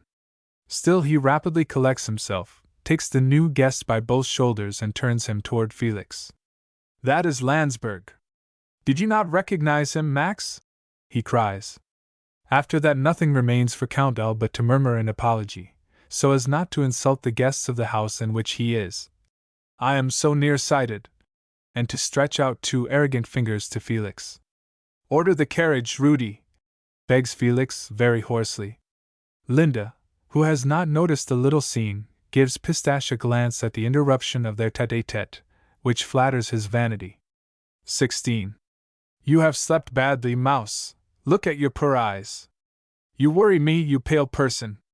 With these words Owen greets his wife the next morning at breakfast, kisses her lightly on the forehead, then reads his letters, swallows a cup of coffee in great haste, greets Miss Sidney, who enters with her little pupil, absently though pleasantly, lets himself, still pleasantly but somewhat passively, be embraced by his little daughter, puts his letters in his pocket and hurries away, but turns at the door and cries, Do not expect me to lunch, Elsa.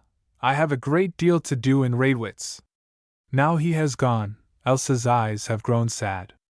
For a few minutes after Miss Sidney has led Litzy away, Elsa remains at the deserted breakfast table and, crumbling a roll, murmurs, He has forgotten. Today is their wedding day, a day which Owen has always made much of, which has always been a day of sweetest recollections. She had remained in her room this morning longer than usual, because she had hoped that he would seek her. In vain. Then she, poor Elsa, had expected a little surprise at the breakfast table. In vain. So now she sits there and hopes that perhaps he will return. Yes, he returns. His steps rapidly approach, her heart beats fast, the door opens, Owen bursts in with hat on his head, and cries, Elsa, don't forget to send the White Duchess to Tromberg. I have not time to give the order. And disappears. He has forgotten, decidedly forgotten. cries Elsa. For the first time. Then she leaves the breakfast room. Time passes slowly and sadly for her. It is a trifle not worth speaking about, she tells herself again and again. I should have reminded him. But then she feels herself grow hot. He did not forget Linda's horse. She murmurs bitterly, and adds still more bitterly. He is bored. Every diversion is welcome to him. Poor Owen! The day passes, the dinner hour draws near. Several minutes before 5, Owen at length returns. Heated and irritable, he seeks her in her room. How vexed I have been! He cries as he enters. She smiles, a little excitement overcomes her. But soon it turns out that he has not been vexed at his forgetfulness, no, only at the cheating and roguery of his sugar factory director. It serves you right, remarks Elsa coldly. She cannot deny herself the satisfaction of making some sharp remark to him. When he introduced himself to you, you told me the man is repulsive to me, and when he came back again you engaged him. You always do so. At the first glance you judge men according to your instincts, and very justly. At the second glance you judge them by the universal statutes of lofty philanthropy, and always falsely. I know no one for whom it is more unpleasant to believe ill of his neighbor than you. God be praised and thanked that the counterbalance of a desperately distrustful wife is given me then, cried Owen, somewhat irritably. Then a pair of large eyes meet his gloomily. My distrust is a disease, and you know the cause, says she earnestly. The shrill dinner bell at this point interrupts the conversation. After dinner, Miss Sidney has gone into the garden with Litzy to play Grace Hoops. The husband and wife sit vexedly silent in the drawing room, when a servant presents a letter to Owen from Tromberg. Elsa has at once perceived that it is in Linda's, not in Felix's handwriting. Owen has opened it, apparently indifferently, then suddenly the blood rushes to his cheeks. Almost violently he throws the letter away, kneels before Elsa and takes both her hands in his. How could I forget the 27th? Elsa, are you very angry with me? He cries. It would be hard to remain angry with him, if he had not been reminded of his duty by just Linda. But this vexes Elsa so much that she answers his warm glance and pleasant smile only with a cool, Why should I be angry? As indifferently and calmly as if the 27th no more concerned her than the date of the Battle of Leipzig. Had you forgotten also? He asks, wounded. Forgotten, what? Asks she dully. That today is my lucky day, the loveliest day of all the year for me? Oh, Elsa! Has it become indifferent to you? His voice goes deep to her heart, but she is ashamed to be so moved by his first warm words, is ashamed to show him how his forgetfulness has pained her.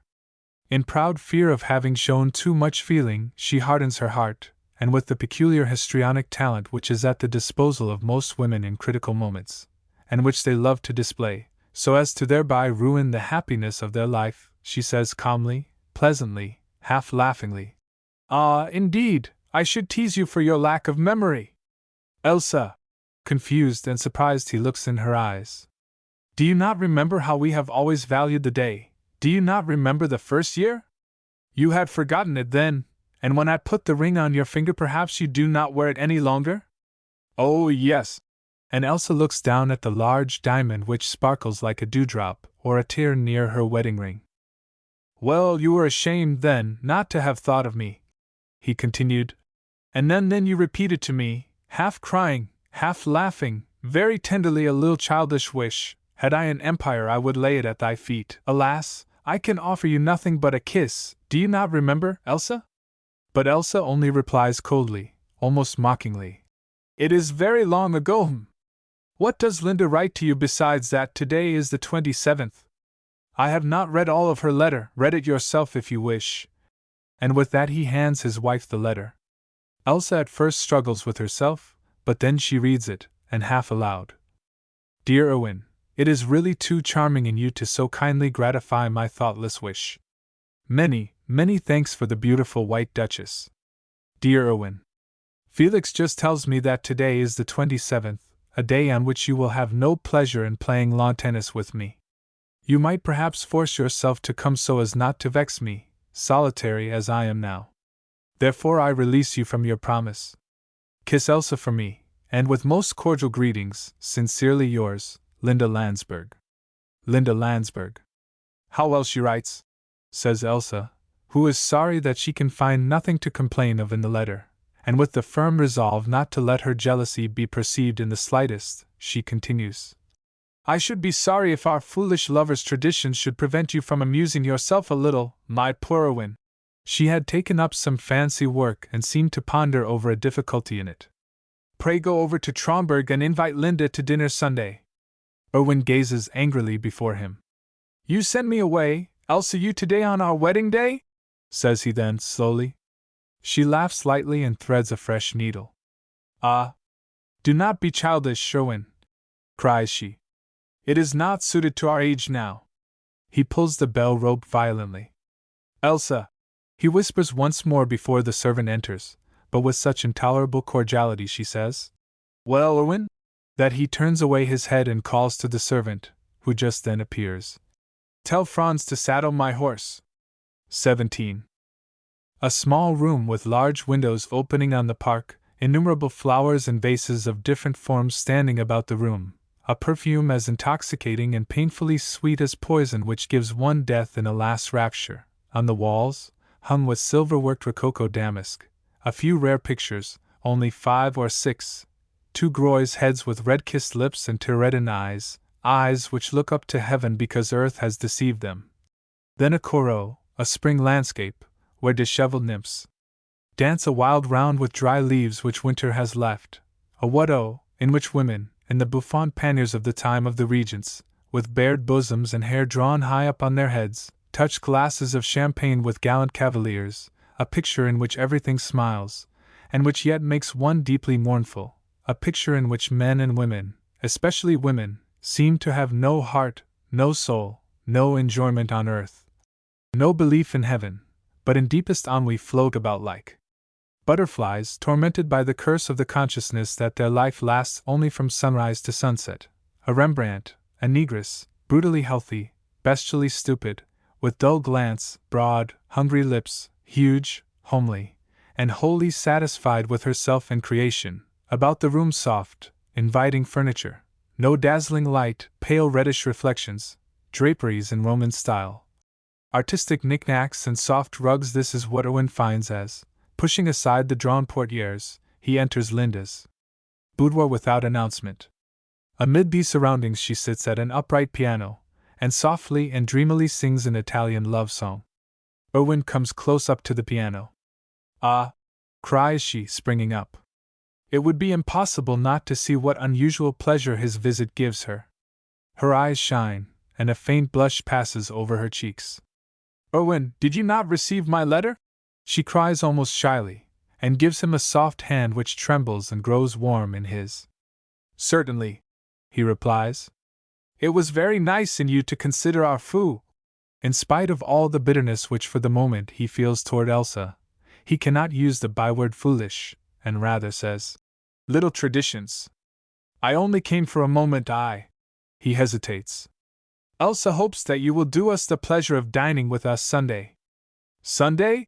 Repeats Linda, letting her fingers wander absently in dreamy preluding over the keys. Have you planned anything else? Asked Owen, who had meanwhile taken a very comfortable chair. What should I have planned? Asked she, shrugging her pretty shoulders. No, I will come gladly. You are very good to me, Owen, and I am inexpressibly thankful to you. A strangely exaggerated feeling was in her accent, in her moist glance, and the quick gesture with which she stretched out both hands to him. Where is Felix? He asked, turning the conversation. Felix is, I believe, over in Lanzberg, she answered. He has something to attend to. He always has something to attend to when I expect people, she added bitterly. It makes my position so uncommonly easy, Owen.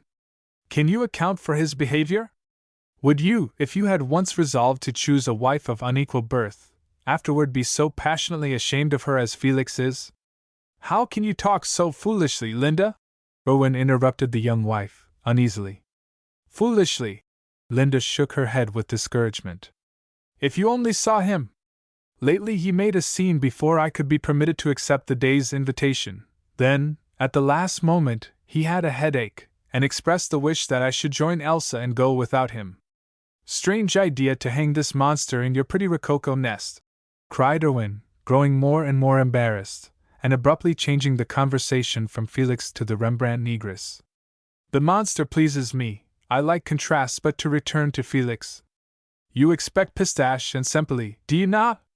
They wish to come this evening. Alas, I could renounce their society.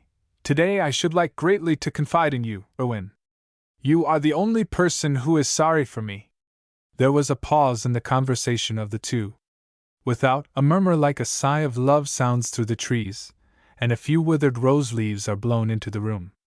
Owen's glance rests dreamily upon the young woman. She pleases him in somewhat the same manner as the Groy's head on the wall. No, differently, there is always something dead about a picture.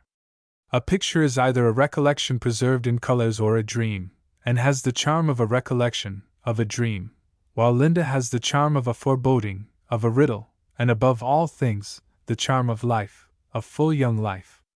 Then a carriage approaches.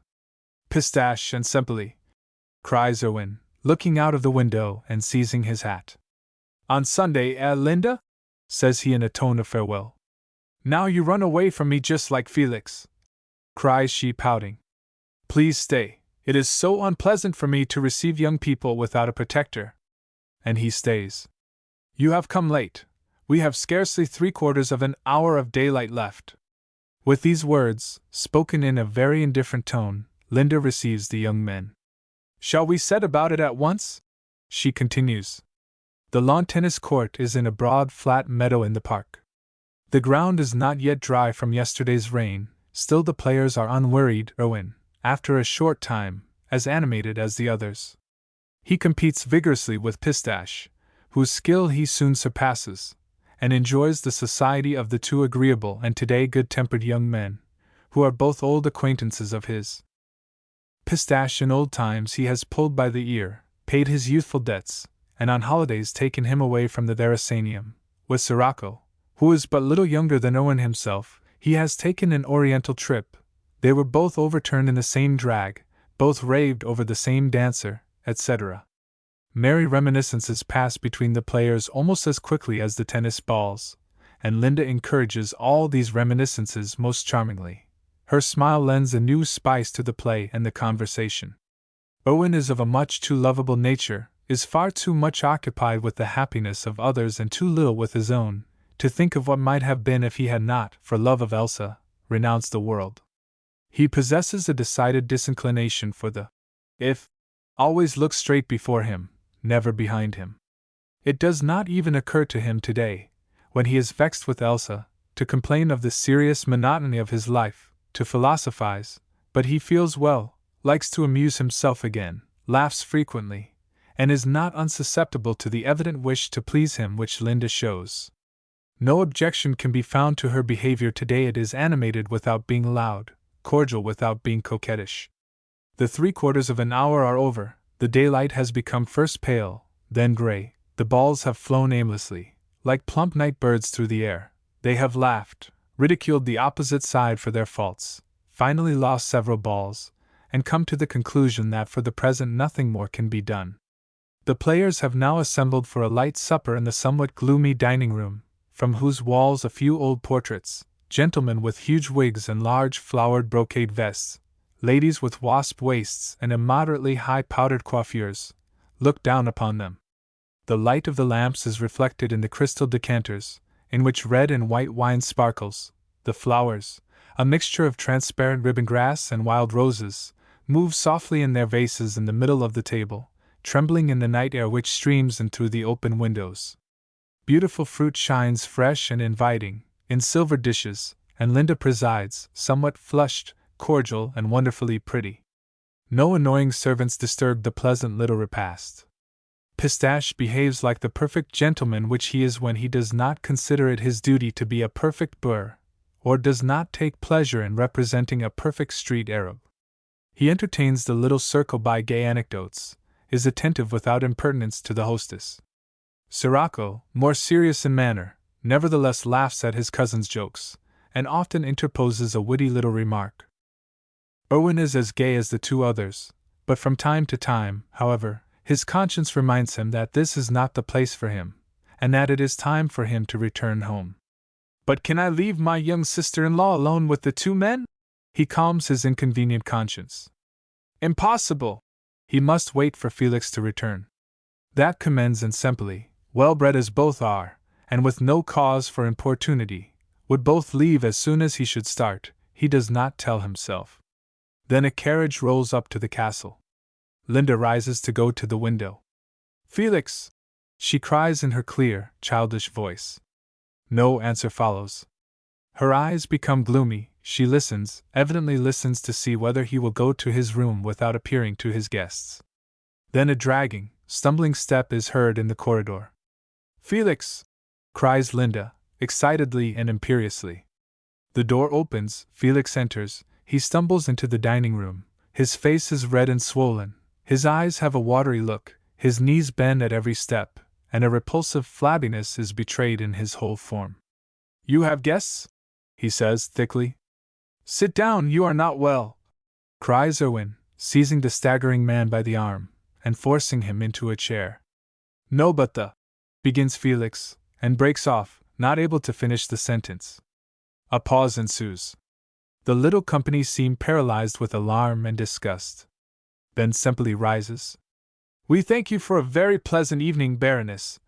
He turns politely to Linda, and he and his cousin withdraw. Linda is as white as the tablecloth.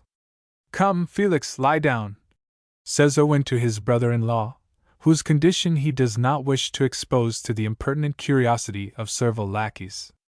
A cigar, murmurs Felix, excusing himself like all drunkards. Come, Owen urges him more sharply. Felix is about to make some reply, when he discovers his wife, turns his head away, and trembling throughout his entire frame, lets himself be taken to his room without resistance. When Owen returns to the dining room to bid farewell to Linda, he finds her still deathly pale, with gloomy eyes, sitting in the same place. Linda, you are wrong to take this so seriously, says he, softly and consolingly.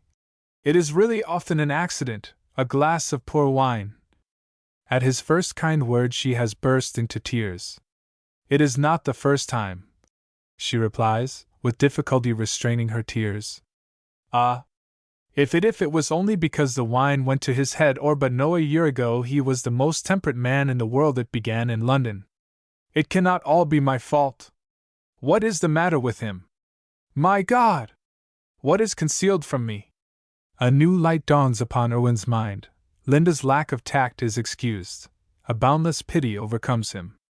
At a violent motion of her pretty head her hair has become loosened and now hangs in silken splendor over her shoulders. Calm yourself, fasten up your hair, be prudent, my poor little sister-in-law, says Owen. Softly and involuntarily, as one would do to a child, he strokes the hair back from her temples.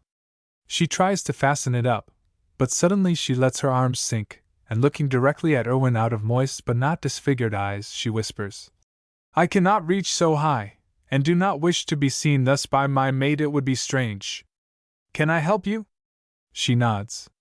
Simply, but without undue haste or uneasiness, he twists the beautiful hair, fastens it firmly as one who is accustomed to perform such services. She keeps her head covered, breathes regularly, deeply, audibly. Accidentally he touches her little glowing ear, then she starts. A clock strikes. 10:30, cries Owen, startled. Good night, Baroness. Poor Elsa will not know how to explain my absence. And he rushes out. Your horse must be saddled, says Linda, but he does not return. A few minutes later she hears him galloping rapidly away. When he thinks of his wife he always calls me Baroness, she murmurs to herself with a peculiar smile. An hour later Owen knocks at his wife's door. Who is it? An indifferent, sleepy voice asks from within. You, Owen. Elsa unlocks the door, and comes out in the corridor, where only a single lamp breaks the darkness. Have you anything particular to ask me? Says she, and her feverish sparkling eyes contradict the indifferent voice. Nothing, he whispers softly. I merely could not resolve to retire without having bid you good night. I felt that you must be still awake. Do you insist upon receiving me in the corridor? he asks smilingly, as she has closed the door behind her. The baby is asleep, replies Elsa coldly, rubbing her eyes with ostentation. My voice will not wake her, he says softly, taking Elsa's hand. Elsa, my dear pouting Elsa, forgive me, he whispers. I had no right to be angry and run away, merely because you were intolerable. It has been a horrid day, let it at least have a good ending. He sees how she trembles, how she blushes, and tenderly he takes her thin little face between both hands. Then she changes color, her eyes open in wild horror, and she starts back from him with a gesture of decided aversion, but quickly collecting herself, and forcing herself to smile, she gives him her hand and says, Good night. How she has pained him. Is her love dead? He cannot understand her manner. How could he? He does not notice that on his hands, in his clothes has remained the peculiar perfume which a gallant diplomat had brought Linda from Constantinople. 18. One cannot please people, sighs Pistache, several days after the lawn tennis party, while, cigar between his teeth, a hat adorned with a cock's plume on the back of his head, his smoking jacket open over his broad chest, he tries to solve a difficult problem in billiards. One cannot please people. I think this sentence belonged to Solomon's repertoire of phrases, grumbles Semple, who, stretched out in a deep armchair, is looking over an old revue de deux mondes. Solomon! Solomon! Says Pistache, clutching his soft, golden hair. Was not that the Jew in the Leopoldstadt, whose money rate was so cheap, only 3% per mise?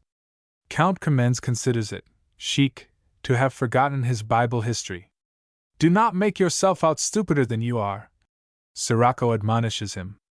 We can be quite satisfied without that. Thanks, you see one can never please people, repeats Pistache, shrugging his shoulders in droll despair. After the sacrificial meal, Mimi rejoices me with a remark upon my stiffness to the Lanzberg. I show the latter much calumniated beauty some slight attention and accept an invitation to lawn tennis at her house. Mimi reproaches me concerning my morals. In order to satisfy her demands, I yesterday paid court to a 16-year-old dove. She reproaches me for my inconsequence, says with feeling, one does not trifle with love. There, it sounds as if it were a bit from a play. Pistache turns to Semple. Yes, it is the title of a play in which at the end someone is stabbed, says Sirocco, looking up from his reading. Thank you, Rudy, one can always learn from you, assures Pistache. You are the first who has discovered that. I pity you, replies Semple sarcastically. Surely not because I am weak in history and literature, says Pistache phlegmatically. Bah! If one of us only knows who he is, he knows what he needs. Yes, everything else would only confuse him, says Sirocco seriously. Precisely, answers Pistache coolly. He now sits on the corner of the billiard table, both hands in his pockets, in the large room with its faded leather furniture. But confess that your sister maltreats me, after I have tried so hard to please her. Too hard, perhaps, says Sirocco, and looks gloomily at his cousin. Is the latter the only one who does not perceive that the Countess would prefer to preserve him in a cage, secure from the attacks of audacious women and mothers? Si sont toujours les concessions qu'ont produit les grands hommes, Philippe Égalité remarked on his way to execution. He continues, and takes his cousin's ostentatious naivete for what it is really worth. That might be called forcing history, cries Reedon, entering at this moment, and hearing the last phrase. Who was Philippe Égalité? Asks Pistache, with unembarrassed yes, boasted ignorance. A man who, in order to make himself loved by the masses, voted for the death of his cousin, the king, made himself riding trousers of the Ancien Regime, and was beheaded by the masses by way of thanks. Ah! My historical knowledge is extensively widened, but if I only knew to whom to make love! I avait une fois un séducteur que cherchait de l'ouvrage, remarks Eugene. Je crois men tu cherchait, yawns Pistache. Really, it is not only on Mimi's and Morality's account that I do not dare try it with the Lanzberg, but she is so magnificently prudish. Now I do not object to a little prudishness, that is piquant, but quite so much. Recently for really nothing at all. Ah, really, for nothing at all? Repeats Sirocco, looking sharply at his cousin. Well, not exactly for nothing at all, the latter admits, grumblingly. But on my word, for a very slight cause, she gave me a dissertation upon her dignity, and that she felt bound to keep the honorable name which she bears spotless. She is quite right, declares Semele sharply. Pistache laughs rudely. Well, Rudy, between ourselves, it is nevertheless a little droll to think so much of this name, to boast of its spotlessness. Reardon displays the indifference of a man who knows that the conversation is upon delicate subjects, and retires to a window recess, where he unfolds a letter. A servant enters and reports that the Countess begs the Baron to come to the music-room, whereupon Reardon vanishes. Scarcely has the door closed behind him when Sirocco bursts out violently. You are a muttonhead, Pistache. The little banker is 100 times cleverer than you. He needs it, says Pistache coolly. Can you not be silent before him? Sirocco attacks him. No, replies Pistache lazily. I have never accustomed myself to keeping secrets. Respectable people have no secrets. Besides, Lanzberg begins to be fairly unbearable. His manner has become so unsteady, so nervous. He no longer finishes a single sentence correctly, has not an opinion of his own, and crouches like a whipped dog. He makes me nervous. Are you of stone? Have you no heart? Cries Sirocco. I am under no obligations to Lanzberg, grumbles Pistache, very defiantly. Yes, you would be ashamed to protect him a little, says Sirocco, cuttingly. Recently, when Elle remarked to you that you seemed to associate with Lanzberg a great deal, you replied, Yes, he has a pretty wife. Really, Pistache, at that moment, in my eyes, you stood morally lower than poor Felix. Really, Pistache imitates his cousin's tragic tone. I think I have blundered into an educational institution. Lectures and nothing but lectures. First you, then Mimi. How you can permit yourself to compare me with a man like a certain Lanzberg? Do not talk yourself into useless heat, my dear fellow, says Sirocco, laying his hand on his shoulder. At present I feel just as inclined to fight a duel with you as I should to cut my own brother's throat. Consider a little and you will come to the conclusion that you are in the wrong. Sirocco leaves the billiard room. For a while Pistache pushes the ivory balls over the green table with furious zeal, then he throws himself irritably into an armchair. Yes, he feels plainly that he is in the wrong, but he cannot resolve to change his behavior to Felix. He might at least avoid him, but just now, because and in defiance of Linda's prudishness, he does not wish to. His prejudice against Linda was nothing but arrogant affectation, but his antipathy to Felix is sincere. It almost resembles that aversion which many egoistic men feel for one mortally ill. Reardon spends an hour in teaching the Countess a totally unmusical woman who does not know a note, has no feeling for rhythm, but possesses a good voice and a great desire to shine in that direction 12 bars of a new Italian romance of Tosti. He goes his little way, pursues his little aim, and will attain it. Only 2 years ago young aristocrats invited him exclusively to stag parties, hunts, etc. Then Count F. wrote a little operetta for a society tenor.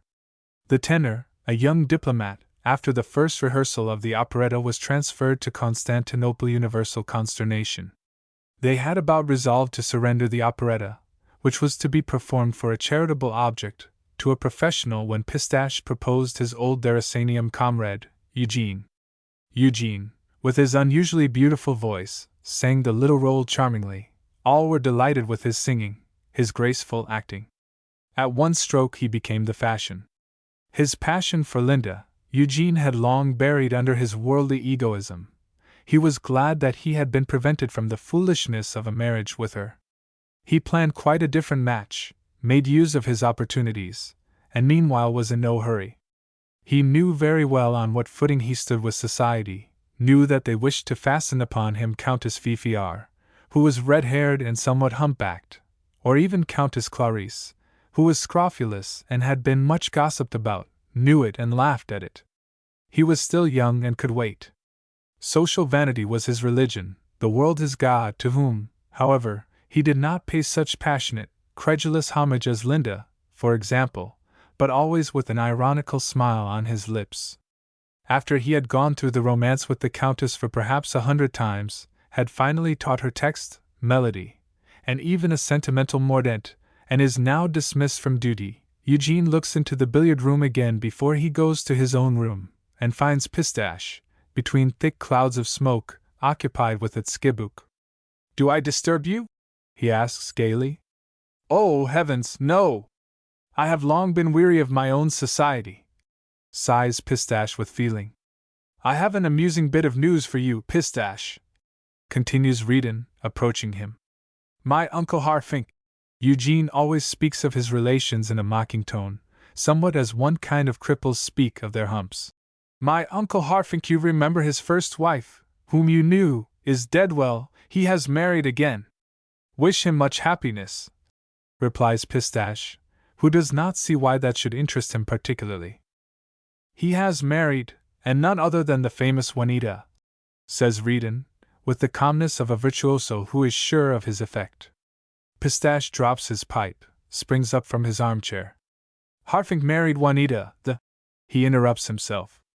"Yes," says Reedon calmly, "the same Juanita who in her day ruined poor Lanzberg." "H.M. So you know the story?" asks Pistache, breathing freely in the consciousness that now all discretion is unnecessary. "It will go no further through me," Reedon assures him solemnly. "But is not that delightful? My uncle writes me that he has married the aforesaid celebrity, and as his digestion is still not as good as it might be, they have gone to Marienbad for their wedding trip. He begs me to reconcile his daughter to his step, and to find out what kind of a reception his wife may expect in Traubenberg. Piquant, eh? Very piquant!" A shrill bell announces lunch. "Rudy! Mimi!" cries Pistache, rushing into the dining room, where both these, together with Ellie and Mademoiselle, are assembled. "Old Harfink has married the Juanita, and has gone to Marienbad for his wedding trip. Is not that magnificent? Is not that famous?" 19. A modern Donna Elvira. This sarcastic nickname originated at the time when the charming Privy Councillor Day, whose wife we are acquainted with, was still alive. Count Day was a red-haired gnome, who was continually mistaken for his own tutor, which, as the facetious Pistache maintained with conviction to this day, was very annoying to the tutor. Besides, Count Day was 18 years older than his wife, who, if not beautiful, was still uncommonly attractive, and still the poor woman embittered her young life with the most painful jealousy, followed her husband about distrustfully, accompanied him on the briefest visits of inspection to his estates, shivering and heroic, shared with him the cold inconveniences of his grouse hunt in the Tyrol. The world maliciously delighted in the industry with which she defended her rights, and also in the fact that, in spite of her astonishing and extensive precautions, she was continually deceived by her red-haired spouse. Mimi Day now served as a warning example for Elsa. She, Elsa, had not the slightest wish to undertake the role of the modern Donna Elvira, and expose herself to universal mockery. Therefore she concealed her jealousy from Owen with Spartan self-control, and smiled with the most charming loftiness, while the poisonous mistrust tore her bosom as pitilessly as the young fox tore the brave little Lacedaemonian. When, the day after the lawn tennis party, Owen remorsefully sought the cause of her changed manner in his own behavior, and after he had tried to drive away her displeasure by 1,000 loving attentions, put his arm around her and whispered to her softly, "Elsa, confess why you were so angry with me yesterday only because I stayed away so long?" Frightened that he had so nearly touched upon her secret, she displayed the most arrogant indifference. "You surely do not think that I am vexed if you amuse yourself with Linda a little?" she replied, with an irritating smile. "I am glad that you have found a little amusement, my poor Owen," she continued. He looked at her in some surprise. "Yes, but then I do not understand," he murmured. "What is the real matter with you? Does anything worry you? Tell me too, can bear it more easily." "No, no, I have nothing to tell," she replied hastily. "Nothing at all. I am tired, not very well." "Yes, that you decidedly are not," he admitted, and anxiously scrutinized her thin cheeks and the dark shadows under her eyes. "We must consult a physician." "We consulted him 4 weeks ago," she answered, And he advised me to drink Luzenkel, and I drink Luzenkel. She folded her hands resignedly over her breast, with an expression as if to say how little faith she had in Luzenkel, and how indifferent her health was to her. Perhaps a trip to the seashore would do you good, proposed Owen. Could you go away now? She asked, apparently calmly, but with her heart full of distrust. Now? Hardly. But you could take Miss Sidney and Litzy with you, or, as far as I am concerned, both children. With the necessary servants that would cost a good deal, replies Elsa, discouragingly. Well, we are not quite such beggars that we need think of that when it is a question of your health, he cries, almost angry. We have saved long enough and can now spend something. Decide upon cows. Perhaps I can join you there later. For a while she gazes silently and gloomily before her, then a slight shudder runs over her. Elsa! You seriously alarm me, cries Owen. Something must be done. Yes, certainly, I will go to cows, she decides, as if it was a decision to let herself be bound upon the wheel. Then she turns her head to look at an approaching carriage. Oh, Linda! She cries, and her voice betrays absolutely nothing, not even antipathy to her sister-in-law, and Owen begs. Be a little good to her for Felix's sake. She needs women friends and has none but you. These naive words may give the impression that Owen is very obtuse. But he certainly was not, only his knowledge of human nature was always bounded by a great goodwill, his keen sight blinded by good nature. He possessed a true passion for making every one who came near him happy, and also the impractical habit of never thinking evil of his fellowmen, except when he absolutely could not otherwise. Therefore he saw today in Linda's visit nothing but a praiseworthy wish of coming nearer to Elsa. Linda wore a very simple gown, which was very becoming to her. She had brought a work basket, and sewed almost the whole time of her visit upon a little collar for Jerry which had a very exemplary appearance. She made the most modest and tender attempts to be friends with Elsa, and without the slightest touch of familiarity, took a tone of comradeship towards Erwin which pleased him greatly, perhaps so much the more as a charming, childlike smile accompanied this tone, and the merriest little stories. When evening had already become night, and Felix had still not appeared, as Linda seemed to have expected, to fetch her, and she confessed that she was afraid to return alone with her groom only, in the low pony carriage, Erwin good-naturedly escorted her on horseback to Tronberg. This was really unwelcome to him, but Elsa suspected the contrary, and as he had not the common habit of afterwards complaining of his obligingness, she remained of the same opinion. She herself had behaved perfectly charmingly to Linda. No one could have suspected that jealousy could smile so. No one but Linda. And how she triumphed! How flattered vanity quivered in her every fibre, and how the drive home with Erwin amused her. She drove herself, and really she did not overdrive the ponies. Around them was the sultry, gloomy charm of the summer night. Long-drawn sighs and sweetly monotonous murmurs passed through the trees, the short grass trembled as if caressed by invisible hands. From time to time a glowworm shot through the grey air like a falling star. How beautiful! Said Linda to herself. Yes, charming, Erwin admitted, and secretly looked at his watch. In spite of the fact that he galloped home at a very sharp pace, it was midnight before he arrived there, which confirmed Elsa's strange idea. Almost every evening after tea Erwin was accustomed to read aloud to his wife, and this had originated in their honeymoon, when Erwin, very young, very much in love, still shyly coquetted with his little talents.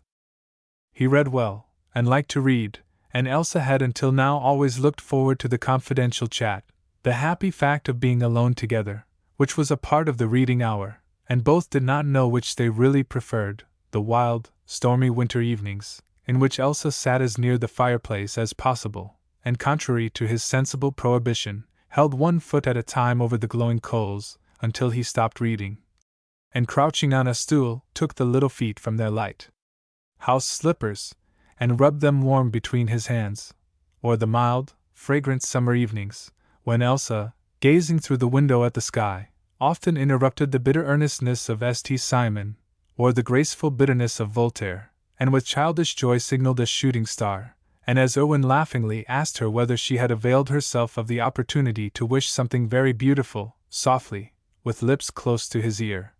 Whispered, "Oh, yes, that it may always be so." Usually he read serious books aloud, but sometimes he brought the old Musset which had accompanied him on his wedding journey, and then they vied with each other in gay recollections of their honeymoon, and laughed when they came to verses the meaning of which had been dark to her, and had made her ask the most remarkable questions. They contradicted each other animatedly as to who had the most faithful memory for every foolish, tender jest, and Elsa, whose remembrance exceeded his, faintly whispered softly, "Do you see I have not let a single joy be lost out of my life? I have laid them all away for my old days." The day after Linda's visit, Elsa made no move to leave the drawing-room when Erwin asked her softly, "How about our Mahone?" They were just then reading this nightly pedant's English history, but replied discouragingly, "I am going to retire early this evening," and engaged Miss Sidney in a conversation upon English philanthropy. Erwin smoked a cigarette, glanced over a paper, finally, looking out of the window, remarked that it was a beautiful moonlight night and he was going shooting, kissed Elsa's forehead, bowed to Miss Sidney, and was about to leave the room when from Elsa's lips came anxiously, "But, do you want anything? Are you going to take anyone with you?" "Why?" asked he, and raised his eyebrows. Then suddenly laughing aloud he added, "Would you perhaps like to accompany me, Mouse? The night is mild, I will find you an easy path, we need not go far." She hesitated. Only for a moment she hesitated. She had formerly often gone with him.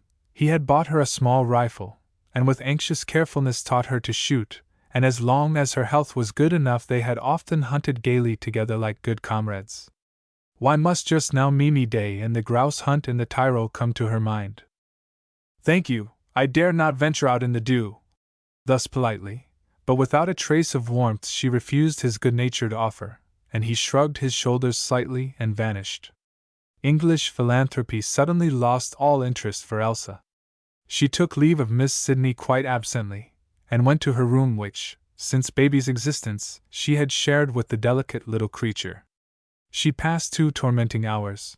She was tortured by the most nonsensical fancies. She thought only of poachers and assassins. She did not close her eyes until she heard Erwin's step creep thoughtfully, softly past her door, but at least she had not been like Mimi Day. Semple and Pistache had accepted the invitation to dine in Steinbach on the Sunday for which Linda was invited. Elsa had been able to secure no ladies. Never had Linda been more beautiful than on this Sunday. She wore a dazzling toilet. "From Worth," she replied, in explanation to some polite remark which Elsa had made upon her dress. "From Worth, but I had to change it entirely. I cannot bear Worth any longer, he is too American. And how do you like my gown, Erwin?" She turned to him. "Linda, you surely are not trying to make me think that you care anything about the taste of such a rusty hayseed as I am," cried he, laughingly. "Ah, you know very well that you are the only one, yes, the only one on God's earth from whom I will accept fault-finding," answered Linda, and putting her arm around Elsa's neck, she whispered in the latter's ear, "Your husband has bewitched me, Elsa. If I did not wish you the best of everything, I really could envy you him. Oh, the serpent!" She feels very well that Elsa shivers in her arms, and she is happy. During the dinner Elsa suffered fearful torments. Monosyllabic she sat between Sirocco, who, more quiet and melancholy than usual, did not help her to talk, and Pistache, who, gazing at Linda, forgot to talk.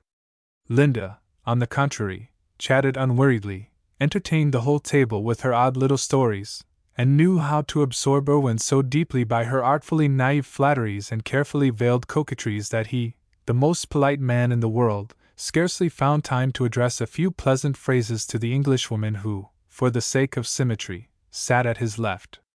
After dinner Linda sang. Erwin accompanied her, and Pistache lost his tongue with enthusiasm, except for the 3 words, "Superb! Magnificent! Delicious!"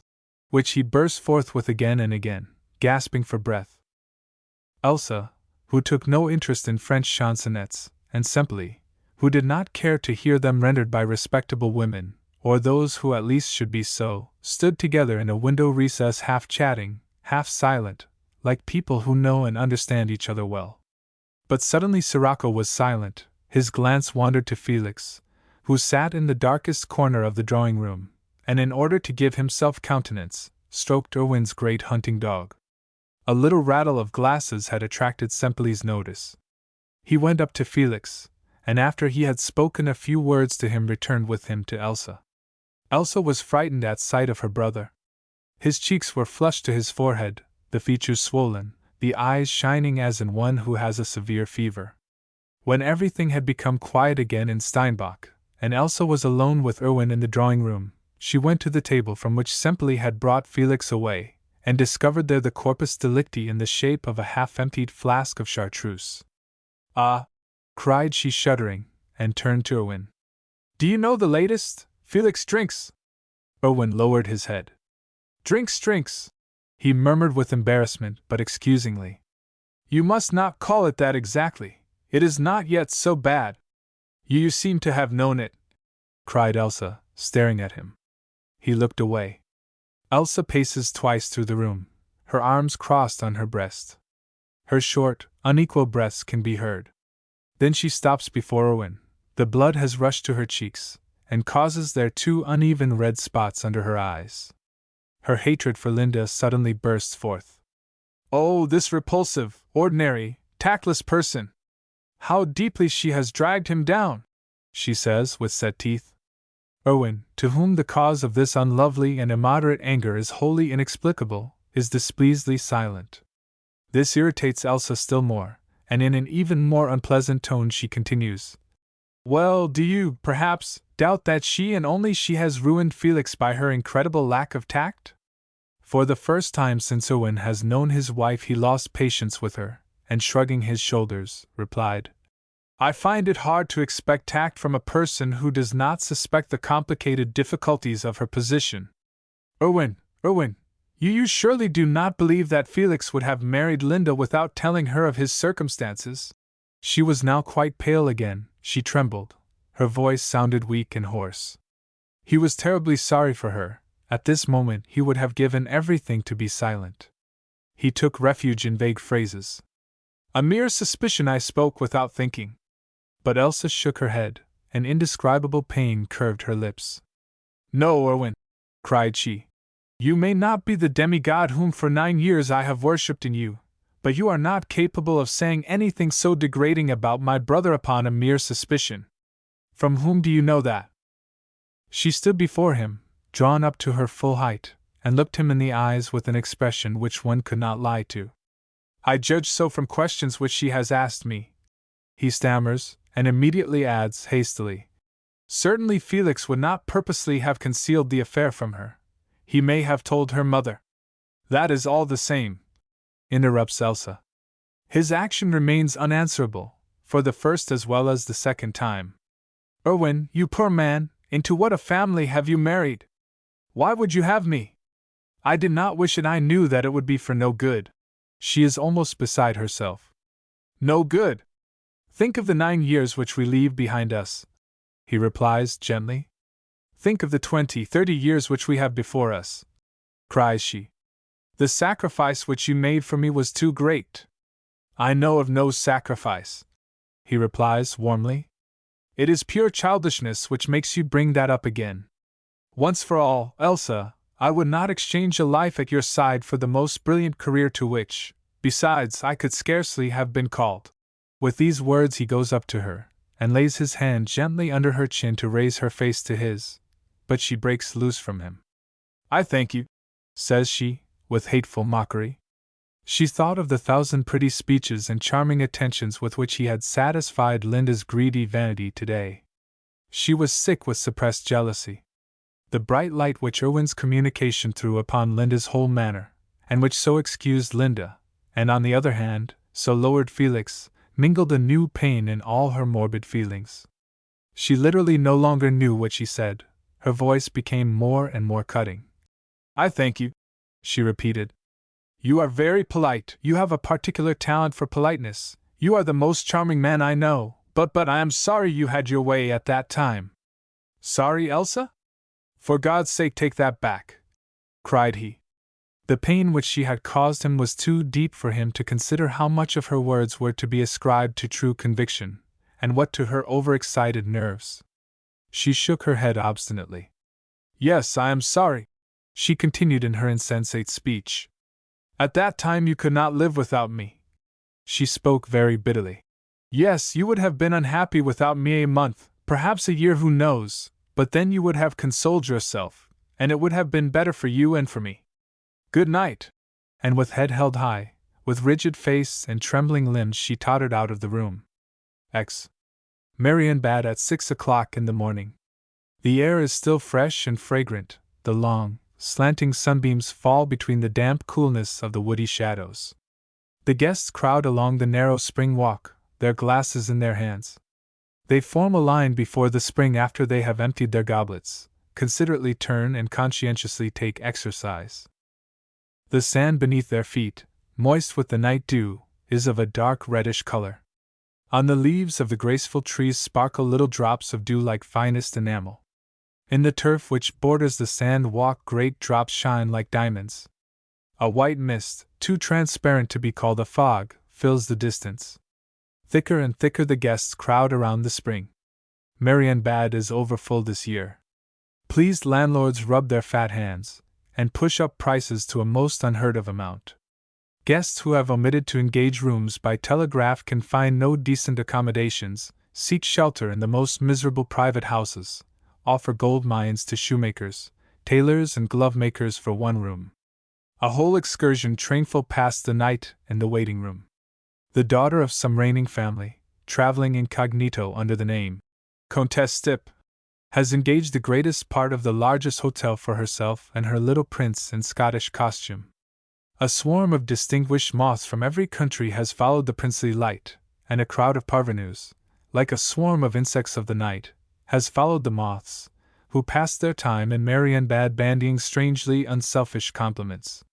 The famous Vienna artists play every evening in the stuffy theater. Princesses and dramatic coryphees meet each other on the spring promenade. Today a new animation is displayed by the spring pilgrims. All gaze at a couple who have this morning appeared for the first time upon the promenade. The aristocratic curiosity seems even more awakened than the plebeian, and all the 30 or 40 pairs of eyes of Marienbad society are fixed upon the same spot, upon the knight of Harfink and his young wife. That is the Juanita, the Carini. How badly she is dressed, how fat she has grown, how homely, goes from mouth to mouth. And not even an artistic temperament, a woman who could be sensible enough to marry a checked iron founder. When she sees Lanzberg, how he must feel, thus says society. Meanwhile, not noticing the voices hissing around her, Juanita, the widowed Marchesa Carini, upright and stiff, with the consequential manner of a retired dancer, walks between the knightly Harfink and his son, beaming with pride and satisfaction. How she looked 15 years ago, at the time when she so fatally crossed the path of life of Felix Lanzberg, it would be difficult to determine. Today she looks like all elderly Spaniards, who to our unpracticed northern eyes resemble each other almost as much as elderly negresses.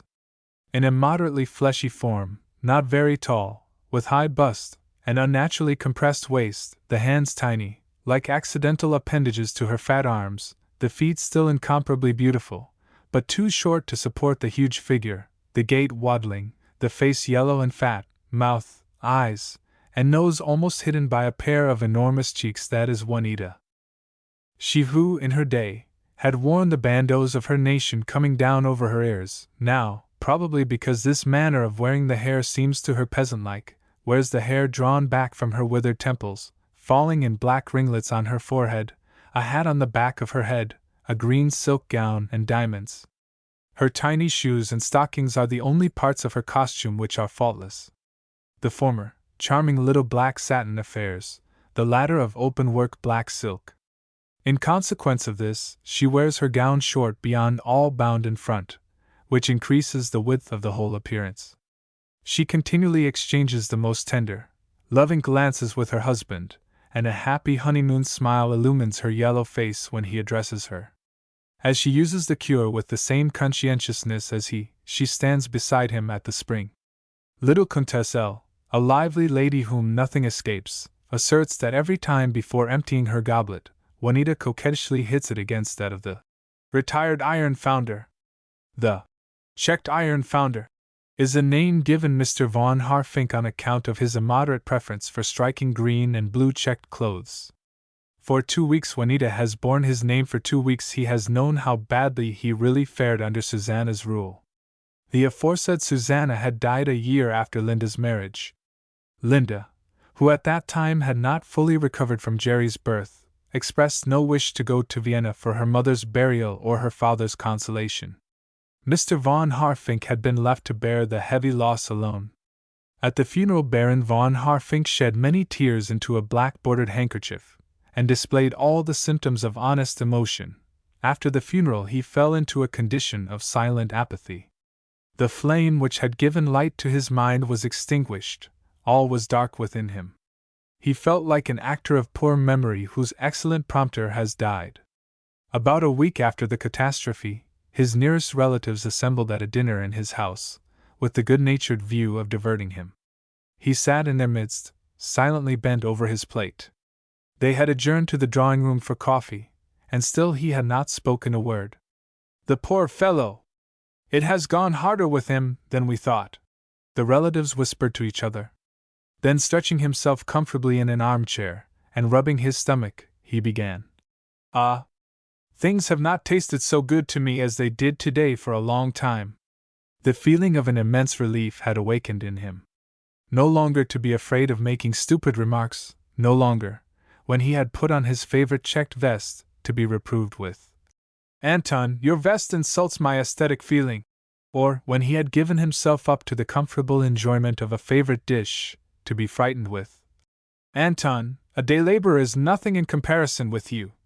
To be forced to listen to no more articles from the Rundschau and the Revue des Deux Mondes, it was very pleasant. Scarcely had Susanna been 3 weeks in her grave, when Mr. von Harfink stopped the subscriptions to the Review, and its German cousin, the Rundschau, retired to his estate, played ninepins with his brewer and cook, and in his shirt sleeves, ordered those new checked plush vests, and ruined his stomach 3 times a week. Soon he displayed the most peculiar matrimonial intentions. He made love to the former companion of his deceased wife, an elderly spinster with thin hair and a very deep feeling for a blonde theology student who, at that time in Magdeburg, sued for her hand. The improbable occurred. The companion refused the knight and his 3 millions, although after his death a settlement of 700,000 guldens was assured her. The family was astonished at this unexpected unselfishness, and from thankfulness, and to prevent the romantic maiden from changing her mind later, married her to her student, with a splendid dowry. After they had met this model of prudence, the relations wrung their hands. If the charms of a 40-year-old, half-bald companion had almost brought him to the altar, how should they protect him from a mésalliance? Only by the sharpest oversight was Mr. von Harfink prevented from marrying his housekeeper. Fearful conflicts burst forth on his estate. The castle became an inn. "Susie must have been cleverer than I accredited her with being," once remarked Eugene von Rieden, who indifferently looked on upon his relative's movements. "It certainly takes skill to govern the rhinoceros. None of you equal her." At length the relatives were weary, and left Baron von Harfink to the guidance of his son, that is, to his fate. Raymond was far too much engaged in cultivating his high seat to watch his father. The poor young man, who had been destined by his mother to be a genius, at this time suffered from deep depression. He had failed everywhere at the university, on the stage, finally in literature. After long efforts, he had obtained an engagement in a Bohemian watering place, and under the stage name of Raimondo Montichiaro, had sung Raoul in a beautiful pale violet costume of real silk velvet. The audience hissed and laughed. He sprained his ankle by the leap from the window, and appeared no more.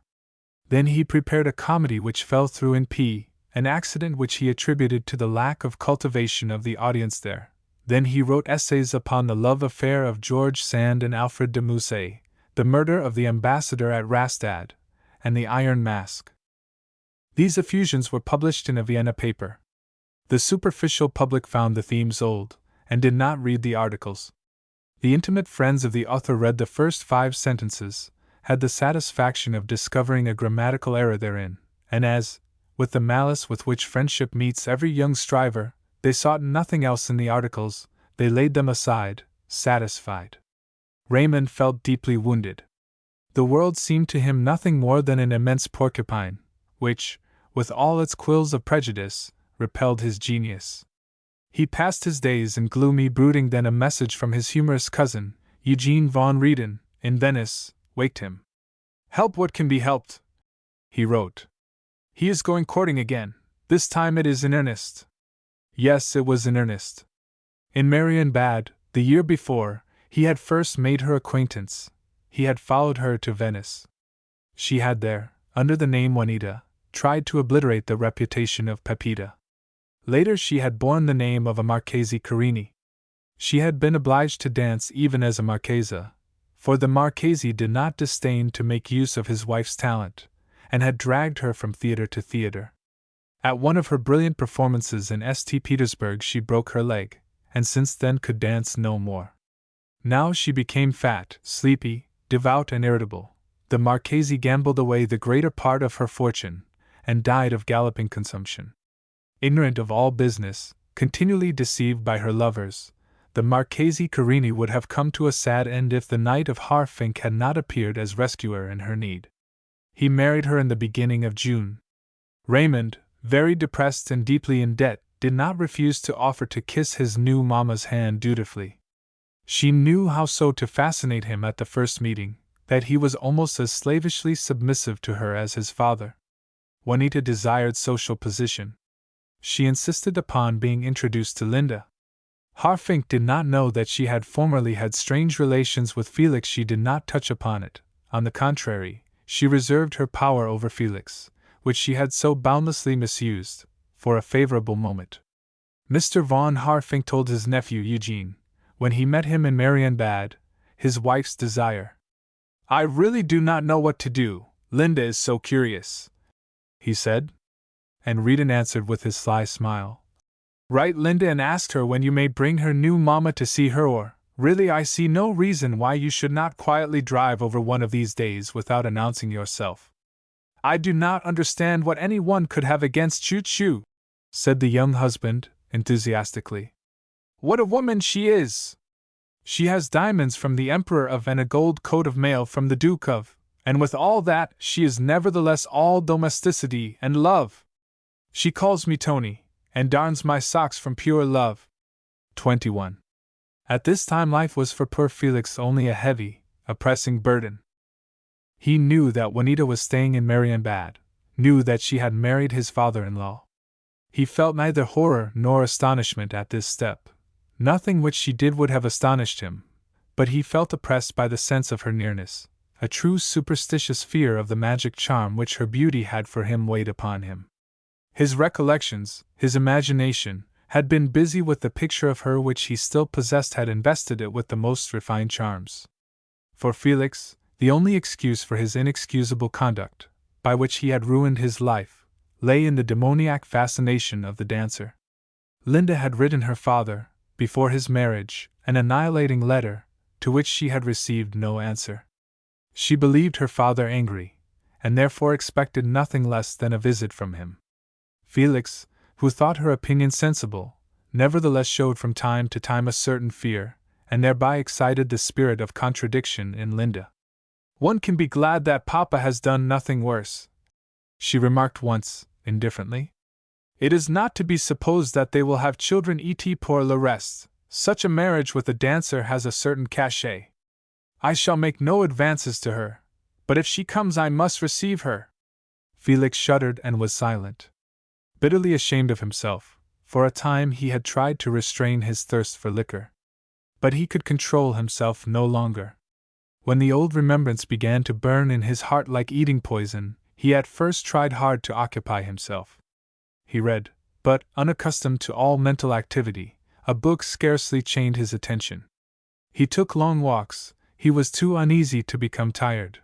He rode, he was too good a horseman to have any trouble with his horse. His heart grew more and more heavy, and he drank privately in his rooms so as not to be surprised in an unreliable condition. He was always temperate at table. No one saw him now with flabby lips and tottering knees, and his friends did not notice that he was really never quite sober now. His hands shook perpetually, There was a watery look in his staring, hollow eyes. A slight bluish flush colored his nostrils, and his voice was quavering. Meanwhile Linda, careless and indifferent, fluttered around him, bitterness in her heart, on her lips a charming smile and malicious jests. A butterfly with a wasp's sting, Sirocco had called her, and Pistache repeated it to her. It had greatly pleased her. At this time Pistache came to Tronberg almost daily. Linda coquetted with him, but her coquetry was vague and cold, and was neither challenging nor encouraging. He made no progress, as he expressed himself to Sirocco. She has no temperament and no heart, he grumbled, and once he added, Perhaps I am not the right one. What do you mean? Replied Sirocco, impatiently, remembering the suspicion which had been cast upon him. But Pistache only answered crossly, Garzon! Impossible! Replied Sirocco unwillingly. Pistache only shrugged his shoulders, and when Semple began to consider the matter, he must admit that Garzon went oftener than was necessary to Tronberg, that Linda had quite a different glance and voice when she was with him from what she had for others, that she made concessions to him which she granted no one else, never wore again the most becoming toilets if he had once condemned them, and did not sing the most piquant couplets if he shrugged his shoulders over them, and once on the slippery path of distrust, Sirocco told himself also that the charming sisterly confidence which Linda permitted herself with her brother-in-law was scarcely in place in such a beautiful woman with such a young man. He was angry with Garzon. He really does not think of wrong, but he should be careful for.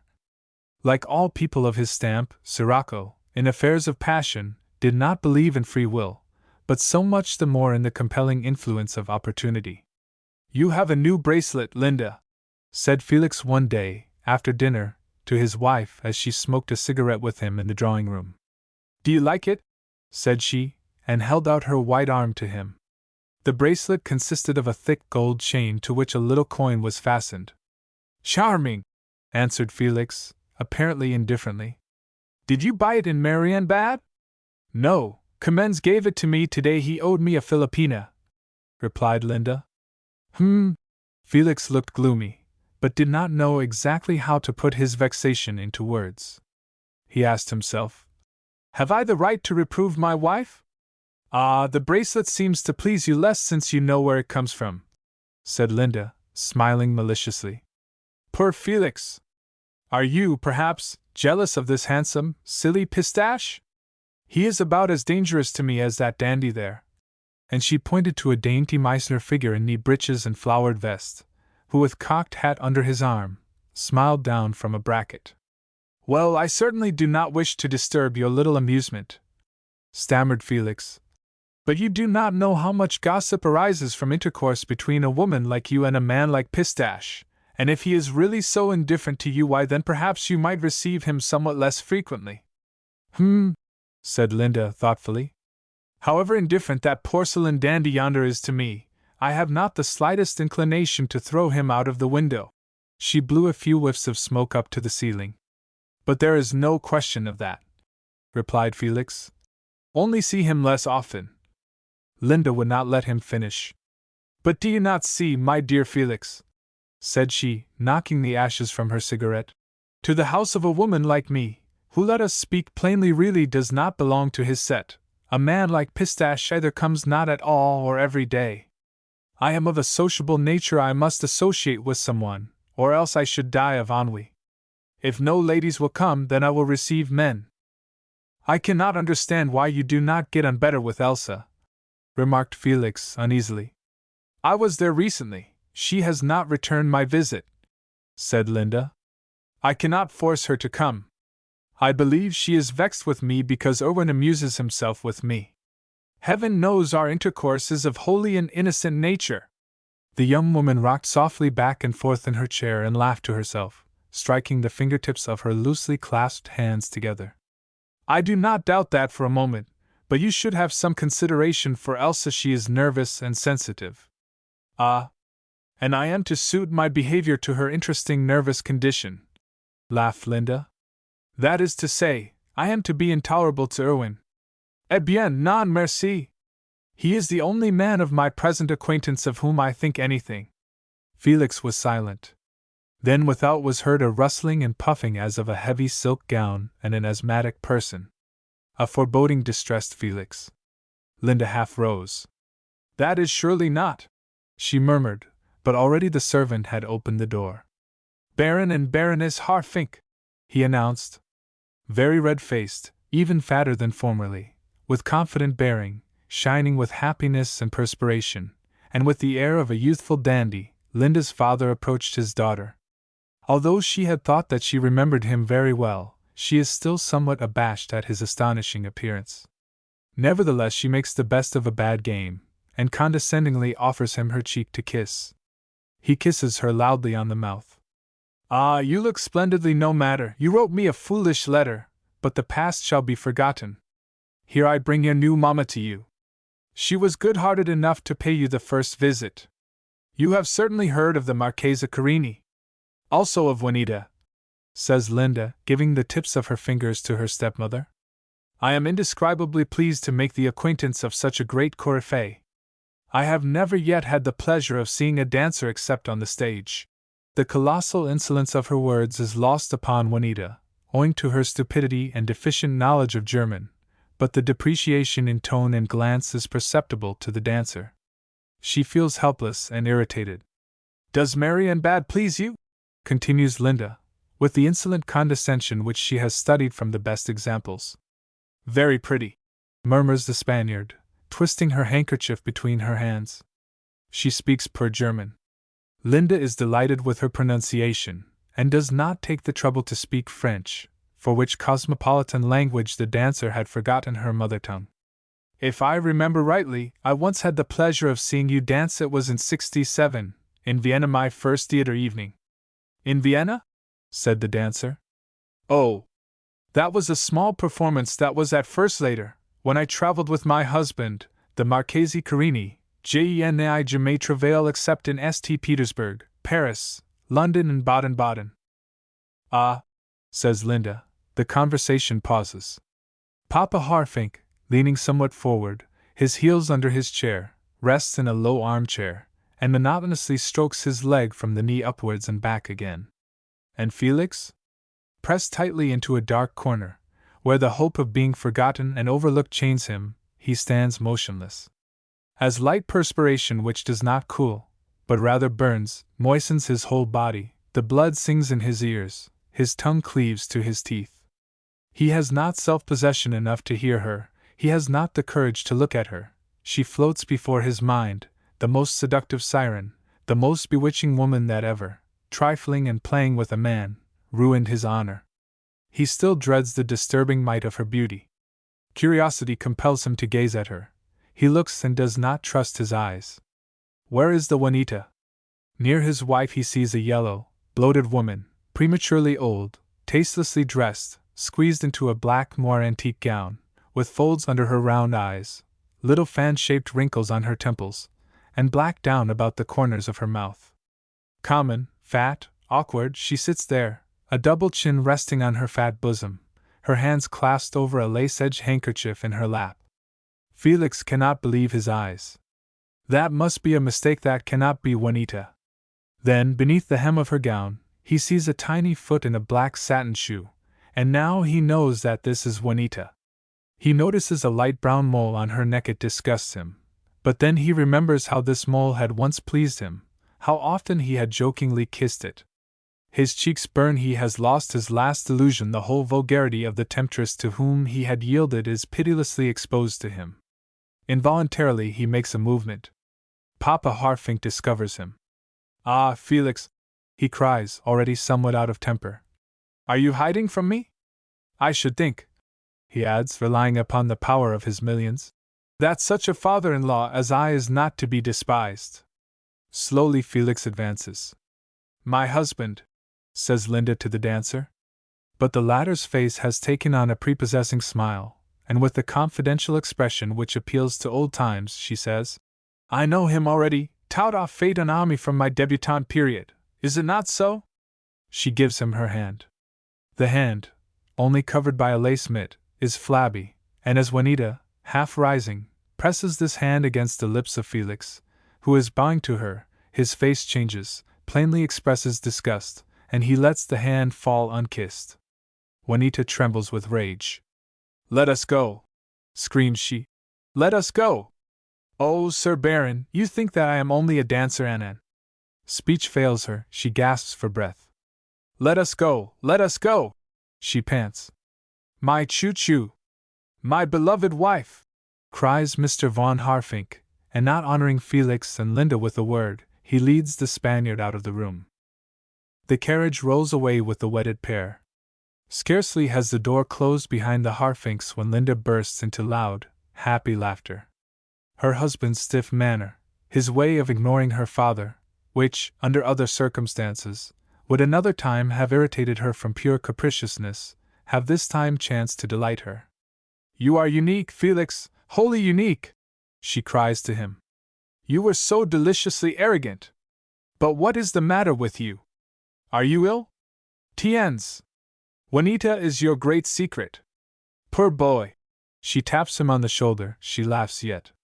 "What a disappointment, eh? But what is the matter? No, listen, it is humiliating for me that the meeting with this comedian has so robbed you of your self-control, Felix." His secret still has a charm for her, surrounds his poor bent form with a romantic light. Something startling, shockingly horrible, she seeks behind this, but not something dishonorable. With a teasing tenderness, which she has never shown him since their honeymoon, she strokes his cheeks, and begs, "Tell me what distresses you." Then Felix's conscience torments him.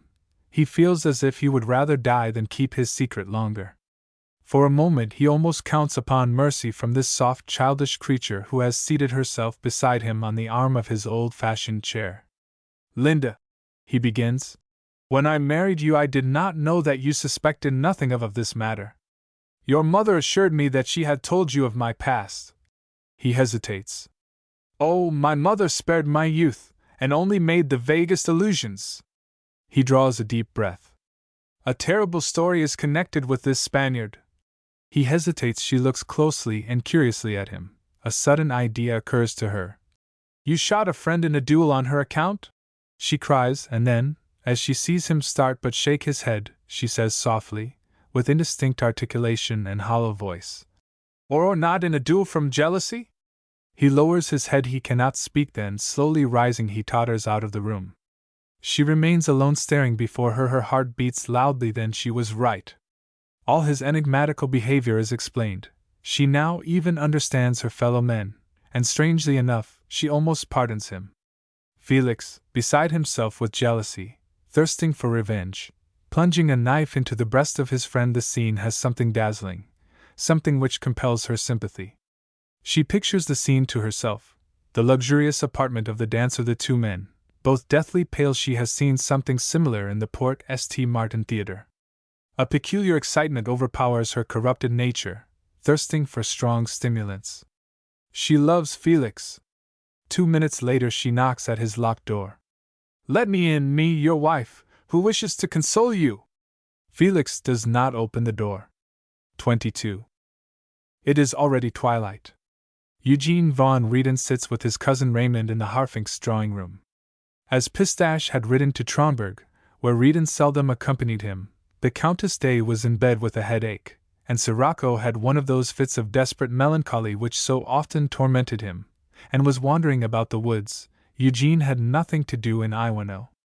For a change he had ridden over to Marienbad. At the forest spring, where the guests were assembled around the music stand, he had met Raymond, and had heard from him that the old man had driven over with his wife to see the arrogant Linda. He, Raymond, had spared them his society. Eugene resolved to await the return of the pair. It interested him to learn something about the result of the visit. The two cousins soon came to the conclusion that the music and the crowd around the pavilion were intolerable as well as the heat, and betook themselves to the Mostrasse, where Papa Harfink, more conservative than superstitious, and besides wholly secure in his new happiness from indiscreet visits of Susanna's ghost, occupied the same apartments in which for long years he had suffered every summer with the deceased. With a tinge of bitterness Eugene looked about him as he entered the bright room in which he had passed so many sweet hours with Linda. There stood the old-fashioned armchair yet, with the same covering, now, to be sure, worn at all the corners, the chair in which she used to lean back in the sultry summer afternoons, teasingly pulling to pieces his last gift of flowers with her delicate fingers, while Papa Harfink snored in the adjoining room. Mamma Harfink, in her maid's room, discussed the cut of her new toilet with the latter, but he, Eugene, crouching at the feet of the young girl, told her gay, trifling little stories, many times half-jokingly interspersing a tender word. Then she threw a flower in his face. Her hand remained imprisoned in his, and he kissed it for punishment. Thus it went on for hours, until Papa Harfink entered the room with scarcely opened eyes and hair tumbled by sleep, and asked, "Are we going to have coffee at home today?" Eugene had never seen the room since he had rushed into it, now more than 5 years ago, the bunch of white gardenias in his hand, and had found his cousin Lanzberg's fiancée. At that time he had not changed his expression, had not by one word betrayed his passion, knowing well that a man like him who wishes to rise in the world is condemned to perpetual agreeableness. How he had felt at that time! His was no sentimental nature, but he had a faithful memory, and remembered distinctly how he had murmured the most polite phrases of congratulation, had drawn a comparison between himself and the man of old family, and beside, Felix had seemed to himself like a handsome dry goods clerk. His love for Linda, it had been genuine, of its kind had long fled, but the wound which her vanity had inflicted in his still burned. The wish to repay Linda for her arrogance still animated him. The hour was near. Outside a carriage was heard, then loud, creaking steps on the wooden stairs. A hoarse, croaking woman's voice gasped out from time to time furious and incomprehensible words. The door opened and Juanita entered. Crimson, with swollen veins and sparkling eyes, she threw her fan, broken in the middle, upon the table. In vain did Papa Harfink again and again stretch his short arms out to her and cry, "Lovely angel, calm yourself!" She had no time for love. "To insult me, me! She beat her breast. "Me, Juanita, the Marchesa Carini Ba!" She clenched her fist. "He, a criminale!" "Who has insulted you? Who is a criminal?" asks Raymond. He, this Lanzberg," she gasps. "Oh, I will revenge myself, they shall see, I will revenge myself, caro, screams the Spaniard. Caroline is the maid, who enters at her mistress's loud cry. "Bring me the little black casket with the golden bird," commands Juanita. The maid disappears. Soon she returns with the casket, which she places upon the table before her mistress, whereupon she withdraws.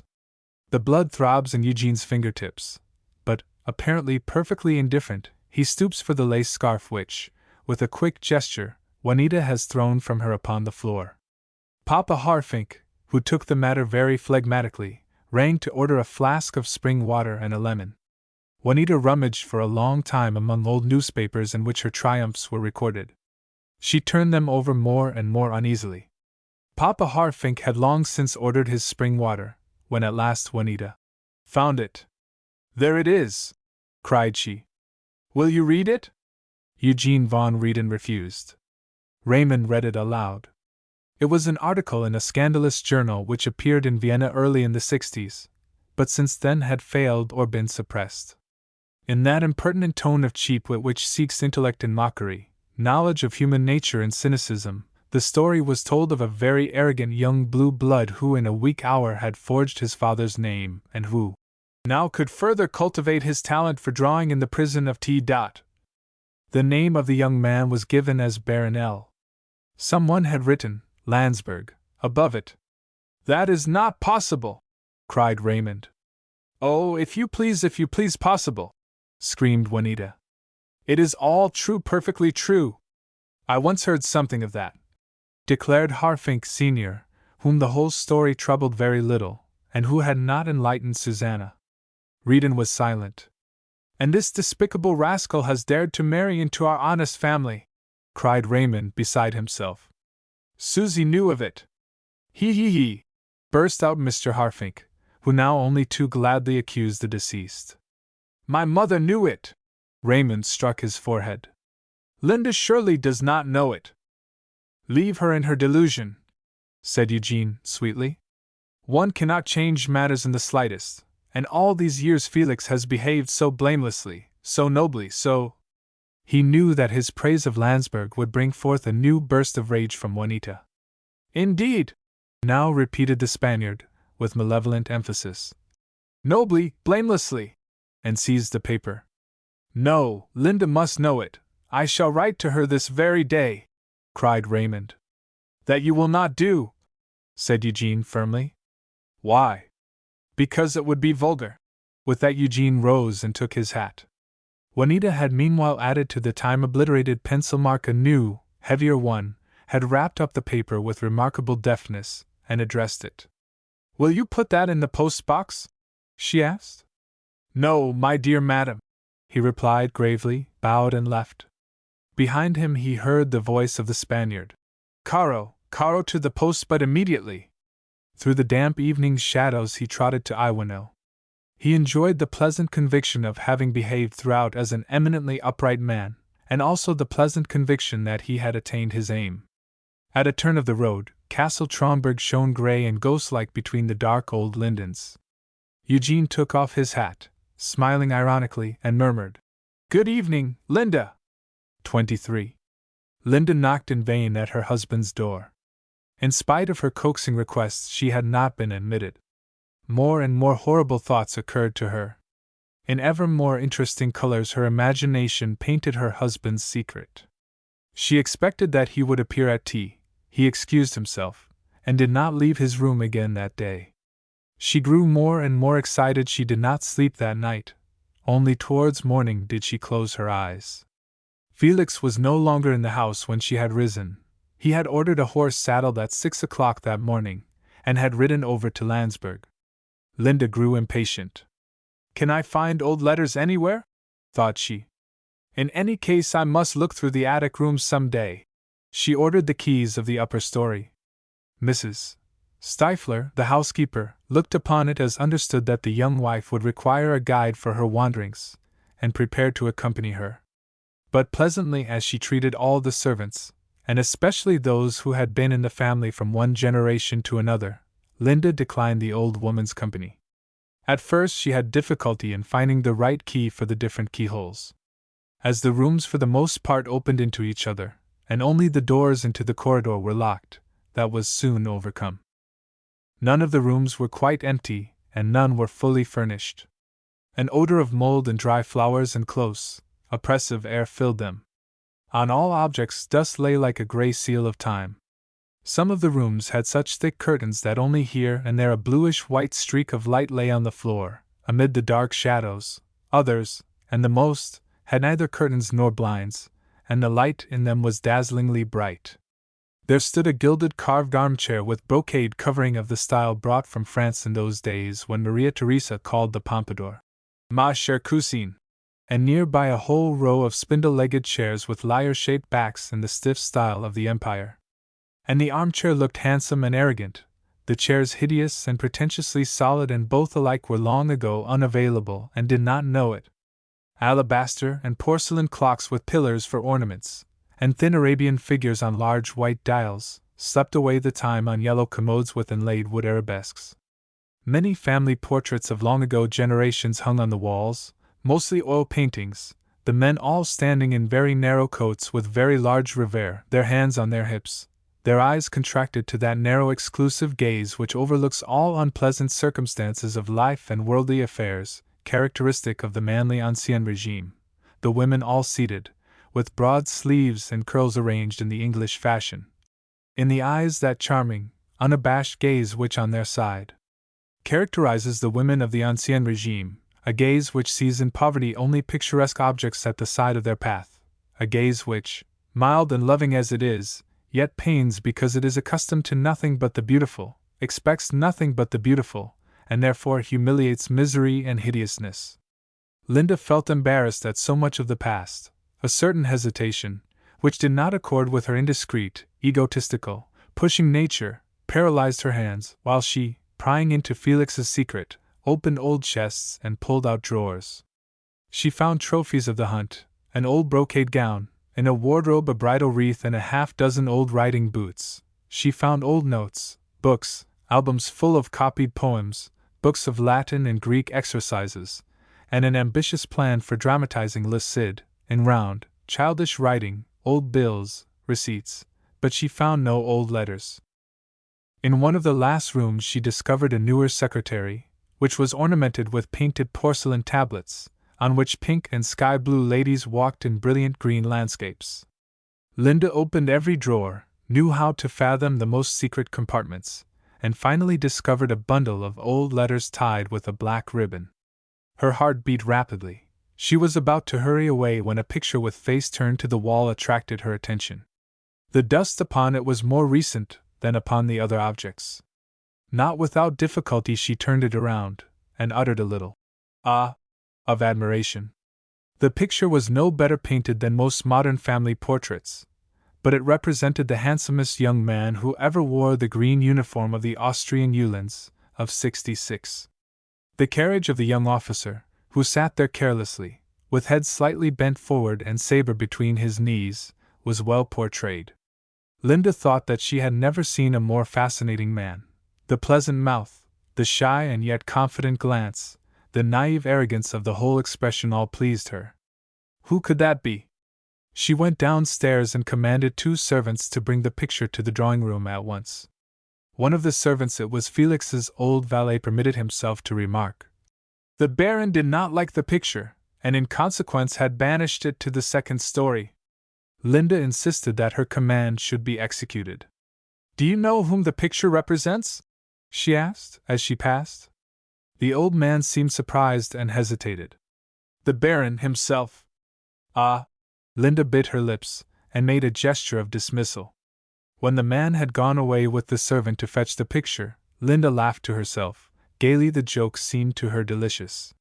Scarcely was she alone when she bent over the letters. They were written in a flippant, haughty tone which harmonized well with the portrait. The first dated from a Polish garrison, and all was evident the naive selfishness of a good-hearted but uncommonly indulged man. The letters pleased Linda very well. From time to time she glanced at the portrait, which, in accordance with her wishes, had been brought in. "What a pity that I did not know him at that time," said she, and then added, shrugging her shoulders, "At that time he would scarcely have wished to have anything to do with me." When Felix returned from his ride he found in the vestibule, among other letters arrived in the morning, an old newspaper in a wrapper addressed in very poor writing to his wife. He looked at it, read the postmark, Marion Bad. He recognized Juanita's writing. His heart throbbed violently. The idea of suppressing the paper flashed through his mind. He seized it, then a kind of fury with himself overcame him. He was weary of striving to prevent his last great humiliation, and like one in deep water who, when the waves reach up to his throat, weary of exertion, defiantly flings himself into the horrible element in order to make an end of it, so he sent the paper to his wife himself, by a servant. Then he went to his room. He seated himself at his writing desk, and resting his head on one hand, with the other mechanically smoothing a newspaper which lay before him, he waited, half with dread, half with longing, like a criminal condemned to death, for the message which should summon him to the gallows. Then he heard a fearful, piercing scream. "Ah!" said he. "She knows it! Will she come to him?" There is a rustle in the corridor, the door of the room is flung open, and Linda enters, or rather bursts in. Her face is distorted. A lock of loosened hair hangs over her ashy-pale cheeks. "It is a calumny! It cannot be true!" she cried, and threw the paper which Juanita had sent her before him upon the table. He is silent. Her vanity believes in him until the last moment, has expected an explanation from him, but he is silent. She grasps his shoulder. "For God's sake, is it true that you were sentenced to 2 years' imprisonment for forgery?" Then he murmurs so softly that his voice seems only an echo. "Yes."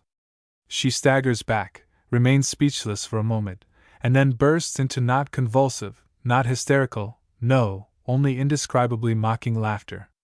"And I was proud to bear the name of Lanzberg," she murmurs. "Now at last I know how I came by that honor."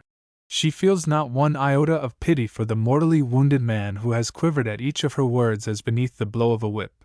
She feels nothing at all but her immense humiliation. The wish to pain him as much as possible burns within her, and for a moment she pauses in her speech because she can think of nothing that is cutting and venomous enough. And if you had even informed me of the situation, had given me the choice whether I would bear a branded name or not, she at length begins again.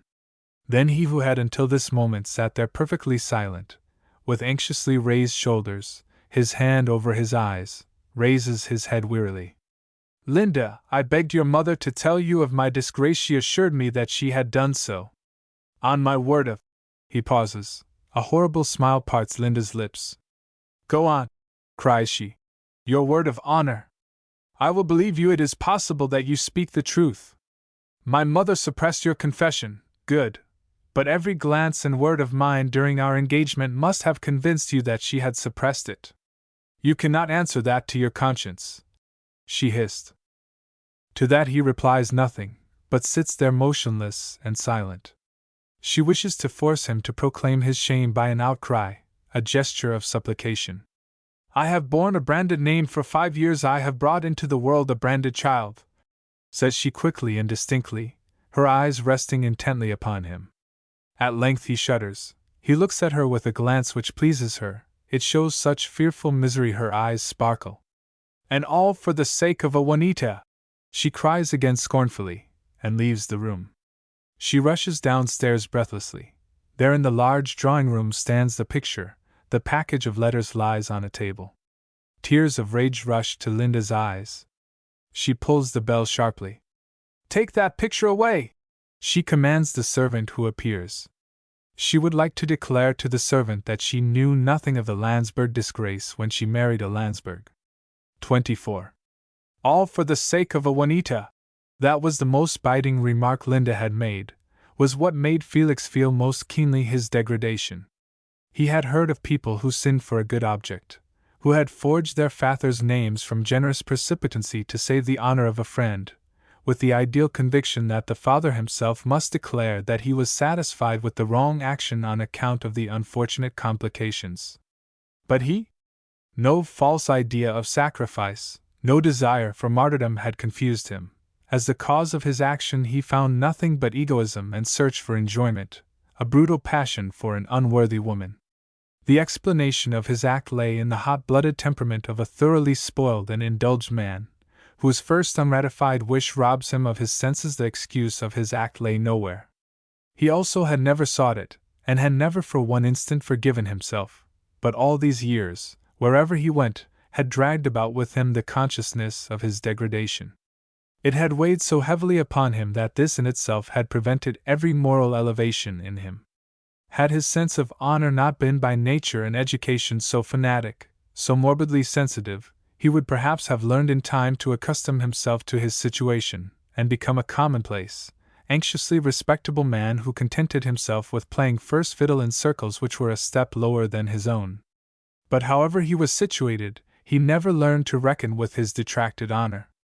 It could not satisfy him to represent an ordinary, respectable man.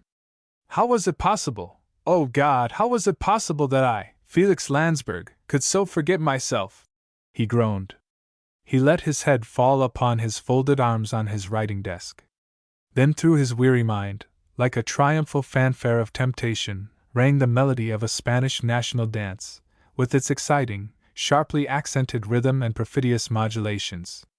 The portion of his past in which his present grief had root rose vividly and with the most minute particulars to his memory. It dated back, that beautiful, unrecallable time, 23 years. Very wealthy, handsome, of good family, fond of gay life and without any serious aims, he liked to amuse himself, rendered homage to his colonel's wife, as is obligatory in every young officer, supported here a factory girl, there a glove maker. But at that time his great passion was really four-in-hand driving. On the whole, he was of too ideal temperament to find enjoyment in light-minded passions, and had no talent for such. In association with all other beings his superiors, comrades, subordinates, tradespeople and proletaries full of a certain good nature, self-satisfied. In intercourse with women he was almost shy, stiff, grave, and well-bred to the fingertips. He was everywhere considered sentimental and solid. The last Easter he had raved over Countess Adelina L., the sister of the same Count Al whom he had encountered so unpleasantly at Mimi Days, had danced 3 Catalans with her, lost 2 Filipinas to her, and passed much time at receptions, seated in a low armchair beside her, gazing at her with enraptured eyes, and accompanying his glances with a few anxious, very involved and equally unmeaning phrases.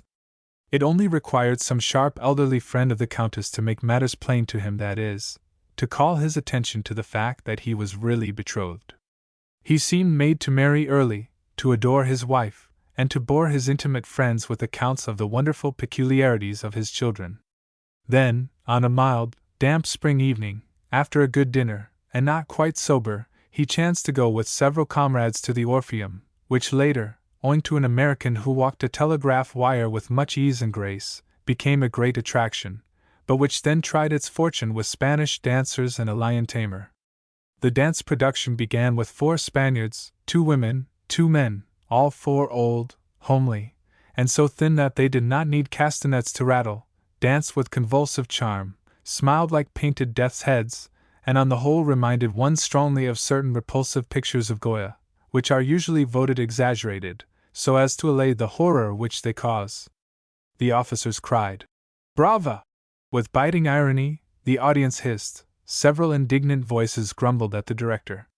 Then the first bars of the Madrilena resounded through the atmosphere impregnated with tobacco smoke and the odor of edibles.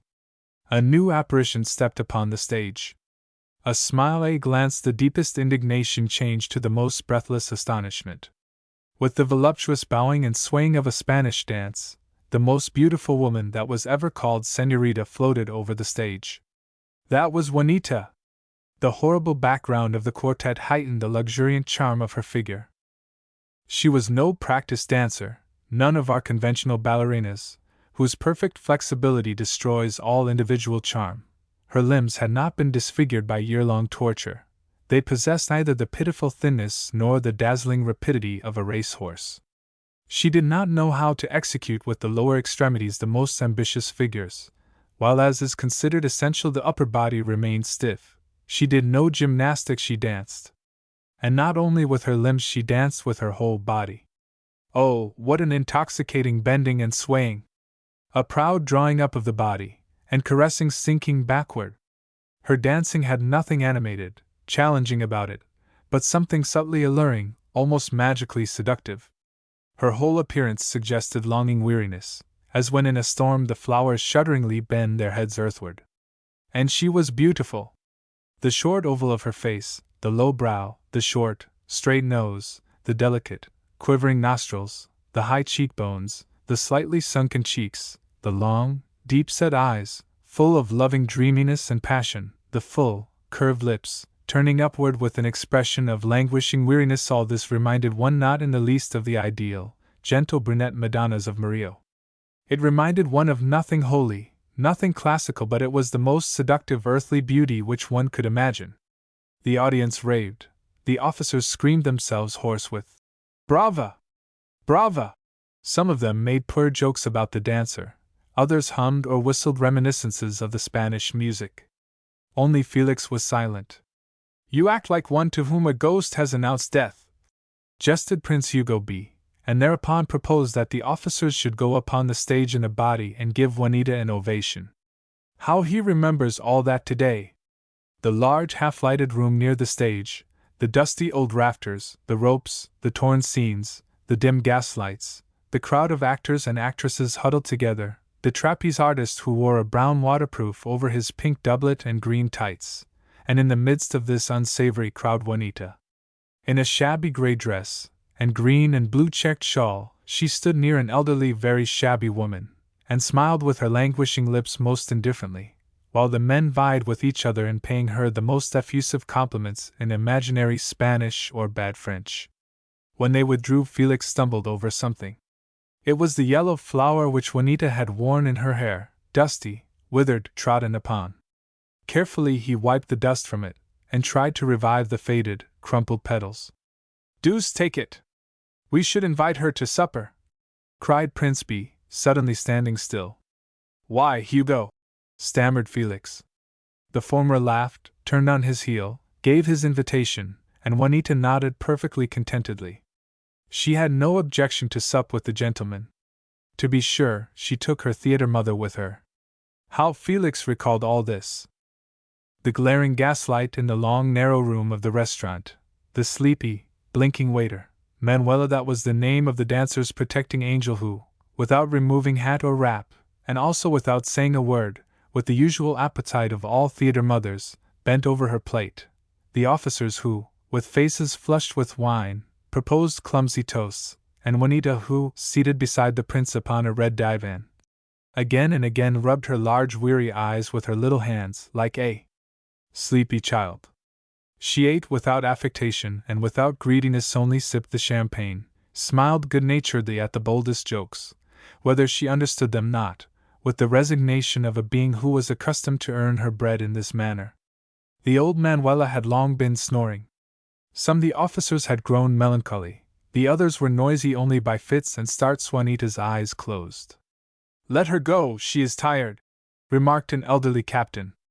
"Before we part, I beg one especial favor," cried Prince B. "That the señorita give us each a kiss." The dancer made a few gestures of dissent, because that was a part of her trade, and then yielded. Patiently she let one after the other of the young men press his mustache, smelling of wine and smoke, upon her beautiful mouth. At length Felix's turn came, but he avoided her lips, profaned by the kisses of his comrades, and only kissed her hand very softly. Misunderstanding the tenderness of his action, she believed that he despised her kiss. A few minutes later the two sleepy Spaniards rolled away to their home in a carriage which Prince B had paid for. "A beautiful creature, but a perfect goose," remarked B to Felix, as he strolled back to the barracks with him. The other officers drove. "Besides, she is at least 25 or 6 years old, that is old for a Spaniard," chatted the prince. Felix walked silently beside him, a hot, unsatisfied feeling in his heart, a withered flower in his hand. He cherished it like a lover the rosebud which his dear one had given him.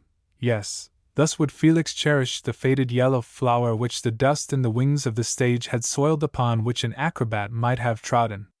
He placed it in a glass of water, and finally pressed it in a book of poems. Explain it who will.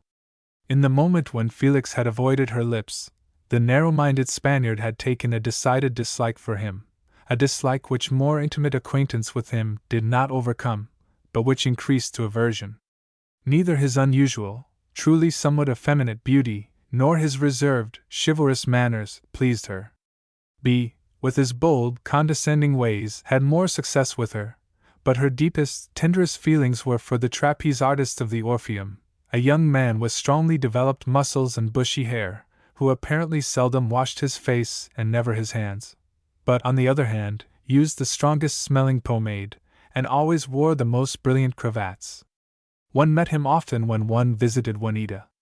At that time Juanita lived in the Raso, in a very plain locality, which continually smelt of mutton tallow and onions, because Manuela, in spite of the warm time of year, loved to cook unappetizing national dishes upon the drawing-room stove. Manuela was never seen without her crumpled black satin hat and her green shawl adorned with red palms. Around the old woman's waist, on a worn-out cord, hung a pocket from which protruded a gay paper fan, and which beside this lodged a pack of cards, a rosary, and cigarettes.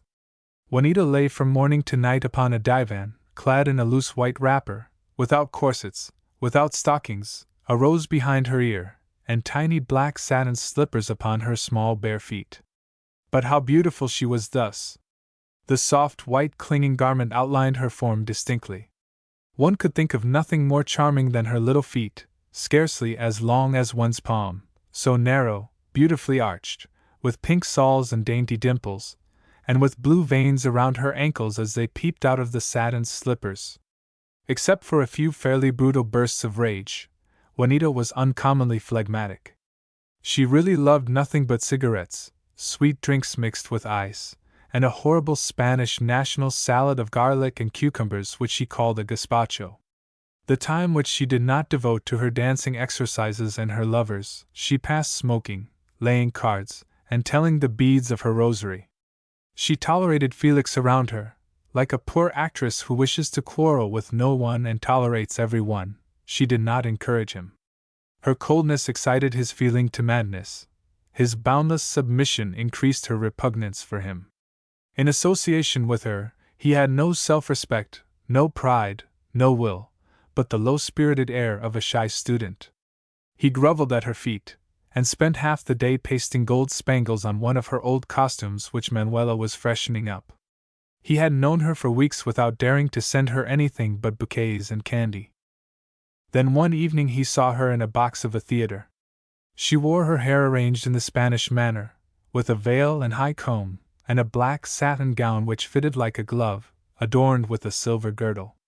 The whole audience was interested in the beautiful Spaniard. In the second act, Prince B appeared in her box. The people whispered, laughed. Felix was half dead with jealousy. The next day there was a violent altercation between the prince and him, at which the former good-naturedly declared that he would 100 times rather break with Juanita than with Felix. He did not care anything about her, she bored him. He had only sent her to the theater, dressed beautifully, to mystify the Viennese, etc. Then Felix hired a charming entresol in K Street, and had it furnished in 3 days by the first upholsterer in Vienna. Juanita made no trouble about occupying it. She laughed and clapped her hands with joy over the magnificent furniture, gave up her loose wrappers, wore the clothes which Felix had made for her, and in honor of the beautiful apartment, played the great lady. Surprise and thankfulness, or perhaps a suddenly awakened covetousness for a time killed in her every other feeling. Felix revelled in a few weeks of mad happiness. Today, however, his hair stood on end when he thought of this happiness. Juanita gave herself up to mad extravagance. Her ideal of elegance and style was Mlle X, the premier danseuse of the opera house. Juanita must have duplicates of everything, the toilets, the Newfoundland and the equipages. Finally she insisted upon dancing at the same theater as the X, and Felix succeeded in securing a performance for her. And yet how badly she treated him in spite of everything. Often he rattled his frail chains, but lacked the strength to break them. He made scenes for Juanita almost every day. It was owing to his jealousy. He left her and swore he would never come again. For an entire week he remained away from her, but in what a condition of excitement, fever, and longing! He ate nothing, he slept no longer, he ran into passers-by in the street because he saw no one. The whole world was a dark chaos to him. The only spot of light was Juanita. With bowed head, a bitter smile on his lips, the full consciousness of his degradation expressed by bearing and glance, he then dragged himself back to Juanita. She did with him what she wished. All Vienna spoke about him and her. From the lips of young matrons mysterious phrases floated about the ears of innocent young girls. The pretty Countess L. cried her blue eyes out. And the summer passed. September arrived. The Spaniard had become more submissive. Sometimes she was almost tender. The great moment of her debut in the opera house approached, and made her timid. One more wish she expressed, a last one. Never before had she taken trouble to inform Felix of one of her expensive wishes with so many caressing digressions. With both arms round his neck, her lips close to his ear, she informed him that she would not appear at the opera house without a pair of diamond screws such as Mlle X always wore in her ears when she danced. When he begged her only to wait a very little while, she fell back into her old phlegmatic, yes, apathetic manner, pouting angrily. He went to a jeweler whom he knew, of whom he had already purchased different ornaments for Juanita, but the man did not seem inclined to extend Felix's credit further. Too prudent to bluntly refuse such a distinguished customer, he pretended that he had no stones of the size which the Baron required. He could perhaps obtain them from a business friend. For cash. Felix left the shop angrily, and now sought his old acquaintance, Ephraim Staub. But the latter shrugged his shoulders, said that he had already done a great deal for the Baron for the sake of his respectful devotion to him. He relied upon his honor, but still the notes of a minor were not legal, and all men were mortal, and if anything should happen to the young Baron, who would answer to him, Ephraim Staub, that the young gentleman's papa would not throw him together with his notes, which in the eyes of the law were not legal, out of the door? Felix chewed the knob of his riding whip angrily. Then, carefully feeling his way, the usurer ventured an infamous proposition. Certainly a note with your father's acceptance that would be safe. The old gentleman would certainly redeem that. One could always apply the thumbscrews to one's papa. Ephraim could assure the Baron that young people of the best families he must, alas, conceal the names had given him this kind of guarantee. For a long time the true signification of this speech was wholly dark to Felix, but at length he understood. Then he did not even take the trouble to fall into a rage, only threw back his head arrogantly, and raised his riding whip to the usurer as one strikes a cur who has ventured too near. How did it happen that 3 days later he returned to Ephraim Staub and made out the note in the shameful manner which the latter had desired of him? Yes, how did it happen? Felix no longer knows. If he knew, he could perhaps understand his crime today, but he does not understand it. His memory is a blank concerning the 3 days in which he had slowly sunk to forgery. There is a dark spot, a chasm in his recollection. He can only take it up again in the moment when, exhausted as if after weeks of fever, bathed in cold sweat, and groping along the walls, he crept from Ephraim's shop to the jeweller's. How suddenly he was frightened at the gargoyle on the cornice of a house, frightened because the head laughed. From this moment he was not happy for a second, not even with Juanita. Strangely enough, his passion for her now was completely in the background. It fled. It seemed to him that a monster sat upon his back and buried 2 iron claws in his shoulders, and blew in his ears with his hot, terrible breath. The evening on which Juanita was to show her splendid beauty, and her empirical dancing to the audience of the opera house arrived. A warm, September evening. There had been a hard shower. There was an odor of wet stone and marble as Felix went to the theater. By turns he shook with cold and grew feverish. He suffered with a severe cold. The theater was still only sparsely filled. When he took his seat in one of the front rows he noticed that people pointed him out to each other, and whispered his name. He was a celebrity, Juanita's lover. And all the soft voices pierced his ears, and yet no one could know that. The ballet had been introduced into an opera. He could not have said into which one. He heard nothing, he saw nothing which took place upon the stage. The triumphal fanfare of the Madrilena roused him from his brooding. How beautiful she was! A cloud of black lace and satin floated about her. On her breast was a bunch of white roses, in her ears sparkled 2 great drops like frozen tears. Felix saw nothing of the whole apparition but these great sparkling drops. He would have liked to scream out, "Hold her fast, she wears my honor in her ears!" Poor Felix, he was delirious. The triumph which Juanita had experienced at the Orpheum was nothing to her present one at the opera house. A foreign prince, who chanced to be in the house, clapped his hands in approval. The ex saw it in her box, and grew green with envy. Then Juanita threw her last kiss and vanished. The opera proceeded. Felix sat in his place as if petrified. At last, at the close of the act, he rose to go behind the scenes. That uneasy hum, which in the world follows a triumph or a fiasco, prevailed there. Juanita was nowhere to be seen. He knocked at her dressing-room door. Her maid alone answered him. Juanita was gone, had just driven away. His Highness Prince Arthur, the girl was a born Viennese, had arranged a supper in all haste in honor of the señorita, and she thought the Baron knew of it. Felix heard nothing more. In mad haste he rushed down the narrow stairs to the stage entrance, and out across the open square before the theater. He saw a closed carriage turn a corner. Felix did not know whom the carriage contained, probably a perfect stranger, and still he rushed after it like an insane man for a long distance. The earth trembled beneath him. With a hoarse, breathless gasp, he sank to the ground. When he was picked up, he was unconscious. For weeks he lay senseless, with a severe nervous fever. His father came to Vienna to care for him. After about 8 weeks the physicians declared that for the present there was no danger he could be transported to Tromberg, as was the urgent desire of his father. At that time Felix was still so weak that he had to be carried. He slept almost continuously, spoke indistinctly, and had forgotten the immediate past. Ephraim Staub hated Felix because of the manner in which, without removing his cap, with one finger on the visor, he would enter Ephraim's house, yawning, and say, "You, I want money!" and because of the manner in which he carelessly crumpled the banknotes which Ephraim never handled except reverently and thrust them in his pockets, and because of the cut of the whip with which Felix had answered his perfidious proposition the first time, he discounted the note. The old baron's lawyer learned that a note with his name upon it was in circulation, and inquired by letter whether the baron wished it redeemed for family considerations. The baron knew nothing of Juanita.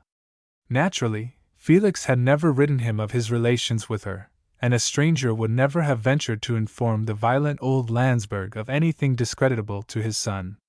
Felix had of late asked his father for no great sums of money, and the father knew him to be always scrupulously honorable. How could he look upon the scarcely veiled insinuation of the advocate as other than an insult? Enraged at the suspicion cast upon his son, he did not even take the trouble to think the matter over, but wrote at once, in his first indignation, a brusque letter to his advocate, in which he declared that he knew nothing of the matter. It could take its course. It did not even occur to him to excite the invalid Felix with this horrid story. He told him nothing of it. Slowly Felix recovered his health, but his happy temper did not return. He remained always gloomy and monosyllabic, not rude but deeply sad. His father often gazed anxiously into his eyes, which then every time looked away from him, and he stroked his cheeks compassionately, which then always flushed beneath his touch. And once he took the convalescent's thin hand in his and said, "Does anything worry you, my poor boy? It is surely some heart trouble which often comes to one of your age." And as Felix, who at the beginning of this speech had paled, now was silent, flushing more and more deeply, the baron added, clapping him good-naturedly on the shoulder, "You need not worry about your secret. I will ask you no more about it if it annoys you. I only thought it might relieve you to unburden your heart." Felix buried his face in his hands, and burst into tears. To this day he can hear in his ears the caressing consolation of his father, the soft, monotonous voice with which he murmured again and again, "Do not excite yourself, child, poor fellow, poor fellow!" That Felix's melancholy could have anything in connection with the lawyer's communication did not occur to the baron. The next day Felix confessed to his father. It was after breakfast. They sat alone, opposite each other, at a little round table.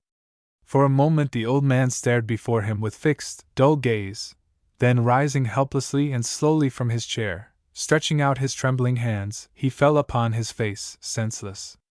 What cut Felix most bitterly, most deeply to his heart was, that when the baron recovered from his swoon he had not a word of reproof for his son, not a word.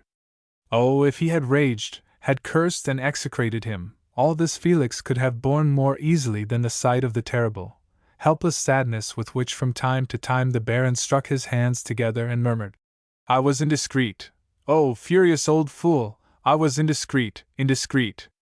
The meaning of these words only later became clear to Felix. The baron telegraphed to the lawyer he went to Vienna the same day. It was too late. All the steps which were taken to spare Felix the publication of his fault and the degrading punishment were in vain.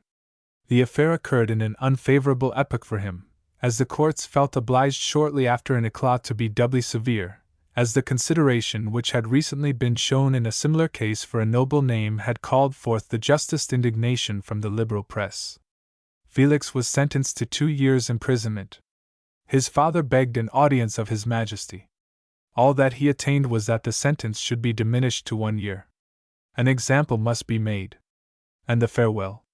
The last, long, trembling embrace of his father, the moment when the guards who were to conduct the convict away busied themselves with their sabers and compassionately withdrew, while the father whispered imploringly to his son, "Promise me that you will do no harm to yourself." And the time in the prison. The fearful despair of the first weeks, when he longed for death, and the promise which he had given his father continually weighed upon and tormented him like a fetter, the brooding stupor into which this despair changed, and which in its turn gave place to a gradual reviving and accustoming himself to his circumstances. He remembered very well the day when he began to look around at his companions, began anxiously to seek manifestations of their good qualities, to search among them for young people of blameless lives who had sinned in a moment of madness. What did he find? A few convicts who by alternating imprisonment and crime had gradually become dull and stupid, others who had wholly degenerated to rough, terrible, malicious animals. Besides these, 2 or 3 sons of good family, who confessed their sins with brutal cynicism, scornfully derided their relatives and procured through the jailer wine, cards, and evil romances. The sight of these people caused Felix boundless misery. How he loathed them, how they astonished him, the importance which trifles had for them, and that they had the heart to rail at the poor food. The doubt came to him whether the idea which he had of himself was not a mere illusion. He dissected his most secret impulses, criticized all his instincts, in short, tormented himself into a pitiable condition. The remnant of self-respect which he had taken into the prison shrunk away to nothing. All who had anything to do with him showed him the warmest sympathy. He was so quiet, so obliging, he never asked for anything except more work. The degraded officers were at that time employed in the office work. Felix fulfilled the tasks allotted him with the most painful punctiliousness.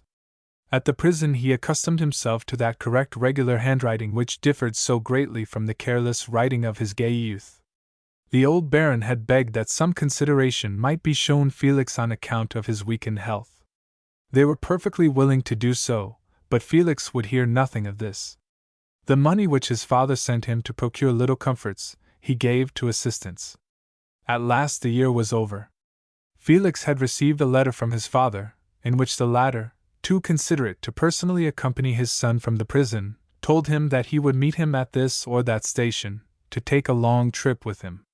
But Felix could not resolve to meet his father immediately after this degrading imprisonment. It was in the year 1866. War was expected. Felix enlisted in a regiment, as a private soldier. He performed his duties with fanatic zeal. The soldiers, who knew nothing of his sad story, looked upon his serving in their ranks as the whim of a great gentleman, such as is not unusual in excited times, and met him with defiant opposition. But he took such sincere trouble to win their liking, so willingly shared their whole life, that they soon became devoted to him. Their unfeigned liking was more pleasant to him than the sentimental humanity which he met with later in life. Often one of his present comrades pushed him away from some work which he considered unworthy of Felix, and murmured with good-natured embarrassment, "That you are not used to, sir." The officers, who at first had been very ill at ease with him, gradually understood how painful it was to him if any difference was made between him and his comrades, and gave up attempting to make an exception of him. He never complained, ate the coarsest food without changing his expression in the slightest, conscientiously polished the buttons of his uniform, and always chose the worst place to bivouac. The first cannon was fired. Felix fought at Trotino, fought without enthusiasm, without melodramatic heroism. He fought with the sober, unbounded bravery of a man who does not need the hurrahs to be spurred on by, whose life is wholly indifferent to him, and who hopes and wishes for no other reward for his self-sacrificing performance of his duty than death. The leaden rain of the Prussian vanguard it was wholly unknown to the Austrians who did not fight, and Skulsing had a soothing effect upon his nerves. The breathless excitement of battle did him good. What pained him was the moment before the conflict, when old veterans passed each other their field flasks, and expressed indifferent opinions about the weather, and the young soldiers, scarcely grown recruits, with shining eyes and pale cheeks, cried, "Hurrah!" and inflated their chests, while the guns shook in their hands. What pained him was the moment after the battle, when the last smoke of powder, and a dull echo of the noise of battle filled the air, and the soldiers, confused and stunned, met in camp, and one or another, rousing from the stupor which followed the fearful excitement of battle, asked fearfully, "Where is F? Where is M?" and then with a shudder remembered that he, himself, had seen F and M fall. What pained him was, when in the night the wounded cried and groaned, until their comrades' compassion changed to impatience, and they complained over the noise which prevented them from sleeping. Then came the 3rd of July, the day of Zadova. It was damp, cold weather, no sun in the heavens. On the earth trodden down grain, soiled with dirt and blood, a confusion of blue and white soldiers, partly arranged in compact, geometrically exact figures, partly scattered in sheltered positions, partly crouching behind earthworks, so far separated that Prussians and Austrians mostly saw each other as points or masses. Hostile, without hostility, they stood opposite each other. Perhaps not one among the thousands upon thousands here and yonder hated the other, and yet each one was ready to do his utmost to kill the unknown enemy. Fog mixed with the powder smoke. There was a wild confusion of screams, groans, rolling of wheels, rattling of sabers, and stamping of horses. In the distance chaos seemed to prevail. At the spot where Felix was stationed a kind of monotony, a kind of order ruled. The ranks close over the fallen. "Fire!" commands the officer. There is a click of the gun hammers, the flames shine redly on the gun barrels. SCH whistled the hostile balls around Felix. Crashing, ear-splitting, like sharp hail, answered the riflemen.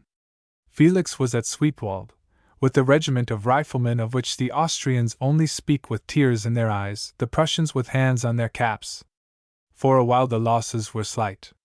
All went well. Then came a moment when the riflemen received the hostile balls indifferently. Many of them were weary and found time to say so, still more were hungry. Few Austrian soldiers received anything to eat on that memorable day, the day of Zadova.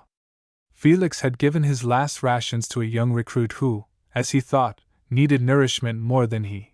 But Felix had overestimated his strength. An unusual faintness suddenly overcame him. He begged his neighbor for his flask, and crash! A shell and the neighbor lay on the ground with shattered feet. From this moment the losses are immense. Man after man falls.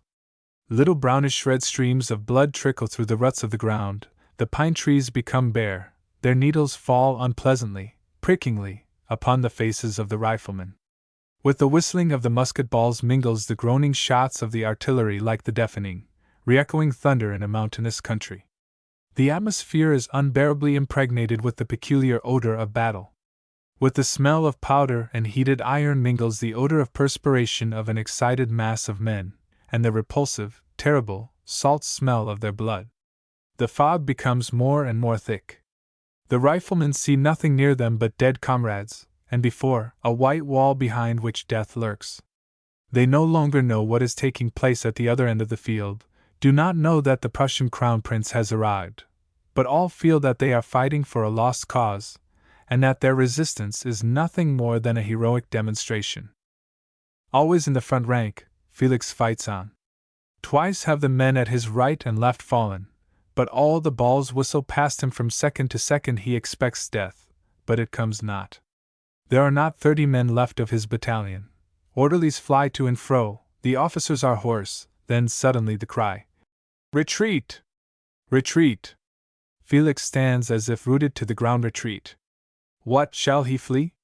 No!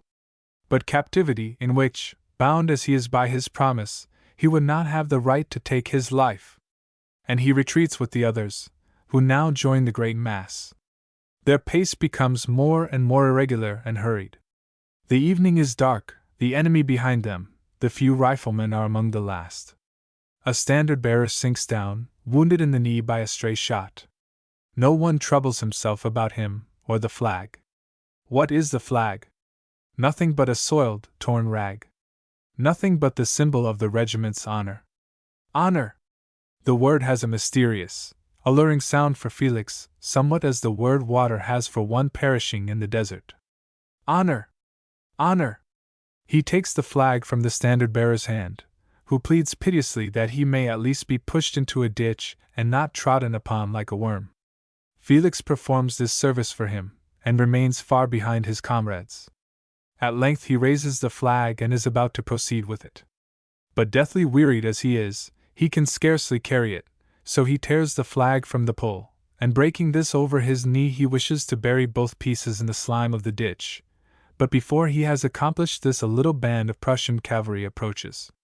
He lays his hand on his gun, but if he defends himself so that they must kill him, the flag is forfeited. He then stretches himself in the mire of the road, flat on his face over the flag, as today he has seen many of his comrades shot through the heart. The horses trot past him, one of them starts back from him, this rider looks before him, sees what he takes for a corpse and passes on. The horse, who takes the leap required of him with the timidity which every human body inspires in his species, strikes Felix with his hoof.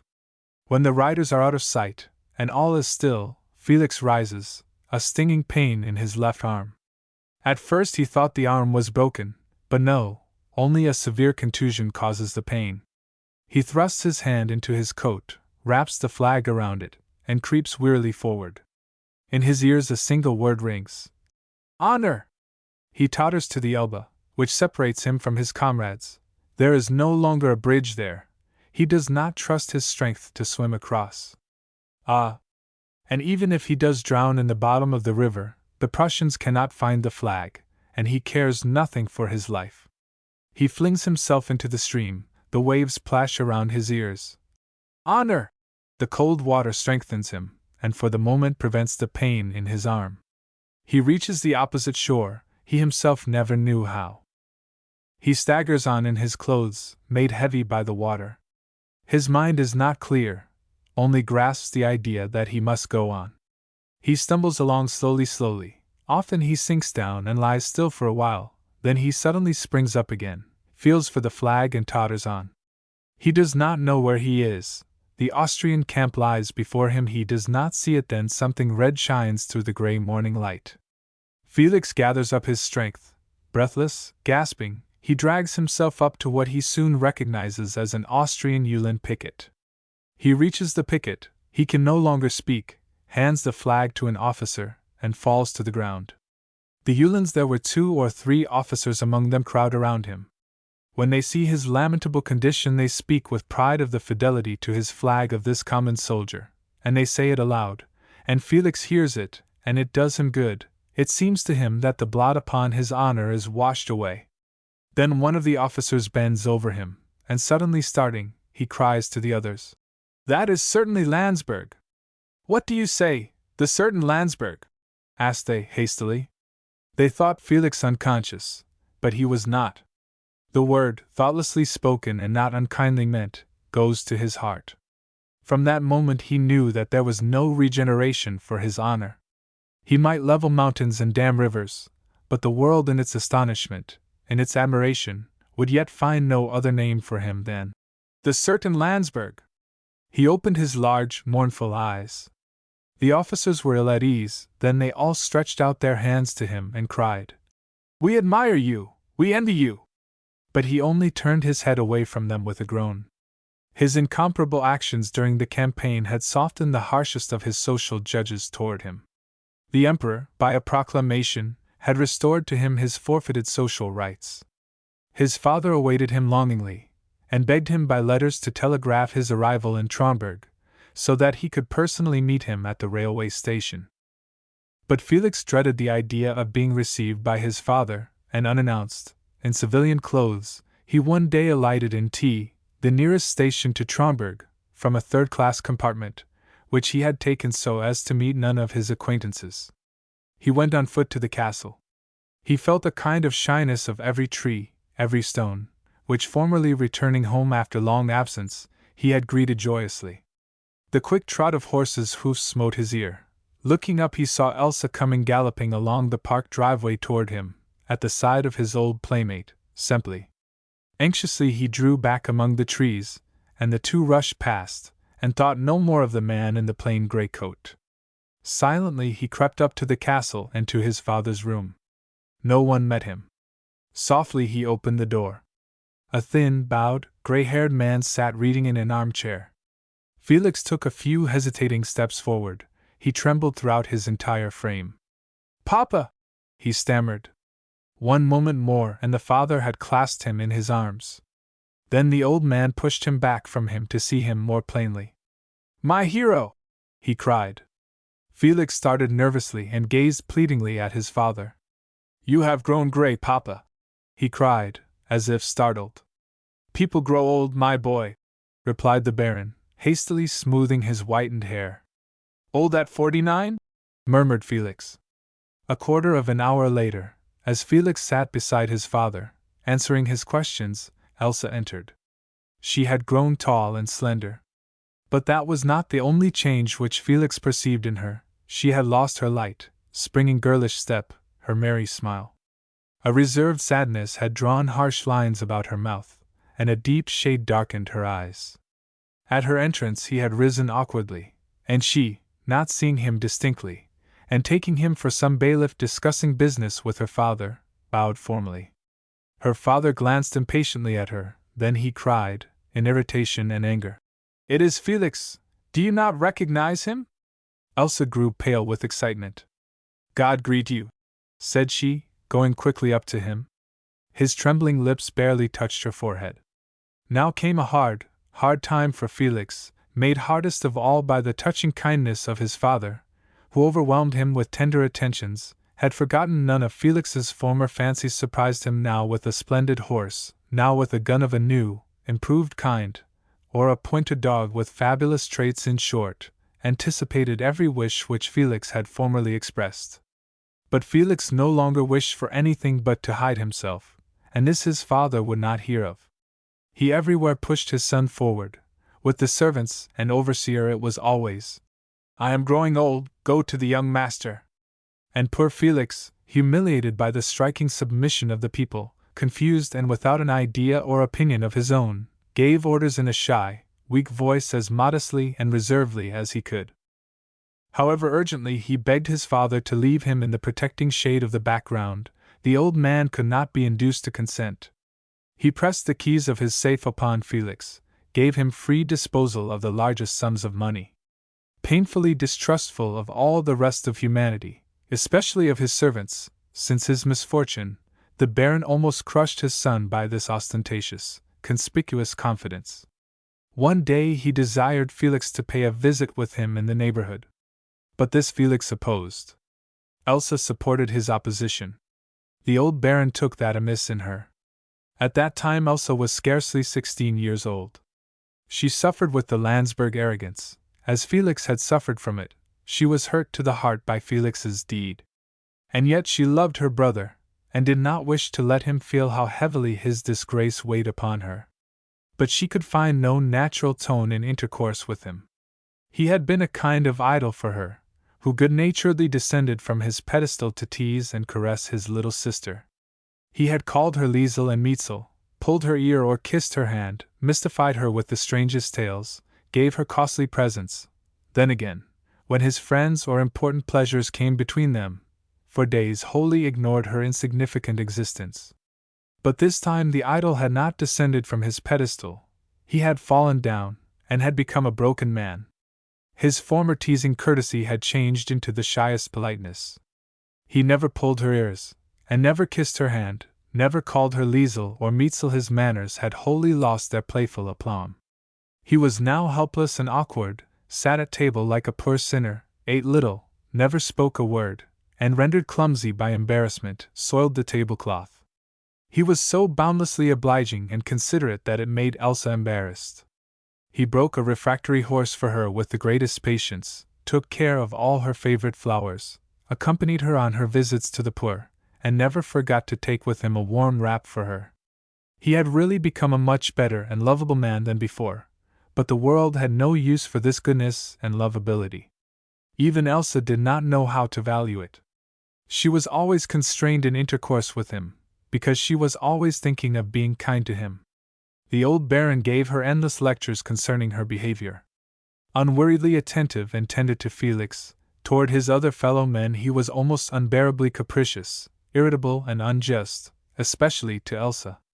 Once he overwhelmed her for so long with imprudent reproaches for her heartlessness and lack of tact, that at last she cried out defiantly and refractorily, "Why was Felix so?" Then her father struck her for the first and last time, and cried, "God punish you for your hard heart!" When the Baron had left her, and she began to almost hate Felix, angry at the injustice done her, he emerged from a dark corner, from which he had been forced to witness the scene, softly went up to her, and said, with his gentle sad smile, stretching out his hand hesitatingly to her, "Forgive him, he has not his head. He does not know any longer what he does. Only think how he must feel." Then she threw herself with passionate violence into his arms. "He was right 100 times," cried she. "Only not in thinking that I do not love you, for I do love you, but I did not know how to show it to you." From that day the relation between brother and sister was touchingly tender. Elsa was almost as anticipating and unendingly tender in her attentions to Felix as her father himself. The first week after Felix's arrival, simply discreetly remained away from Tromberg. He also had taken part in the campaign, but a very trifling part, and described the Battle of Zadoval with charming flippancy, while he added, "Pity that it turned out so badly." For the first week, then, he remained away from Tromberg. But then he appeared there again, and, in fact, with the good-natured intention of paying Felix a special visit. But scarcely had the latter heard the voice of his former comrade, when with dog and gun he crept softly out of the castle. From thence Semple came no more to Tromberg. Felix knew that formerly he had come 2 or 3 times a week, and asked Elsa about it. "You have surely begged him to come no longer, poor Elsa," said he, gazing deep into her eyes. Her embarrassment answered him. He saw that for his sake Elsa must give up all society, and also noticed that she had caught his morbid shyness. Her future was at stake. Then, carefully concealing his reasons, he begged leave of his father to go to South America. With a heavy heart, and after much opposition, the old man let him go. Felix did not return until he received the news of Elsa's marriage. After the death of his father he left Europe a second time, and had really only returned home for a visit, when he met Linda. Poor Felix! There he sat, his head resting on the table, all his thoughts in the past, when suddenly a little voice roused him from his dull brooding. Jerry, whose little hand could not reach the doorknob, banged at the door outside, and screamed, "Papa! Papa!" Felix rose and admitted him. The child was crying, and his left cheek was red and swollen. "Papa, Mama slapped me, and said she could not bear me," complained the little fellow. "She struck you because you are the son of the certain Lanzberg," murmured Felix with fearful bitterness. "Perhaps others will also make you do penance for that yet." 25.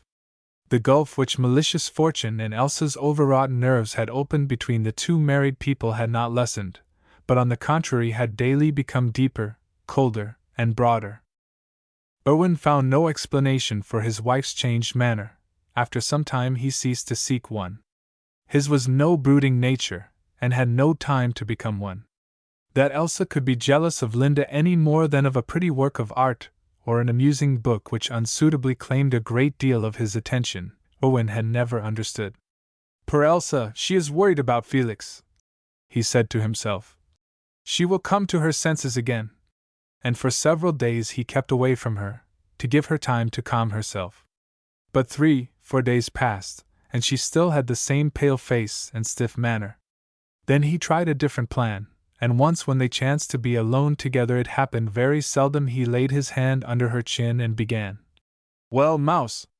But she did not lean her cheek against his hand as formerly when she was remorseful, either did she resist his caress, as when she was refractory, but simply tolerated him as if she were a statue of stone or bronze.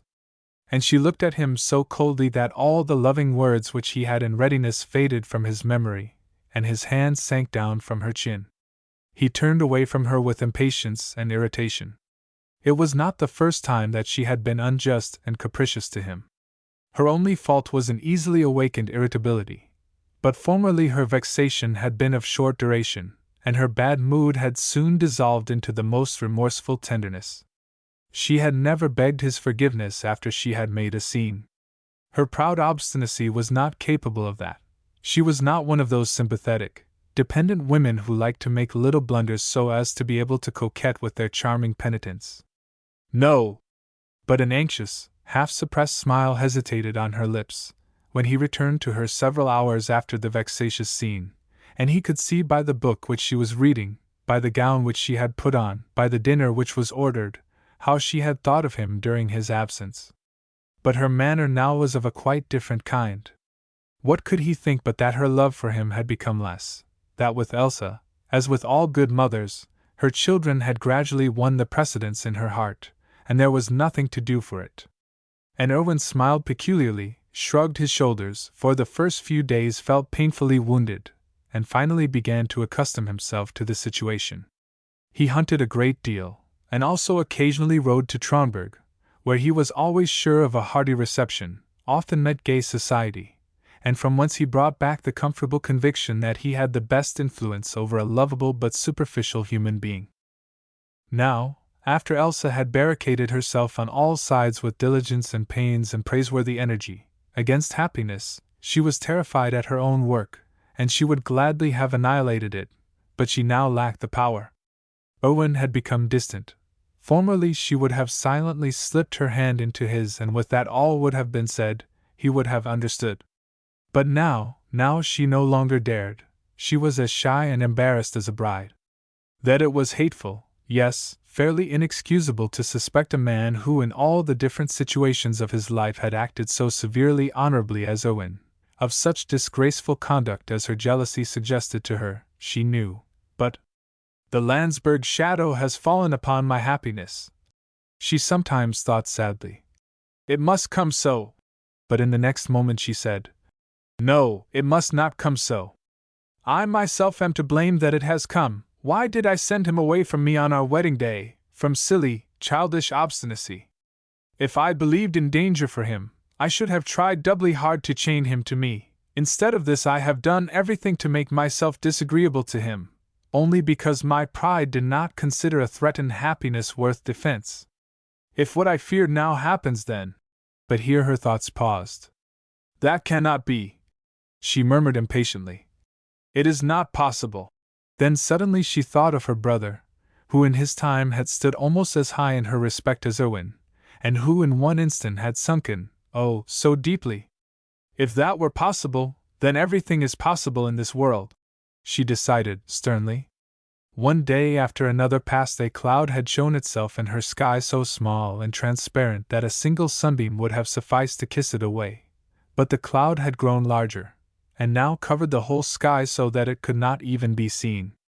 An unpleasant accident contributed to embitter Elsa's feelings completely.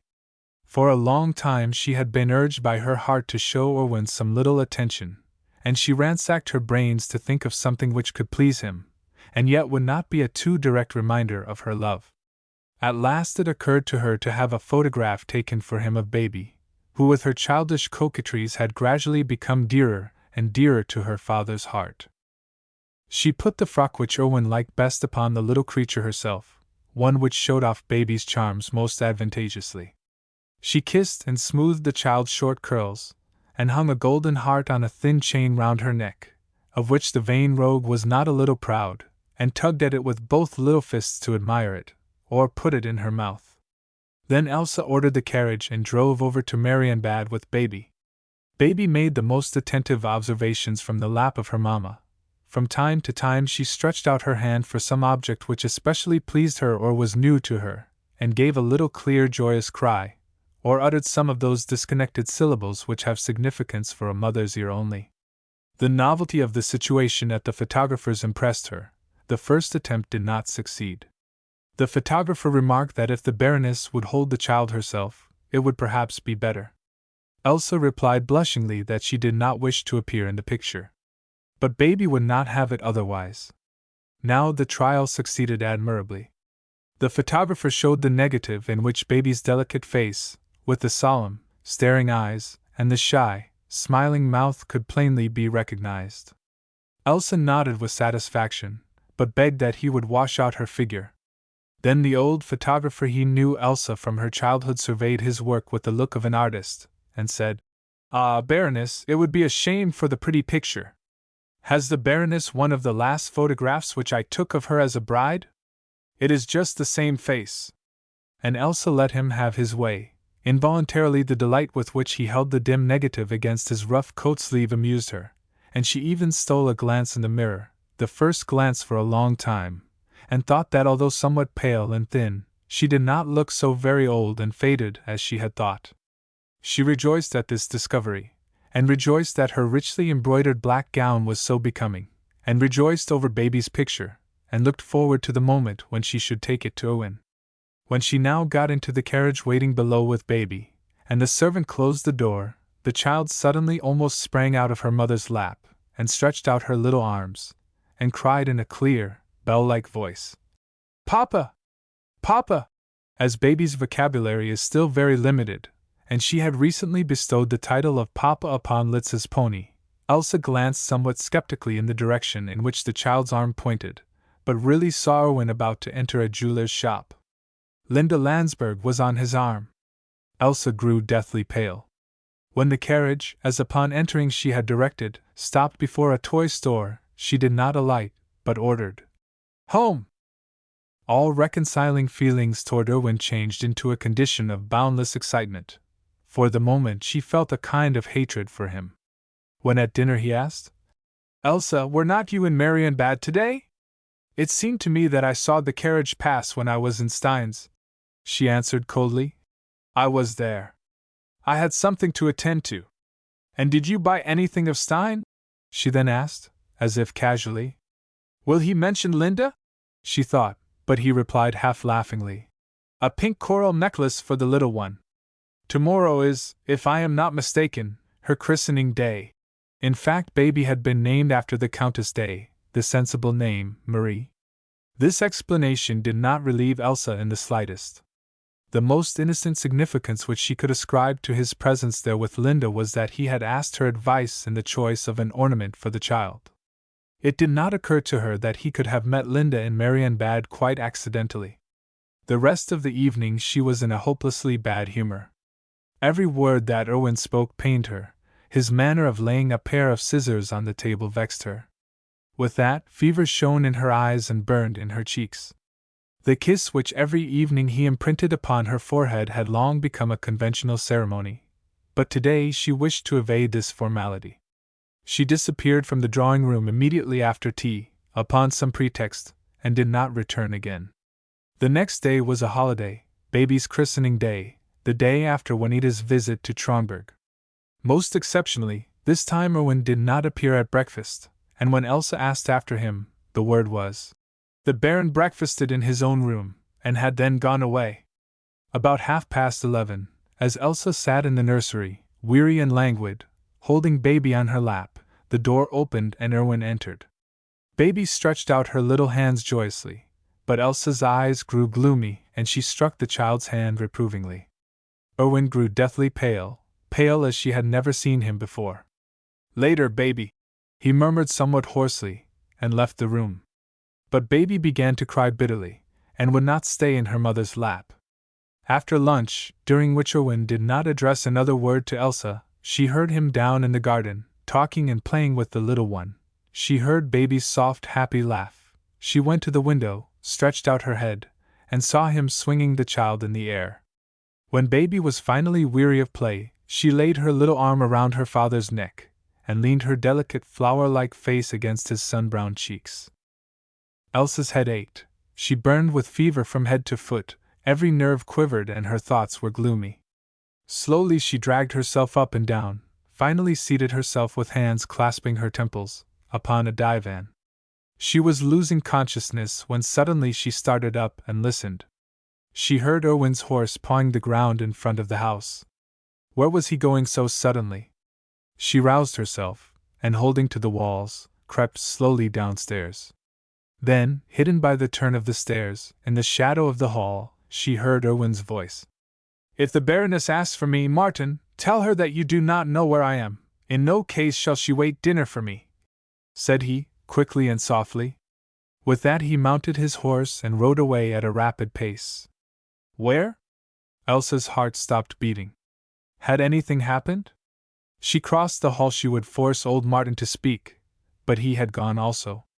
Then something on the floor rattled, a grey paper which the hem of her dress had touched. She stooped for it. It lay there crumpled as if it had just fallen from a violent hand. She committed no voluntary indiscretion. She only looked at it as one scrutinizes a paper to see whether one shall pick it up or throw it away. It was not her fault that, thanks to the writing, which was as plain as print, at the first glance her eyes had comprehended the whole contents. Dear Erwin. Dear Erwin. Come soon today, now at once I expect you. Linda. Linda. She took the note, carried it to Erwin's room, and laid it conscientiously upon his writing desk. Then her knees trembled, and she had to sit down. Not that he had received the note surprised her. What fault was it of his if Linda wrote foolish notes?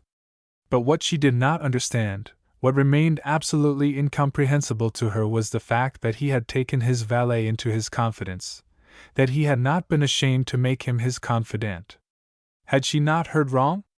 Had he gone to Tromberg? Now, when the facts spoke strongest against him, she weighed most justly the probabilities for and against his fault. She had acted imprudently towards him, and since the birth of the last child, devoting herself entirely to her maternal duties, had neglected him. He had borne this with goodness and patience. Then Linda had suddenly appeared, with her dazzling beauty, her picturesque elegance, her coquettish heartlessness. For hours Elsa sat there and waited. At 5 o'clock she sat down to dinner. Immediately after this she left the dining room. She had no more control over herself. "It is all possible!" she cried, giving way, desperate. Her breath came heavily and so feverish that it burned her lips. Black clouds swam before her eyes. She looked at the clock. What kept him away from home so long with her? Another 15 minutes past he must be with her. She could no longer endure her distrustful suspense. She would go to Tromberg. She ordered the carriage. On the way she started at every sound, at every shadow, everywhere she saw him and her. A fearful dread of the certainty came over her. At the last moment she clung to uncertainty. She wished to return, but she was ashamed of displaying such inconsequence before the servants, and just then the carriage drove through the iron gate into the Tromberg Park. The lackey in the vestibule announced that the Baroness was not at home. Elsa sighed with relief. If Linda were not home, she could receive no guests, and Erwin could not be there. That she could have denied herself did not occur to her. It was pleasant to her to enjoy Tromberg once more, without Parisian anecdotes and French chansonnettes, without Linda. All was as if dead. It reminded her of the old Tromberg, where she had lived in loving solitude with her father. She did not think of returning at once. The great tension of her nerves had suddenly given way to vague dreaminess. The danger was not over but postponed. She went out into the garden. Her heart grew more and more heavy, and her steps slow. Her dress caught upon a branch. It seemed to her that a warning hand held her back. In mysterious dread of choosing the very gloomy path which lay before her, she took another. Her heart beat rapidly. She stood still, resolved to return. Between the trunks of the lindens, the water of the large pond which bounded one side of the Tromberg Park shone in the sunset glow. With the gentle murmur of the water mingled the regular strokes of oars. Elsa stood still. She listened. Who could it be? Linda was not home. Elsa glanced at the pond. In a little boat she saw two figures. One, Linda, leaning back in the end of the little skiff, flowers in her hair and in her lap, one hand in the water, an evil light in her eyes, something luxuriantly melancholy in her whole form. Opposite her, with his back to Elsa, sat a man, slender, broad-shouldered, in a light summer suit, with close-cropped hair of that striking light blonde which shines like molten gold in the sunlight.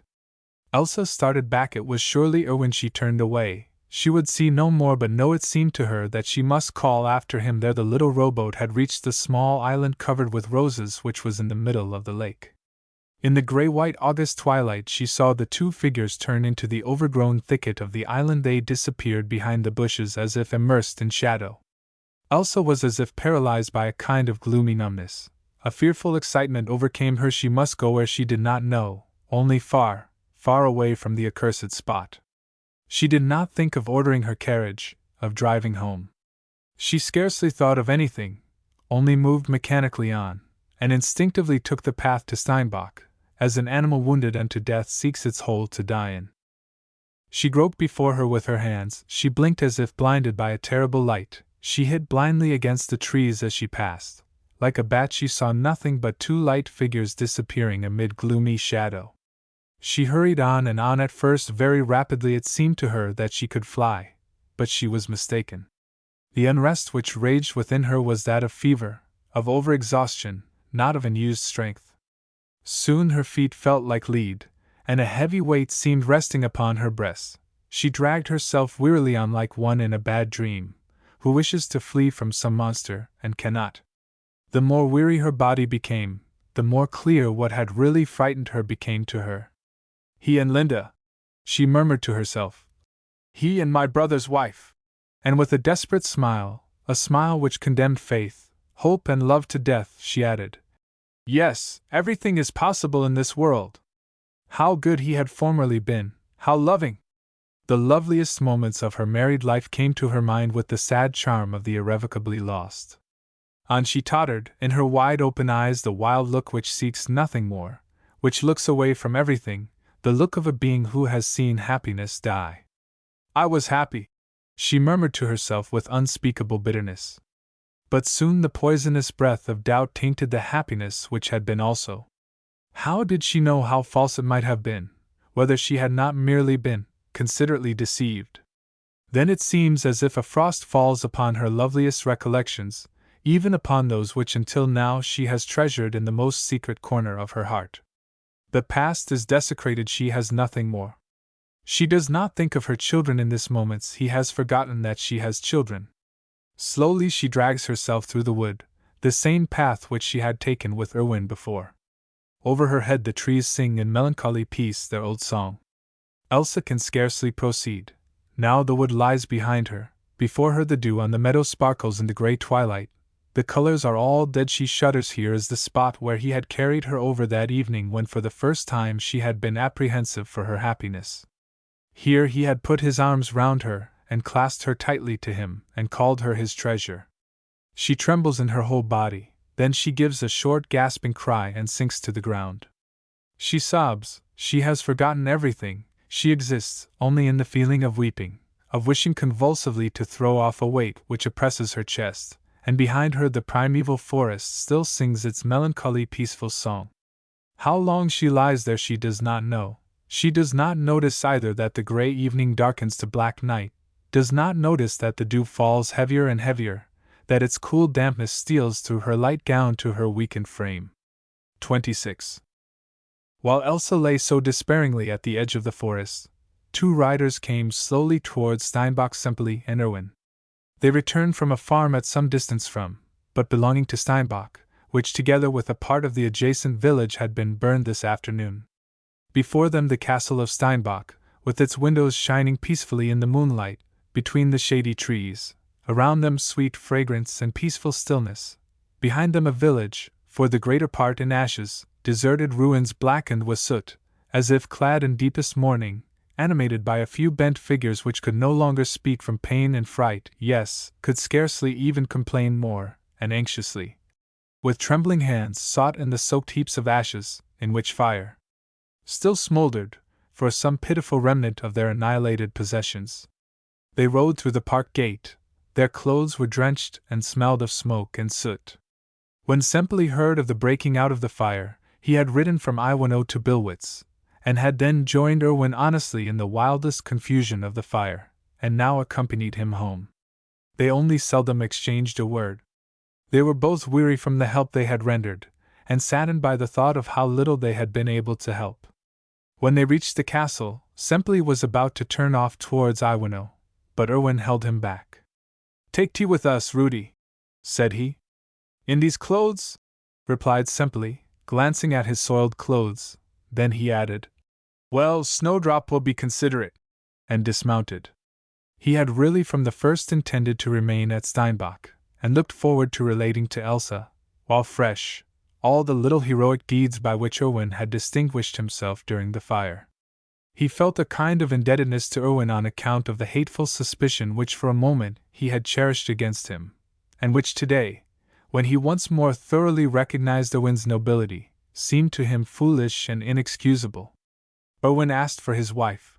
The servant informed him that she was not yet back from Tromberg. "Has a second message come from Tromberg?" asked Erwin, surprised. The valet glanced at the servant. No! It was certain that no second messenger came from Tromberg. Erwin and Semple went out again in the black shadows of the mild August moonlight night. "What does she seek in Tromberg?" murmured Erwin, aloud, ponderingly. "Did she know that you were at the fire?" asked Semple, with sudden inspiration. "I think not. I expressly requested the servants not to tell her where I went," replied Erwin. "What in all the world did she go to Tromberg for?" Then Sirocco looked at him peculiarly. "You," said he. "Me?" Erwin did not yet comprehend the situation. But Semple stamped his foot impatiently. "Are you stupid, Garzon?" cried he. "Do you not see what everybody sees, that your wife is consumed with jealousy of her sister-in-law? My wife jealous of my sister-in-law? Simply you. Owen had burst out very violently at first, now he was suddenly silent. He called to mind Elsa's strange manner of late, much that was enigmatical was explained. He did not understand that he had been so obtuse. They had walked somewhat further into the park, then a low cry of pain vibrated through the painful stillness of the night. Owen listened with beating heart. Once more it penetrated to him, somewhat louder. A cold shudder ran over him. He hurried toward the meadow from which the sound came. With sight sharpened by excitement, he surveyed the gray, dewy field. There at the edge of the wood he saw something white gleaming in the twilight, a misty spot which in the gloom he had almost taken for a thick cluster of immortelles. His anxiety drove him a few steps further. "Elsa!" cried he, and stretched his arms out to her. Then she raised her head, and rested her large, feverish, shining eyes upon him. "I forgive you!" cried she with failing voice, and starting back from him.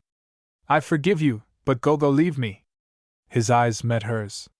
"You have nothing to forgive me," said he gravely, almost sternly. "But if you promise solemnly, very solemnly, to be very much ashamed of yourself, I will forgive you." She stared at him without understanding, confused, stupefied. Then he took hold of her dress. He was frightened to feel how cold and wet it was. "For God's sake!" cried he, violently, and with efficacious inconsiderateness. "Before everything else, see that you take off these wet things. There is time enough to speak of your mad freak later." With that he picked her up and carried her across, as he had done on the day of Linda's arrival. She did not resist him.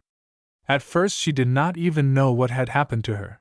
Then, when near the castle, she suddenly heard a gentle voice, kindly and reprovingly, as one speaks to an imprudent child. "Why, Snowdrop!" She looked around. This sudden exclamation recalled her to reality, which had been far from her confused mind. "How comes Semele here?" she asked hastily.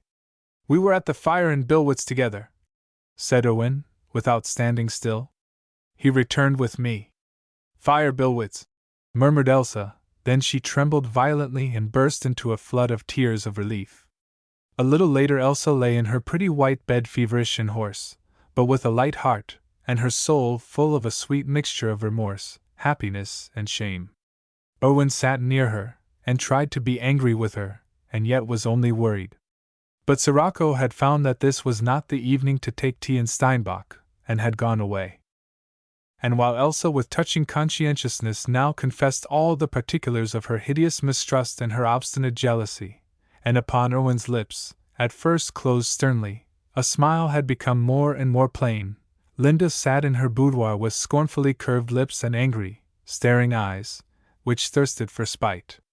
She wore a white gown, whose hem was slightly soiled, only as if it had perhaps brushed the dew from a flower-bed. On her breast rested a bunch of dark red roses. Some of them were withered, and others began to fade, others still to fall, and the red petals strewed her gown. To her excited gaze they seemed like drops of blood. She shuddered at sight of them. She shuddered today at everything, even at herself. Her whole being rose against the huge wrong which had been done her, the wrong which forced her to be wicked. That there was another outlet for her she did not acknowledge. That it was beautiful to forgive, she did not understand. That one has duties even toward those who have sinned against one, she did not believe. She railed against the system of the world, and her affairs in particular. The only man whom she had ever loved, so at least it seemed to her in her dramatic, gloomy excitement, this man had despised her. After she had been enlightened as to Felix's past, she had immediately written that letter to Erwin which had caused so much painful confusion in Steinbach. She had wished to sink into his compassionate arms, and had relied upon the demoniac charm of her beauty. She fancied that after the disgrace which she had suffered from, she had a right to sin. As answer to her note, she had received the following lines. Dear Linda. Dear Linda. I am very sorry that, on account of urgent business, I cannot come today. I hope it is a question of nothing important. E. Garzin. E. Garzin. She loved him, and he wrote to her in this tone. She grew crimson for perhaps the first time in her life when she read the lines, but not with shame, with anger. Pistak came during her wildest excitement. He had won the game. Now he had gone, she was alone again. She buried her face in her hands, she sobbed convulsively. The roses on her breast fell one after the other, and the blood-red petals slid down to the soiled hem of her white gown. The next day Linda and Count Comens had disappeared. The whole country round about was horrified and dismayed at the affair. Only one laughed in his sleeve, Eugene von Rieden. The last obstacle to his plans had been removed. Countess Ellie blushed crimson when he took leave of Iwano. He found opportunity to press a kiss upon her hand. A white handkerchief waved after him from one of the castle windows, as he drove in an open phaeton from Iwano to the railway station. 27. By her fantastic walk from Tronberg to Steinbach, Elsa had brought on inflammation of the lungs. She convalesced so slowly that the physician whom Owen consulted advised a long sojourn in the south. At first she could not resolve to leave her unhappy brother, and only went after he had promised to follow her as soon as possible to San Remo, where she would pass the winter with Erwin and the children. She left in the middle of September. Felix did not keep his promise. As soon as possible was capable of such varied conceptions. September, with its variegated foliage, and the long, tender farewell of the sunbeams vanished, and October came. The leaves withered blood-red or pale yellow, they fell from the branches sadly and submissively, like all hopeless ones, and November followed October, and came in with an important bluster, like a lackey sent on before to make room for his master. He tore the last leaves from the branches, and sometimes tore away the branches with them, and he kissed the last roses dead and annihilated the unblossomed buds, covered the heavens with mournful clouds, blew so chill and poisonously in the face of the sun that he also sickened, and looked almost as pale as the moon. And at length all was desolate, already the earth strewn with dead leaves and withered flowers for the solemn reception of the newcomer. Coldly and gravely winter entered his kingdom, the bare trees shivered a last time, and crackled one more sigh, and all is still dead. The angels in heaven shook their wings, thicker and thicker fell the white down. January was long past and Felix still in Tronberg. After the last fearful blow which had fallen upon him he never rallied. Since Linda's flight he never left the park, seldom the castle, often scarcely left his room. There were days on which he would not even allow his little son admission, and other days on which he would allow no servant to wait upon him, because it was unbearable for him to even meet the eyes of a servant. On all faces he thought he could discover mocking, criticizing expressions. When his overseers came to him to desire his signature or to ask his wishes concerning important business, with his hot, nervous hands he fumbled over the papers which were placed before him, read 2 or 3 lines, murmured something, and signed his name. The questions which were put to him he always answered with the same, "As you will," and then drummed impatiently upon the top of his writing desk and glanced irritably at the door. He neglected his attire. His beard grew long. He did not even care for cleanliness. Often for days he ate nothing, always very little. But on the other hand, he was always thirsty, and drank. But the strongest spirits had ceased to procure relief for him. He no longer forgot, never more. He had a piano brought to his room, although he had almost never played before, and now strummed on it continually. Strange modulations sprang from beneath his stiff, unpracticed fingers. He purposely sought the shrillest dissonances, which seemed to do him good. Again and again he struck the same piercing chord and never found a resolution for it. He always began to play so as to drown the Madrelina, which rang in his ears so often and so unbearably distinctly, and every time he ended by groping over the keys for the melody of this same Madrelina. Each tone went through his heart like the stab of a dagger, his forehead was covered with sweat, and with a long sigh he closed the piano. Intercourse with his child became of a strange nature. He indeed frequently overwhelmed the little one with passionate tenderness, but the games, the caressing teasing, which had formerly occupied them when together, and which had so delighted the boy, had ceased. Jerry grew shy, pale and nervous. More and more often the fear of injuring the child by his presence crept over Felix. Owen, who came from San Remo once during the winter, in order, as he said, to look after the house, was frightened at the confusion which, as he soon noticed, existed in Felix's business matters, as well as the terrible change in his whole appearance. Compassionately and kindly he urged his brother-in-law to accompany him to Italy, in order, as he had promised, to spend some time, together with Jerry, with his sister. But Felix trembled visibly when it was a question of his leaving Tromberg, and going to a place where he must meet other people, were it only in the most passing way. Owen promised him perfect quiet and seclusion from all intercourse with strangers in vain.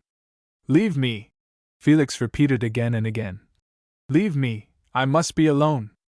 Owen ceased his pleadings, discouraged. Elsa's health did not permit her stay in the south to be shortened, so that her presence might alleviate her brother's painful condition. For one moment Owen suspected a positive mental derangement in his brother-in-law, but soon convinced himself of the falsity of this opinion. The balance of his accounts was correct. As soon as his attention was excited he decided correctly, never made a mistake in a reckoning, and made no disconnected remarks. Only, exhausted as he was, everything concerning present affairs irritated him indescribably. The train of his thought flowed always backward. His mind rested continually upon that spot in the past where his happiness lay buried with his honor. He passed almost the whole of his time in living over again his life from the first meeting with Juanita to the signing of the fatal note. His memory, strangely faithful, and sharpened by practice, revived again and again new particulars of the Juanita period, with the distinctness of hallucinations. On a mild, sunny April day Elsa appeared in Tromberg, restored to health, more beautiful than ever, and with eyes radiant with happiness. She was shocked when she perceived her brother. What she saw was so much worse than what Owen had considerately prepared her for. But Felix's misery only increased the tenderness of her sympathy. She spoke of the tender, intimate intercourse which should now exist between the two families, and said that Baby was now large enough for a playmate for her cousin, and Baby who, chubby-cheeked and gay, with great laughing eyes and tiny mouth with a drolly serious expression, sat on her mamma's knee, stretched out her fat little arms and said, "Where Jerry?" Then the nurse Jerry's French bonne had not been able to endure the winter solitude of Tromberg, and had long since left brought the child. She had smoothed down his curly hair with a horrible, strong-smelling pomade, and had hidden his pretty little form in a heavy cloth costume, suitable for much older children. He looked pale, was awkward, and clung anxiously to his father. When he gradually lost his shyness through Elsa's soft voice and caressing manner, and approached her and answered her questions, she noticed that he had adopted the common broad accent of the nurse. It did not escape Felix's morbidly sharpened glance that behind the pleasant smile with which Elsa met the child, surprise and compassion were hidden. "You probably find that he has changed for the worse?" he asked suddenly, gazing sharply at her. "What will you? Everything about me goes to ruin." When Elsa, after urgently and most tenderly begging Felix and his boy to come soon to Steinbach, had driven away, Felix took his boy on his knees, and kissed him passionately, murmuring again and again, "Poor child, poor branded child!" An unpleasant habit, common to most human beings living very much alone, he had adopted of late, that of talking to himself. The words which most frequently escaped him, which he probably repeated a dozen times, were, "The certain Lanzberg." And while he said that, his voice and his face expressed all the shades of bitterness, mockery, and despair. And one evening, 3 or 4 days after Elsa's visit, Jerry crept shyly up to him, and laying his little hand anxiously upon his father's arm, he asked in his gentle, somewhat sad little voice, "What is that, the certain Lanzberg?" Felix started. He gave a long piercing gaze into the innocent eyes of the child, then he pushed him violently away and hurried out of the room. The same night Felix heard sobs outside his door, and as he opened it and looked out into the corridor, he discovered Jerry, who stood there clad only in his little embroidered nightshirt, and barefoot. "Papa, you did not say good night to me. Papa, was I naughty?" sobbed the child, with the morbid nervous excitement which proved his solitary life. Then Felix took him in his arms.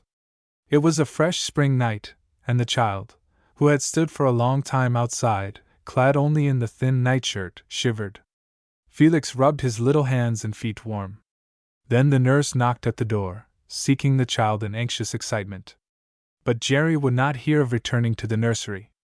He clung to his father and pleaded, "Let me stay with you, Papa." Then Felix sent the nurse away, and took him into his bed. The child fell asleep nestled tenderly against him, slept soundly and unbrokenly. Felix lay awake. The opal-colored glow of the spring morning tinged the heavens, and Felix still was awake. He thought of old times, times which lay far back of the Juanita period. Some jest over which he had laughed some 20 years ago occurred to him and pained him. He groaned. The child awoke.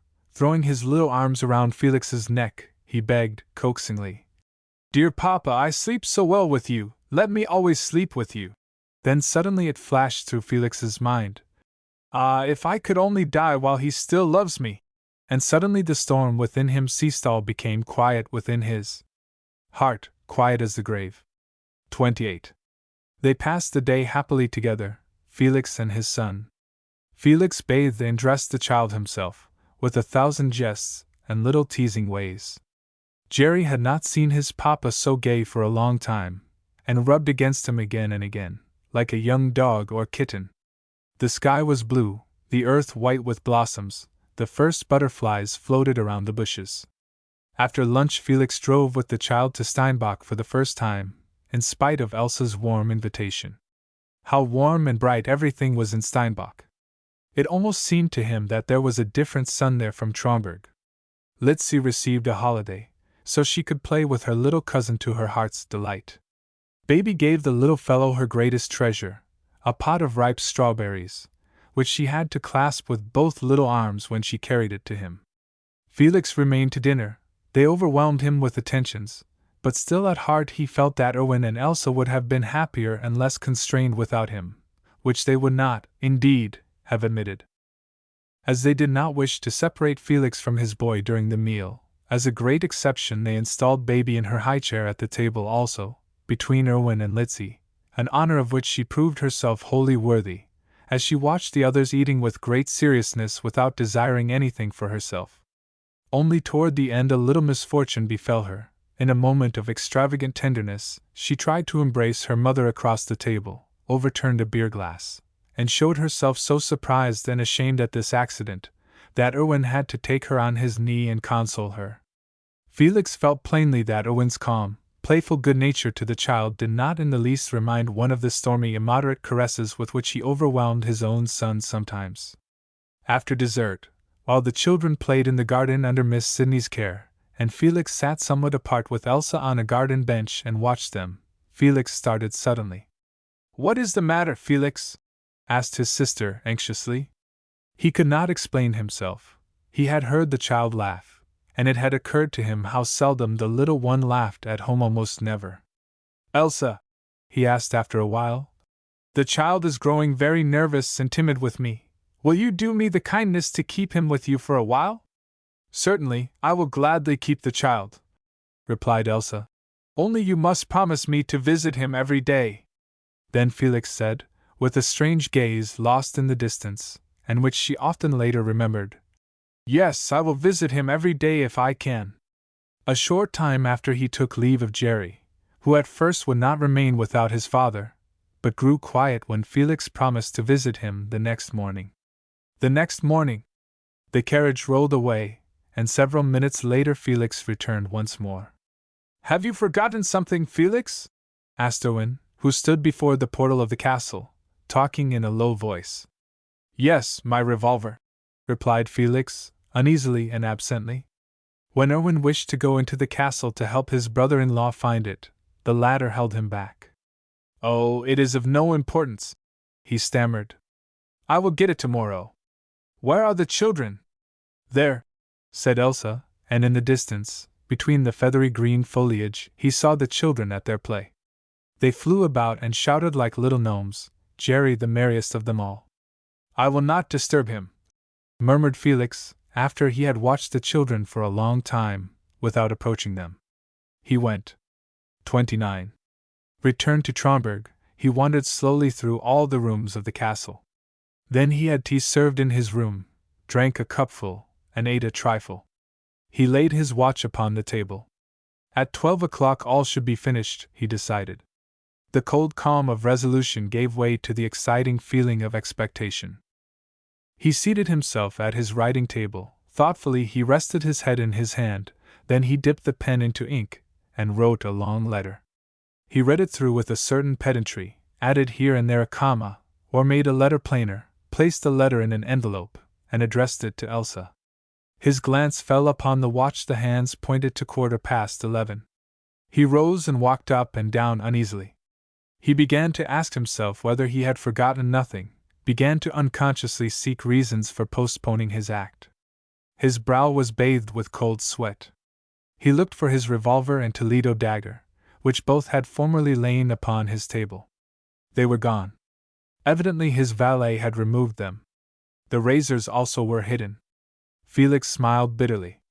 Then he drew a little English penknife from his pocket, sharpened it upon an ash receiver, and laid it on the table beside his bed. Then, with folded hands, he crouched for a few minutes beside his bed. He thought of the promise not to kill himself which he had once given to his father. The promise could have no weight except during the life of the old man. When he looked again, the hands of the watch pointed to 12:15. His heart beat loudly. A moment of irresolution came. Then from without a little soft bird cry floated into him. He suddenly heard again Jerry's voice. "Who is the certain Lanzberg, Papa?" Then he undressed himself, took the penknife, and with firm stroke cut through the veins and arteries in his left wrist and ankle. He rose once more to extinguish the candles on the table beside his bed, then he sank back among the pillows. He felt the warm blood flowing from him, and experienced a kind of disgust. Then he murmured with a sigh, "Blood washes all things clean." The triumphal fanfare of the Madrelina vibrated around him. The excitement which had burned within him throughout the whole time was for a moment increased tenfold.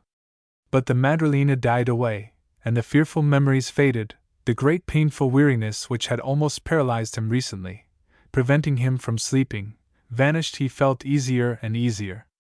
A comfortable drowsiness overcame him, and 1,000 pictures changed before his dreamy dim eyes.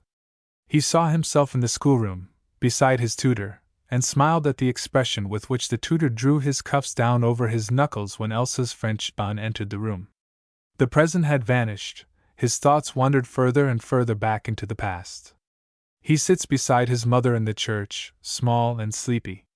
Through an open window the fresh spring air blows into the atmosphere of mold and incense of the sacred edifice. From half-closed eyes he sees a crowd of red peasant women, sees the little schoolboys who crowd as near as possible to the carved prie-dieux of the gentry. One of them winks at him. The priest elevates the host. Little Felix's tired eyes close, the peasants fade into a large red spot. The colored shadows of the church windows lie on the bare, gray stone pavement like a carpet. His head sinks upon his mother's arm. All is rosy vapor around him. Then his mother kisses him on the forehead and whispers, "It is over, wake up!" XXX. The next morning a messenger came breathlessly to Steinbach. With gloomy obstinacy he refused to gratify the domestic's urgent questions. He desired to speak personally with the Baron. Erwin came. He was fearfully startled at the messenger's communication. Then, as with distressed slowness, he crossed the corridor to Elsa's room. She met him, pale as death, but calm. "A messenger has come from Tromberg. Felix has taken his life," she said in a hollow voice, with eyes fixed upon Erwin. She had guessed.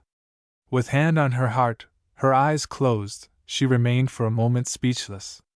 Erwin feared a swoon, and with gentle force tried to lead her back to her room, but she resisted. "Order the carriage," she begged with almost inaudible voice. "I should like to go over there." Erwin accompanied her. An uneasy quiet, broken by the mysterious whispers of the domestics, pervaded Castle Tromberg. The servants all stood around in solemn idleness. Mrs. Stifler and the valet were busied with the corpse. They withdrew when Elsa entered the chamber of death. Slowly she approached the bed. There he lay, Felix, his corpse. His head rested gently on the pillow. One saw that a lovely dream had helped the dying man across the threshold of eternity. The original beauty of his features, which life, with its shattering conflicts, had almost destroyed, death had restored again. Elsa kissed the corpse. She wept quietly and bitterly. She reproached herself 1,000 times with not having shown her brother love enough, with not having helped him bravely enough to bear the heavy burden of his life. Then she noticed a letter, addressed to her, upon the table beside the bed. A quarter of an hour later she joined Erwin, who waited for her in the adjoining room. There were still tears on her cheeks, but in her eyes shone a kind of solemn pride. She handed Erwin the open letter. He read, Dear Elsa, you will be startled at what I have done. Forgive me this, as you have already forgiven me so much. I die not as a cowardly suicide, but as a man who has sentenced himself to death. The conviction has strengthened in my mind that my life is of use and pleasure to no one. My own child begins to be saddened by the oppressive atmosphere which surrounds me. My shadow has long darkened your existence. After my death you will reproach yourself, dear, good heart, will fancy that you could have been better and more considerate to me than you have already been. Do not torment yourself. I remember nothing of you but unwearied love and tender compassion. May God bless you 1,000 times, you and yours. Take my poor child to your home. Owen will bring the boy up better than I could have done. Do not show my corpse to him, and put no mourning on him. I do not wish to be the cause of a single bitter hour to his poor little heart. Tell him I have gone on a journey. He will forget me. Never tell him, I beg you, of my disgrace, and if he learns of it through strangers, then tell him that I loved him beyond everything, and that I took my life so that I need never blush before him. Lay the little lock of golden hair which I cut from his head in Rome upon my breast. You will find it in the upper left drawer of my writing desk, and put the old soldier's coat which I wore at Sadova upon me. Stifler knows where it is. It is the only article of clothing in which I dare stretch myself out beside my ancestors for eternal rest, or appear before them for eternal reconciliation. Who knows? A last kiss for my child. Farewell. And forgive. The certain Lanzberg. Owen's eyes were moist. He was indeed a noble nature, said he gently and hoarsely, as he gave the letter back to Elsa. Yes, cried she, with a kind of pride. He was really noble, therefore he tormented himself to death. Owen drew the convulsively sobbing woman to his breast. 3 days later the funeral took place. All the inhabitants of the country round of his rank were present. Even Count L came to show Felix the last honors. All were deeply shocked. Suicide, against which in general they cherished the Catholic abhorrence, seemed to them in this case justified. They saw in this act almost the repayment of an outlawed debt. From that day the byword with which they had formerly designated Felix changed. They never again called him the certain Lanzberg, but now always the unfortunate Lanzberg. He was rehabilitated,